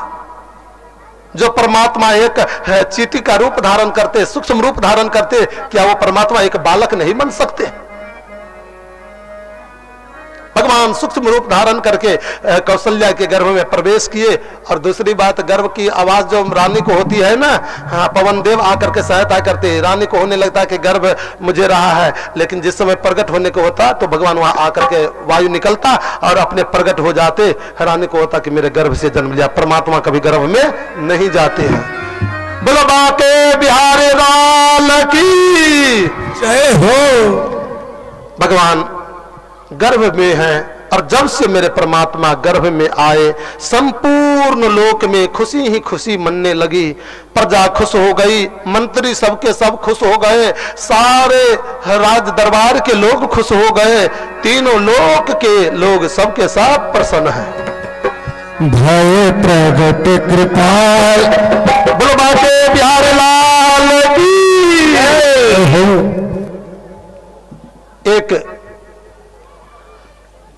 एक महीना बीता गर्भस्थ बच्चा को, 2 महीना बीता, 3 महीना बीता, 4 महीना बीता, 5 महीना बीता, 6 महीना बीता, 7 महीना बीता, 8वां महीना बीता, आज 9वें महीना बीतते बीतते बीतते बीतते आज 9वें महीना का अंतिम दिन आया। दशरथ जी महाराज ब्रह्म मुहूर्त में सोकर के जगे और सरजू जी में स्नान करने के लिए जब जाने लगे, दशरथ जी ने आश्चर्य सा देखा। क्या देखा? सरजू जी में जो पानी बहता था आज पानी नहीं, अमृत बह रहा है। जिस वृक्ष को फूलने का समय नहीं उसमें फूल लग गए हैं, जिसमें फल लगने का समय नहीं उसमें फल लग गया है, जिसमें पर्वत में पत्थर दिख रहा था आज उससे मणि निकल रही है। दौड़े दौड़े गुरुदेव के पास में जाकर के कहा, गुरुदेव गुरुदेव आज तो आश्चर्य सा देखा महाराज, वृक्ष में फूल लग गए, फल लग गए, सरजू जी में अमृत बह रहा है, पर्वत से मणि निकल रही है। गुरुदेव ने कहा, बेटा अभी तो पर्वत से ही मणि निकलती है, थोड़ी देर में रघुकुल मणि निकलने वाला है। सो तो दशरथ जी महाराज ने जैसे सुना, सुनने के बाद में दशरथ जी महाराज दौड़े दौड़े गए, माला चटकाने लगे। अभी तो हुए ना, ना जाने कब होंगे, अभी तो हुए ना, ना जाने कब होंगे, अभी तो हुए ना, न जाने कब होंगे। सो 6 से 7 बजा, 7 से 8 बजा, 8 से 9 बजा, 9 से 10 बजा, 10 से 11 बजा, 11 से जैसे 11:30 बजा, देवता लोग भगवान का गर्भ स्तुति करने के लिए आकाश मंडल में आ गए। स्वागतम राम सुस्वागतम राम, स्वागतम राम सुस्वागतम राम, स्वागतम सुस्वागतम शरणागतम राम, स्वागतम सुस्वागतम शरणागतम राम, स्वागतम राम भगवान का गर्भ सुस्वागतम राम, स्वागतम राम सुस्वागतम राम।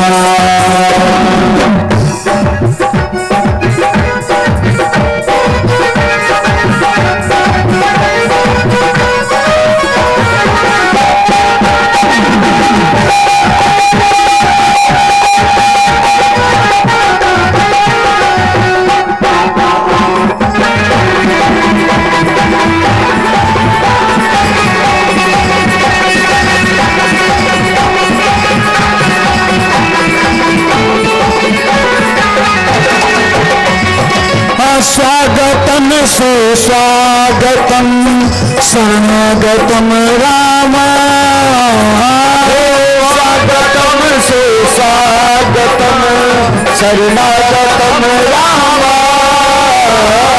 स्वागतम सुस्वागतम शरणागतम राम, स्वागतम सुस्वागतम शरणागतम राम।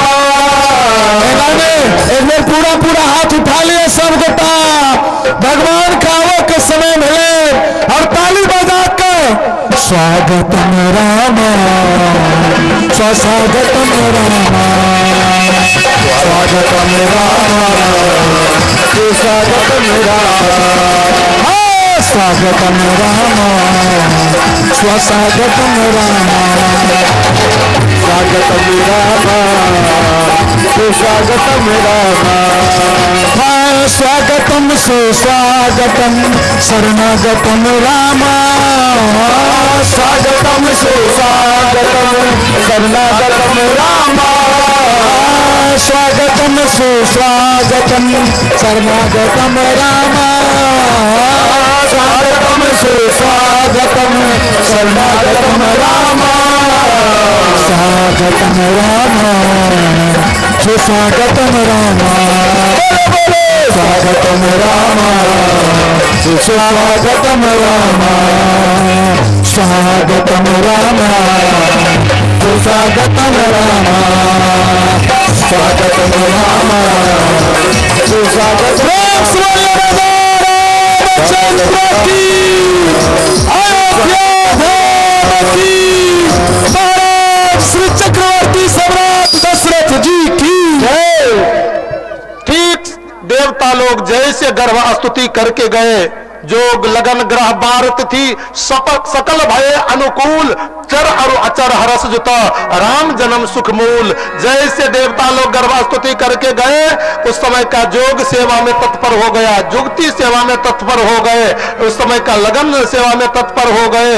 सारे मुहूर्त लगन दिन बार सबके सब सेवा में तत्पर हो गए।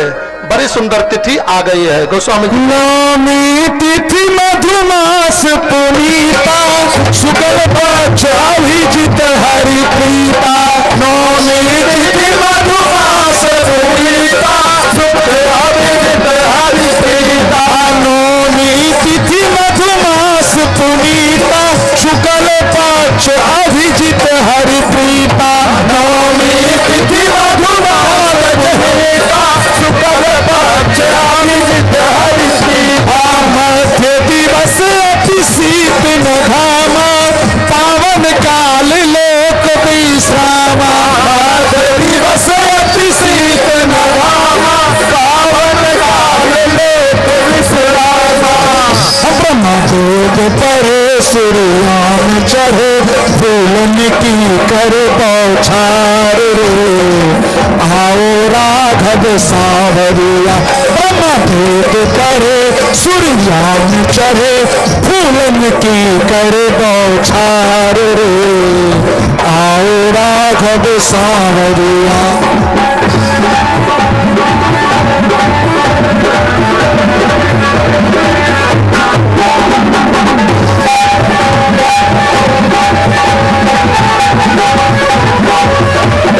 ताली बजा करके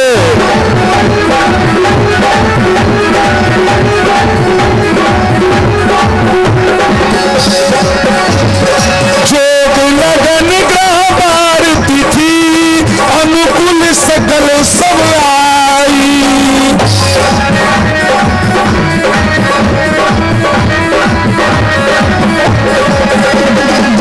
जोग लगन ग्रह बार तिथि अनुकूल सकल सब आई।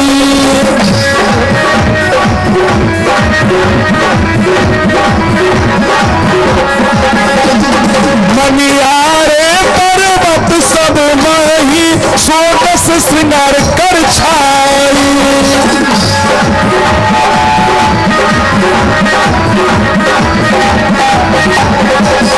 कल्याण मिले तो फूल खिले, कल्याण मिले तो फूल खिले, सरयू बढ़ गई अपार रे। आओ राघव सावरिया।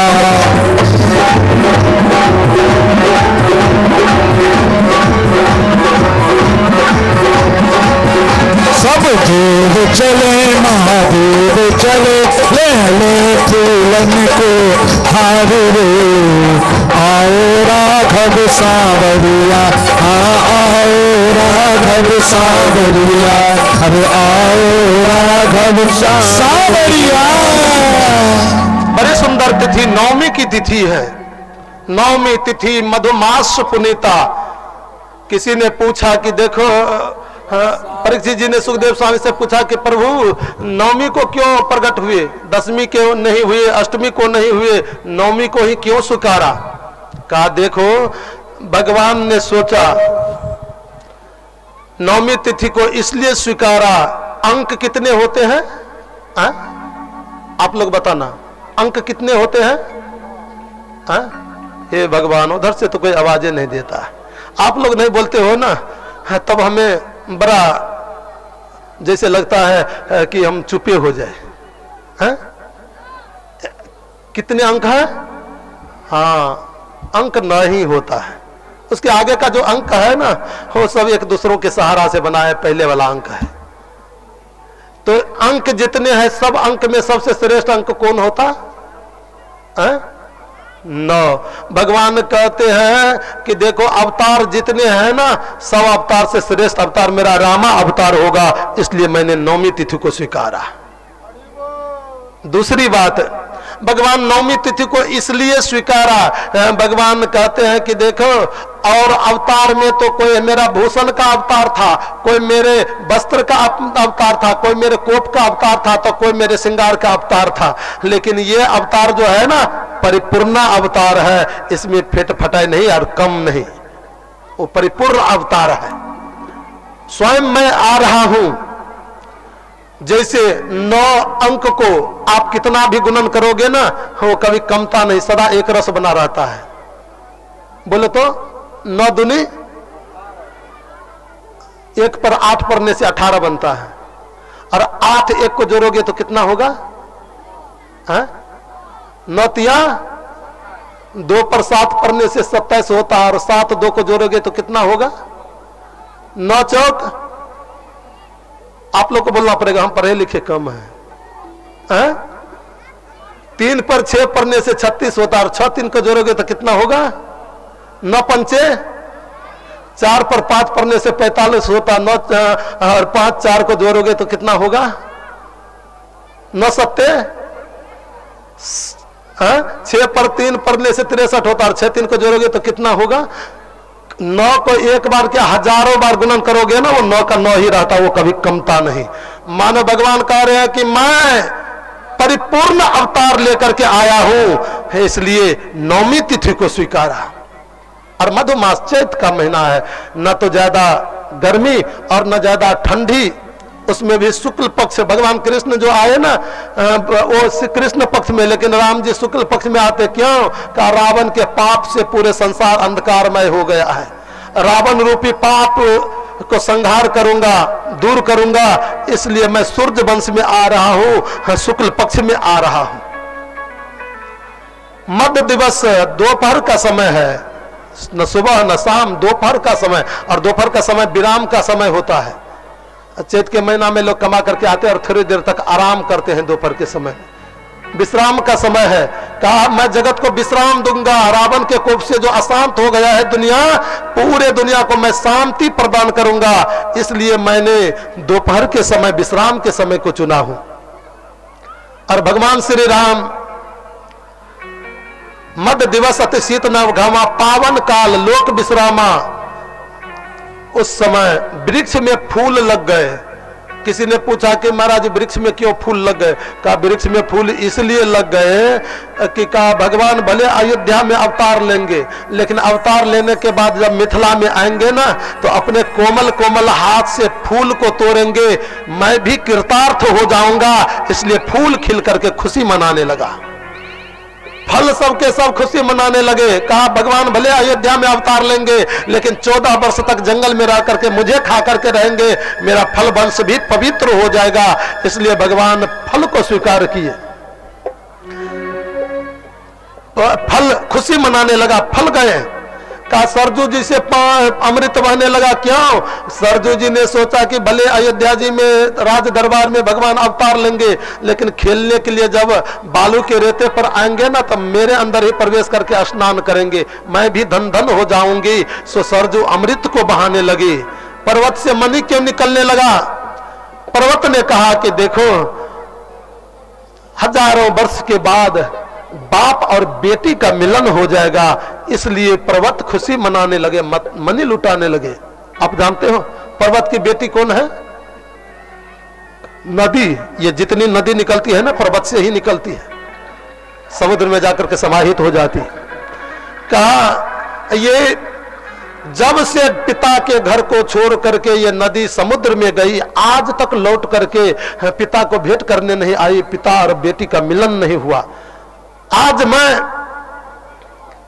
ये जब भगवान राम सीता को लाने के लिए लंका जाएंगे, और जाने के बाद में पर्वत को बांद्री सेना ले आकर के पुल बनाएंगे, तो बाप और बेटी का मिलन हो जाएगा, इसलिए पर्वत खुशी मना रहे हैं। साथ साथ भगवान के दूत के हाथ से स्पर्श होगा, मैं भी जड़ हूं, कृतार्थ हो जाऊंगा, कल्याण हो जाएगा। इसलिए पर्वत भी खुशी मनाने लगे। जड़ चेतन कोई भी प्राणी दुखी नहीं है, तीनों लोग खुशी के लहर में दौड़ पड़े, सबके सब आनंद पूर्वक झूम रहे हैं, नाच रहे हैं।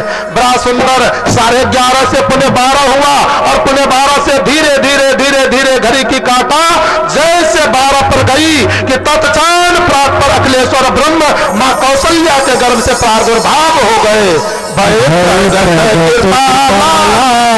दीन दयाला कौशल्या हितकारी, भय सब राहकारी, मुनिहारी, अद्भुत विचारी, लोचन अभिरामा, तनु घन श्यामा, निज आयुध भुज चारी, भूषण वनमाला, नयन विशाला, शोभा सिंधु खरारी, कहत कर जोरी, स्तुति दोरी, जही विधि करहु अनंता, माया गुण जाना, चिरिया माना, वेद पुराण गानता, करुणा सुख सागर, सब गुण आगर, जे गावल श्रुति शरणता, हित लागी जनानुरागी, भयो प्रगट श्रीकांता, ब्रह्मांड निकाया निर्मित माया, रोम रोम प्रतिभेद कहे, महु शोभासी उपहासी, सुनत धीर मत धीर न रहे, उपजा जब ज्ञाना प्रभु मुस्काना, चरित बहु विधि दीन चहे, कही कथा सुहाई मातु भाई, जय प्रकार सुख प्रेम रहे, माता पुनि बोली सोमति डोली, तजह बात यह रूपा, की जय सुशीला अति प्रियशीला, यह सुख परमानूपा, सुनि वचन सुजाना, रोदन थाना,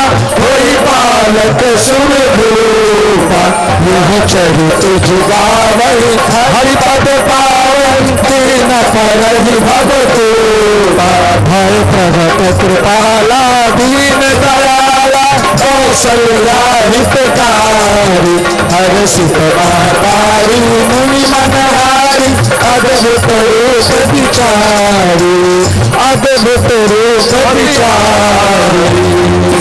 बोलो राघवेंद्र सरकार की। ठीक 12 बजे दिन में मां कौशल्या के गर्भ से प्रात पर अखिलेश्वर ब्रह्म भगवान श्री राम का प्रादुर्भाव हो गया। और जैसे भगवान राम प्रकट हुए, मां कौशल्या जी टकाटक देखने लगी। भगवान तो ऐसे प्रकट हुए नहीं थे, 4 हाथ लेकर के आए थे, गदा पद्म शंख नाभ ये लेकर के आए थे, सुंदर पीताम्बरी पहन करके आए थे, बड़े सुंदर दुपट्टे लगा करके आए थे। कौशल्या जी को कहा, मैया मेरे और क्या देखती हो?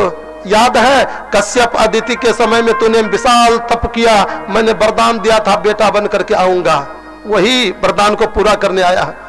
कहा वही तो मैं विचार रहा हूं।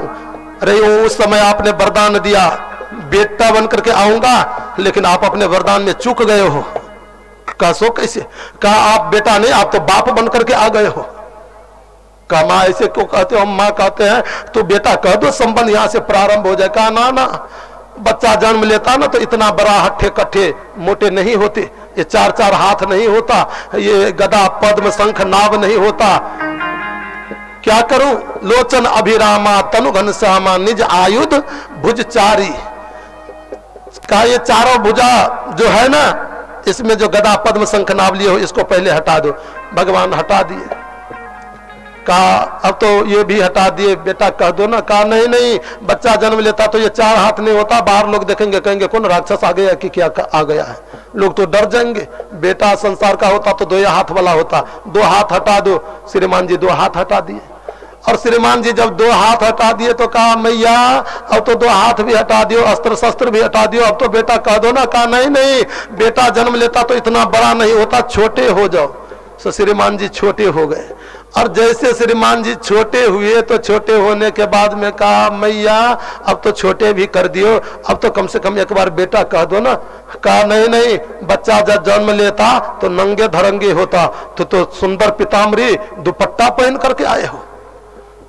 कहा मैया हम नंगे धरंगे हो जाए, बाहर बहुत लोग हैं, लज्जा आती है, हम नहीं होंगे। कहा नहीं, होना ही पड़ेगा, बच्चा जब जन्म लेता तो नंगे धरंगे होते। श्रीमान जी नंगे धरंगे हो गए। और श्रीमान जी जब नंगे धरंगे हो गए कहा मैयो अब तो नंगे धरंगे भी कर दिया, अब तो कम से कम बेटा कह दो ना। कहा नहीं नहीं, बच्चा जन्म लेता तो रोता है, तो बूढ़े दादा की तरह भाषण करते हो, रोना शुरू करो। कहा मैया संसार के लोग को आने के बाद माया गरस लेती, आपत्ति विपत्ति आकर के गरस लेता, इसलिए रोता। कहां कहां चिल्लाता, मेरे ऊपर में कौन विपत्ति आई है कि मैं रो? कहा तेरे ऊपर तो कोई विपत्ति नहीं है, लेकिन तेरे भक्त के ऊपर बहुत बड़ी विपत्ति है रावण का, अपने लिए नहीं तो भक्त के लिए रो लो। सो जैसे भगवान राम को रोने के लिए कहा, भगवान तो रोना प्रारंभ कर दिए। और जैसे भगवान रोने लगे, दशरथ जी ने सुना पुत्र जन्म सुनी काना। जैसे सुना दशरथ जी महाराज के पास में दासी एक कौशल्या जी के पास में आई, बच्चे की आवाज को सुन करके कौन है जाकर के कौशल्या के पास में देखा तो एक सुंदर श्यामला बेटा को देखा। दौड़ी दौड़ी गई, भाई जी बधाई हो बधाई हो। कहा देवी कौन चीज की बधाई? कहा आपकी रानी कौशल्या ने बड़े सुंदर एक सुंदर श्यामला बेटा को जन्म दिया। इतना तो कहना था कि कहते के भवन से एक दासी दौड़ी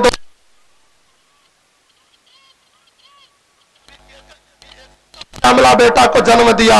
इतने में सुमित्रा के घर की दासी दौड़ी आई, महाराज बधाई हो बधाई हो, अभी अभी सुमित्रा रानी ने 2 बेटा को जन्म दिया। 4 बेटे के जन्म के खबर को सुन करके दशरथ जी 60,000 वर्ष का दशरथ जी 16 वर्ष का छोरा बन गए। नाचना प्रारंभ कर दिए, दौड़ते दौड़ते गए। सरजू जी में 108 डुबकी लगाई और 108 डुबकी लगाने के बाद गुरुदेव से कहा, गुरुदेव आपके कृपा से संतों के आशीर्वाद से मेरे घर में सुंदर 4 बेटे जन्म लिए हैं। गुरुजी ने कहा मैं यही सोच रहा था, अभी हुए नहीं, कब होंगे, अभी हुए नहीं, न जाने कब।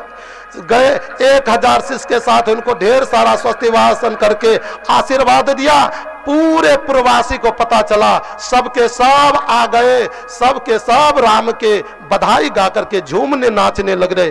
सारी नर नारी अवध धाम का नाच रही है, गा रही। एक बार जोरदार आवाज में कहियो, कौशल्या मैया बधाई हो। कहियो बधाई हो बधाई हो, कौशल्या माई बधाई हो।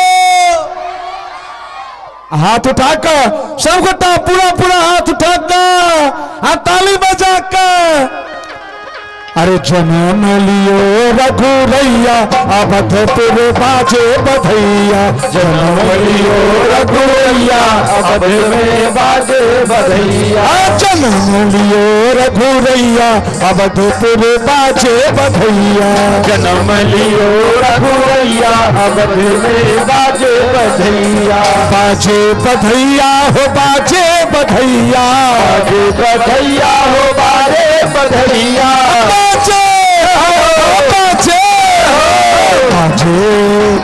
बाजे अवधपुर बधैया, अवधपुर बाजे बधैया।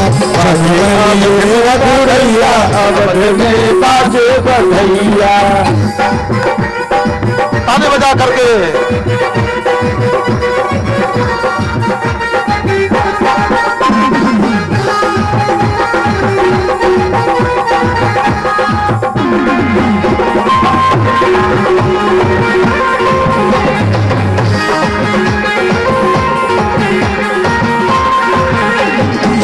धन्य अवधपुर अवधपुर के राजा, धन्य अवधपुर के राजा। धन्य अवधपुर अवधपुर के राजा, धन्य अवधपुर के राजा। धन्य धन्य कौशल्या मैया अवधपुर बाजे बधैया। धन्य कौशल्या मैया अवध में बाजे बधैया।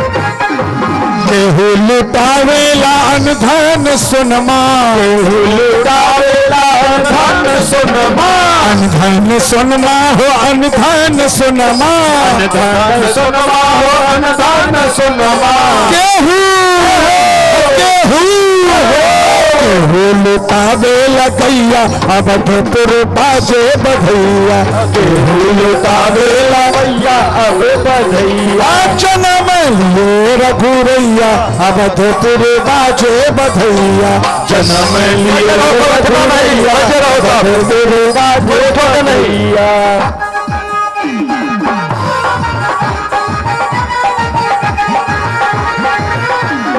सबके पास तक जाएगा बधाई।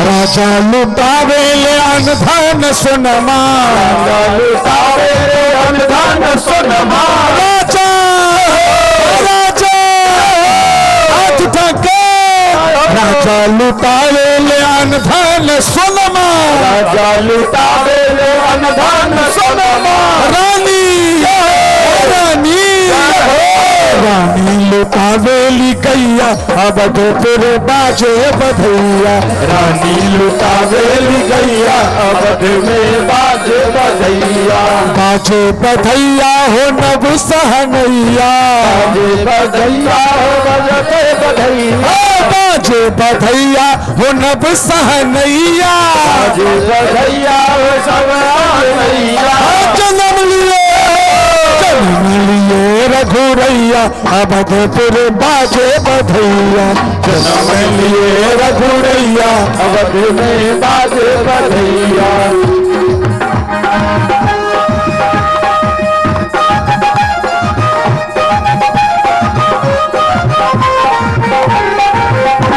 ताली बजा करके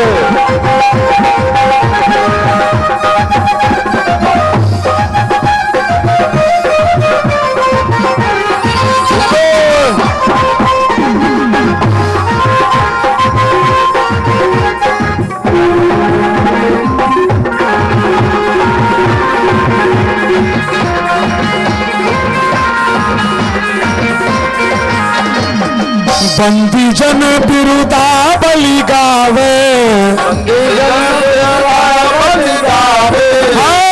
हाँ बंदी जन सब बधैया गावे छे, की गावे छे? बंदी जन बिरुदावली गावे, बंदी जन बिरुदावली गावे, हाँ अरे नाचे एक बार हाथ उठाकर सब गोटा पूरा पूरा हाथ उठाकर जय जय महा जय जय हाँ जय जय जय जय राम पुकारे अवधपुर बाजे बधैया, जन्म लिए रघुरैया अवध में बाजे बधैया, बाजे बधैया हो नभ सहनैया, बाजे बधैया हो बाजे सहनैया, बाजे बधैया हो नभ सहनैया, बाजे बधैया हो बाजे सहनैया। एक बार पूरा पूरा हाथ उठाकर सब गोटा पूरा पूरा हाथ उठाकर ताली बजाकर जन्म लिए रघुरैया अवधपुर बाजे बधैया, जन्म लिए रघुरैया अवधपुर बाजे बधैया, जन्म लिए रघुरैया अवधपुर बाजे बधैया, जन्म लिए रघुरैया अवध में बाजे बधैया, जन्म लिए रघुरैया अवधपुर बाजे बधैया, जन्म लिए रघुरैया अवधपुर बाजे बधैया, जन्म लिए रघुरैया अवधपुर बाजे बधैया, जन्म लिए रघुरैया अवध में बाजे बधैया। बोलो राघवेंद्र सरकार की जय हो। भगवान श्री राम का प्रादुर्भाव हुआ, जब से भगवान अवतार लिए संपूर्ण अयोध्या में आनंद ही आनंद मन रहा है। मास दिवस कर दिवस भा मरम न जाने कोई, रथ समेत रवि था क्यों निशा कवन विधि हुई। सूर्य भगवान अपने दोपहर के समय अपने रथ को रोक लिया, ठीक 12 ही बजा रह गया, 1 महीना तक लगातार रात्रि हुई ही नहीं। ऐसी अवध की स्थिति हो गई।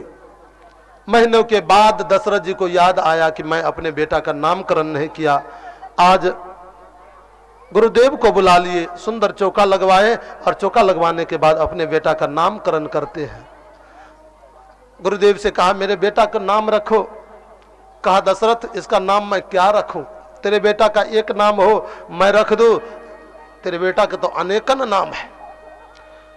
इनके नाम अनेक अनूपा, अनेक अनूपा, मैं निरपका मति अनुरूपा। इनके नाम अनेक अनूपा, अनेक अनूपा, मैं निर्प्रकाश मति अनुरूपा। 20 इनके नाम एक हो तब तो कहूं, अनेकन है, लेकिन मैं अपने मति के अनुसार इसका नाम रखता हूं, अपने बुद्धि के अनुसार रखता हूं। देखो ये तेरा बड़ा बेटा जो है ना, बड़े बेटा का नाम मैं रखता हूं। जो आनंद सिंधु सुख राशि, सिंधु सुख राशि, स्वीकरते लोक सुपासी। जो आनंद सिंधु सुख राशि, सिंधु सुख राशि, स्वीकरते लोक सुपासी। जो आनंद के सिंधु है, आनंद के समुद्र है, उसमें से कितना भी आनंद निकले कभी उनके अंदर का आनंद कम नहीं होता। ऐसे आनंद के समुद्र है, सुख के ढेर है, राशि है। स्वीकरते त्रैलोक सुपासी, अपने इशारे से तीनों लोक का पालन करती है, उत्पन्न करती।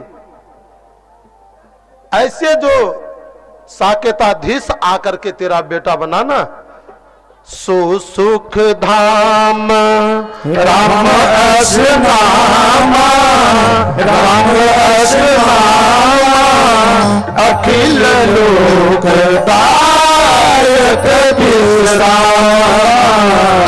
सो सुख धाम राम अस नामा, राम अस नामा, अखिल लोक दायक विश्राम। ओ सुख के धाम, सो सुख धाम जो तेरा आकर के बेटा बना है, जो संपूर्ण लोगों को विश्राम देने वाले हैं, उनका नाम ऐसा मैं राम रखता हूं। जो घट घट में रमन करेगा, संपूर्ण जगत में जो रमन करेगा, उनका नाम मैं राम रखता हूं।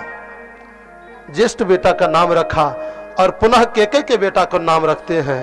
विश्व भरण पोषण कर जोई, विश्व भरण पोषण कर जोई, ताकर नाम भरत होई, ताकर नाम भरत होई। जाके सुमिरन तेरी पुनासा, तेरी पुनासा, नाम शत्रुघ्न वेद प्रकाशा। जाके सुमिरन तेरी पुनासा, नाम शत्रुघ्न वेद प्रकाशा। विश्व भरण पोषण कर, जो विश्व का भरण पोषण करने वाला तेरा बेटा आकर के बना है। विश्व का भरण पोषण कौन करते हैं? भगवान विष्णु। वो विष्णु जो आकर के तेरा बेटा बना है, भरत जी विष्णु का अवतार है, उनका नाम मैं भरत रखता हूं। राम सुख के धाम है, इशारा से संपूर्ण को पालन करते, वो साकेताधीश करते, वो साकेताधीश को राम रखा और जाके सुमरन ते रिपुनाशा, जिनके स्मरण मात्र से शत्रु का नाश होता है। किनके स्मरण से शत्रु का नाश होता? भोले बाबा के स्मरण से। वो भोले बाबा जो आकर के तेरा बेटा बना है ना, उनका नाम मैं शत्रुघ्न रखता हूं। लक्षण धाम राम प्रिय, सकल जगत आधार, गुरु वशिष्ठ ही राखा, लक्ष्मण नाम उदार। लक्षण के धाम राम जी का प्रिय है, जो संपूर्ण जगत का आधार है। संपूर्ण जगत किसके ऊपर है? भगवान शेष के ऊपर में। वो जो आकर के तेरा बेटा बना है, उसका नाम मैं लक्ष्मण रखता हूं। या इनके नाम लेने से संपूर्ण जगत सुखी होगा, संपूर्ण जगत का ये आधार बनेंगे, सबको कल्याण करेंगे, इसलिए इनका नाम मैं लक्ष्मण रखता हूं। चारों बेटा का नामकरण किए। दशरथ जी महाराज ने बहुत सारे धन दौलत को लुटाया, गुरु जी को विदा किए, सारे संत महात्मा को विदा किए और पूजा पाठ किए। करने के बाद में धीरे धीरे राम जी बाल क्रीड़ा करते हुए बड़े हो रहे हैं। एक दिन मिथिला में विश्वामित्र जी महाराज यज्ञ को प्रारंभ किए। मारीच सुबाहु ने जाकर के यज्ञ को विध्वंस कर दिया। विश्वामित्र जी को बहुत चिंता हुई कि इस बार भगवान जन्म ले चुके हैं, अयोध्या में अवतार ले चुके हैं, क्यों न चल करके उन्हीं को ले आऊं, मेरे यज्ञ का रक्षा कर देंगे। विश्वामित्र जी गए, दशरथ जी से बहुत ज्यादा कह सुन करके राम जी को बुला लिए। राम जी को बुलाने के बाद में दशरथ जी महाराज ने ये विश्वामित्र जी महाराज ने सुंदर यज्ञ संपन्न किया। और यज्ञ संपन्न करने के बाद कहा, राघव यहाँ का यज्ञ तो संपन्न हो गया। सुबाहु तारका सुबाहु मारीच को समुद्र के उस पार फेंक दिए, तारका को मार दिया, सुबाहु को मार दिए। मारने के बाद में भगवान श्री राम को कहा कि जनकपुर के यज्ञ को चल करके संपन्न कर दो। विश्वामित्र जी के साथ भगवान जनकपुर जा रहे हैं। रास्ते में अहिल्या को उद्धार किया, गंगा के दर्शन किए। भगवान श्री राम जनकपुर के सीमा में आ गए। आज जनकपुर के पास में आम के वृक्ष के पास में भगवान श्री राम विराजित है। जनक जी को पता चला। जनक जी 1000 सेवक के साथ गए, विश्वामित्र जी को आगवानी लेकर के आए। सीता जी के भवन में उनको बास दिया और बास देने के बाद राम जी ने गुरु जी से कहा कि लक्ष्मणपुर देखना चाहता, कृपया आप जाने दो। कहा ठीक है, लक्ष्मण के बहाने आप खुद देखना चाहते हो, ठीक है जाओ। जाकर के लक्ष्मण जी और राम जी जब नगर में घुमा, जो देखा राम के छवि को देखते रह गया। इतने सुंदर छवि भगवान का। सुबह का समय हुआ, रात्रि संध्या लौट करके भगवान आए, रात्रि विराम किए। गुरु से पहले भगवान लक्ष्मण जी जगे, फिर भगवान राम जगे, फिर गुरु जी महाराज जगे। गुरु जी के लिए पुष्प लाने के लिए चल दिए पूजा के हेतु। और जैसे पुष्प लाने के लिए भगवान राम गए, उसी समय सीता जी पुष्प वाटिका के पास गिरजा पूजन के लिए जाती है। सखियों ने जब देखा, दौड़ी दौड़ी जाकर के सीता से कहा, बहन बहन यहाँ क्या पूजा करती हो, चलो चल करके देखो कितने सुंदर 2 राजकुमार आए हैं। सीता जी दौड़ी दौड़ी आई और पहला मिलन भगवान श्री राम और सीता का पुष्प वाटिका में हुआ। हरे राम सिया के मधुर मिलन में, राम सिया के मधुर मिलन में, अब फुलबारी मुस्काए, कोयलिया कजरी गाए, कोयलिया कजरी गाए, कोयलिया कजरी गाए, कोयली गाए।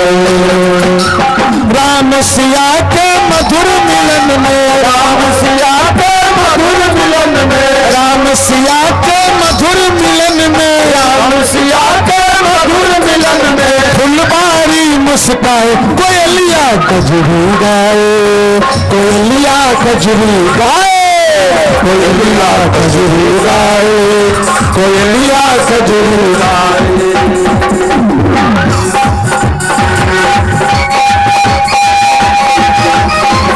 ताली बजा करके माँ सीताराम का मिलन है, हम लोग भी भगवान से मिल ले।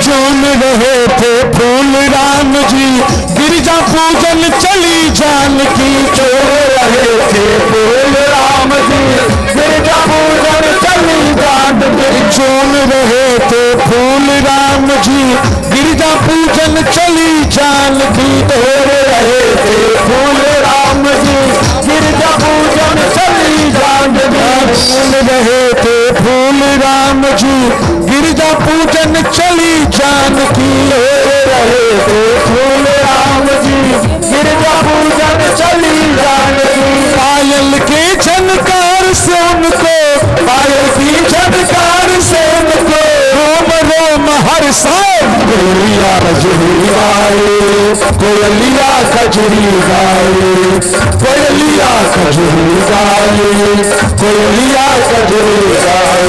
राम सिया के मधुर मिलन में, राम सिया के मधुर मिलन में, राम सिया के मधुर मिलन में, राम सिया के मधुर मिलन में, फुलवारी मुस्काए कोयलिया खजूरी गाए, कोयलिया खजूरी गाए, कोयलिया खजूरी गाए, कोयलिया खजूरी गाए, कोयलिया खजूरी गाए, कोयलिया खजूरी गाए। बोलो राघव सरकार की जय। भगवान श्री राम और सीता का पहला पहला मिलन पुष्प वाटिका में हुआ। भगवान राम ने जैसे सीता के छवि को देखा, लक्ष्मण को देखो ये सुंदर राजकुमारी कौन है, कहा भाई जी कोई होगी, हमें क्या मतलब है। कहा नहीं नहीं देखो ना, जो सहज बैरागी मेरा मन है, इसको देख करके मेरा मन क्षुभित हो रहा है, मुझे कुछ कारण बुझाता। कहा भाई जी कोई होंगे, हमें क्या मतलब। ना ना लक्ष्मण, हमें तो लगता है तात जनक तन्या यह सोई, धनुष जग यही कारण होई। ये तो शायद लगता है जनक जी की वही कन्या है जिसके कारण धनुष यज्ञ होने जा रहा है। कहा होगी, हमें क्या लेना है। कहा लक्ष्मण क्या बताऊं, इसे देख करके जैसे लगता मेरा मन सहज क्षुभित हो रहा है। मानो लक्ष्मण जी को कह रहे हैं कि लक्ष्मण ये और कोई नहीं, होने वाली तुम्हारी भाभी है, देख लो। लक्ष्मण को संकेत कर रहे हैं। ने कहा मैया कहती होगी इतने देर कहां लगा दिए। लौट करके सीता जी चल दी, और सीता जी जब चल दी तो जाने के बाद में सुंदर यज्ञशाला की तैयारी हुई, और तैयारी होने के बाद देश देश के राजा लोग आए सब, और बैठ जाने के बाद में बड़ा सुंदर धनुष पर्ण में रखा है कि जो इस धनुष को तोड़ेगा उसी के साथ सीता का विवाह होगी। क्योंकि ये धनुष को सीता ने बाएं हाथ से उठा ली थी। जिस धनुष को शंकर के सिवा दुनिया में कोई नहीं उठा पाया, भगवान शिव के सिवा कोई नहीं उठा पाया। आज तक जनक जी महाराज सेवा पूजा करते तो अगल बगल से लीप देते, फूल पत्ती चढ़ा देते, लेकिन आज तक जनक जी उठा करके उसके नीचे सेवा नहीं किया, साफ किया। लेकिन सीता जी गई बाएं हाथ से, आज जब पिताजी कहीं चले गए थे, सीता जी बाएं हाथ से उठा ली और नीचे में लिप करके फिर से रख दी। पिताजी ने आकर के देखा, अरे आज पूजा कौन किया। कहा आपकी बेटी सीता ने। कहा सीता, ये धनुष को तुम उठाई। हाँ हाँ पिताजी, आपकी बेटी उठाई है। ओहो, जनक जी महाराज तत्क्षण पर्ण ले लिए कि जो इस धनुष को तोड़ेगा उसी के साथ मैं सीता का विवाह कर जाएगी, मैं विवाह नहीं कर सकता हूं। सारे राजा को ढिंढोरा पीट दिया गया, सब के सब राजा आए, देश देश के राजा आए। जब सब राजा आए तो आने के बाद में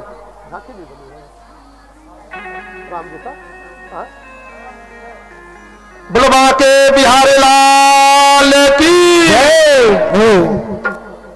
जनक जी महाराज गुरु जी को, विश्वामित्र जी को लेकर के राज सिंहासन पर बैठा दिए, ऊंचे सिंहासन पर बैठा दिए। बगल में राम और लक्ष्मण जी बैठे हुए हैं। और राम लक्ष्मण जी जब बैठे थे, जनक जी महाराज ने अपने बंदियों से कहा, सेवकों से कहा, ए बंदियों जा करके संपूर्ण राजा को सूचना दे दो कि यह जग किस कारण से रचा गया है। सेवक जाकर के सभा के बीच में खड़े हुए और खड़े होकर के बोले, बंदी बचन बड़ा सुनाओ सकल महिपाल, पन विदेह कर कहे हम भुजा उठाए विशाल। नृप भुज बलु धनुषिव धन राहु, गरुओ कठोर विदित सब काहू। ए राजाओं सावधान, ये धनुष जो है, ये धनुष राहु है राजाओं, आपका बल चंद्रमा है, देखना ये राहु तुम्हें ग्रस न ले, खा न जाए, तुम्हें समाप्त न कर दे। जो इस धनुष को तोड़ेगा उसी के साथ सीता की विवाह होगी। इस धनुष को तोड़ो। जैसे राजाओं को कहा कि महाराज परिकर बांध उठे उकलाई, अपने कमर में जोर से गमछे को बांधा और बांध करके अकला करके उठा, उठे करके दौड़े दौड़े गए और धनुष को जबरन पकड़ना चाहा। ऐसे हलाते हलाते हलाते थक गए, तिल भर भूमि न सके छराई, मूर्छित होकर के राजा गिर गया। जब एक से नहीं टूटा, उठा, दूसरे राजा उससे बलवान गए, जाकर के वो भी धनुष को जबरन उठाना चाहा, हलाना चाहा, लेकिन फिर भी तिल भर भूमि ने सके छराई। जब नहीं छुड़ा पाया, वो भी लज्जित होकर के, मूर्छित होकर के गिर उठा। एक एक करके संपूर्ण राजा तोड़ने का प्रयास किए, सब मूर्छित होकर के गिर जाते, एक से धनुष नहीं टूट करके रावण और बनासुर देखा कि हमारी भी लज्जा चली जाएगी, हम नहीं जाएंगे। कह दिया कि गुरु महाराज का ये बाण है ना, इसलिए मैं जा रहा हूं, लेकिन कारण वो नहीं था। वो समझ गया कि ये मुझसे नहीं टूटने वाला है। बनासुर और रावण चले गए बेचारे बहाने करके। ये राजा लोग सोचा कि भैया अब क्या करोगे, अब तो सबकी नाक कटी, किसी की प्रतिष्ठा नहीं रही। क्या महाराज ऐसा करो ना, हम सब राजा 10,000 राजा, 10,000 राजा है, 10,000 राजा मिल करके एक बार तोड़ेंगे। कहा तो एक बार तोड़ेंगे वो तो सही है, तोड़ देंगे इतने मिल करके, लेकिन सीता तो एक है, फिर विवाह किसके साथ होगी। कहा ऐसा करो, हम सब मिल करके धनुष को तोड़ेंगे और फिर आपस में लड़ेंगे, लड़ते लड़ते जो एक बच जाएगा उसी के साथ सीता का विवाह होगा। राक्षस का विचार तो राक्षस का होगा ना। हाँ, कहा ऐसा ही का। सो 10,000 राजा चल दिया उठ करके धनुष को तोड़ने के लिए। कोई कहीं पकड़ लिया, कोई कहीं पकड़ लिया, कोई कहीं पकड़ लिया। जैसे हनुमान जी का पूछ बढ़ता था ना, वैसे धनुष बढ़ने लगा। राजा सब को पता नहीं कि धनुष बढ़ भी रहा है। 10,000 राजा मूर्छित होकर के गिर गए। और जब 10,000 राजा गिर गए, तब तो जनक जी महाराज ने देखा कि ये पृथ्वी वीर से विहीन हो गई। राजाओं को कहा, राजाओं तजहु आस निज निज गृह जाहू, लिखान विधि देहि विवाहु। आस को त्यागो, परित्याग करके जाओ अपने अपने घर। मैं समझ गया कि मेरी बेटी का विवाह लिखा नहीं है, हमारी बेटी भली कुमारी रह जाए, लेकिन मैं पर्ण नहीं तोड़ूंगा। सुनैना जी घबरा गई कि मेरी बेटी कुमारी रह जाएगी, क्यों हट करते महाराज। सखी सबके सब, प्रवासी सबके सब घबरा गए। जैसे जनक जी महाराज ने कहा कि वीर विहीन मही मैं जानी, इतना कहते ही महाराज लक्ष्मण जी उस सभा के बीच में खड़े हो गए। आवेश में आकर के कहा, अरे जनक सावधान, जिस कुल में, जिस सभा में एक रघुवंशी हो, वहां ये वचन को बोलेगा। जनक ने कही जैसे अनुचित वाणी, विद्यमान रघुकुल मणि जानी। रघुकुल मणि के रहते हुए जनक ने इतनी अनुचित वाणी कही कि पृथ्वी वीर से विहीन हो गया। भाई जी आप कहो तो इस पृथ्वी को मैं 100 जोजन लेकर के दौड़ जाऊंगा।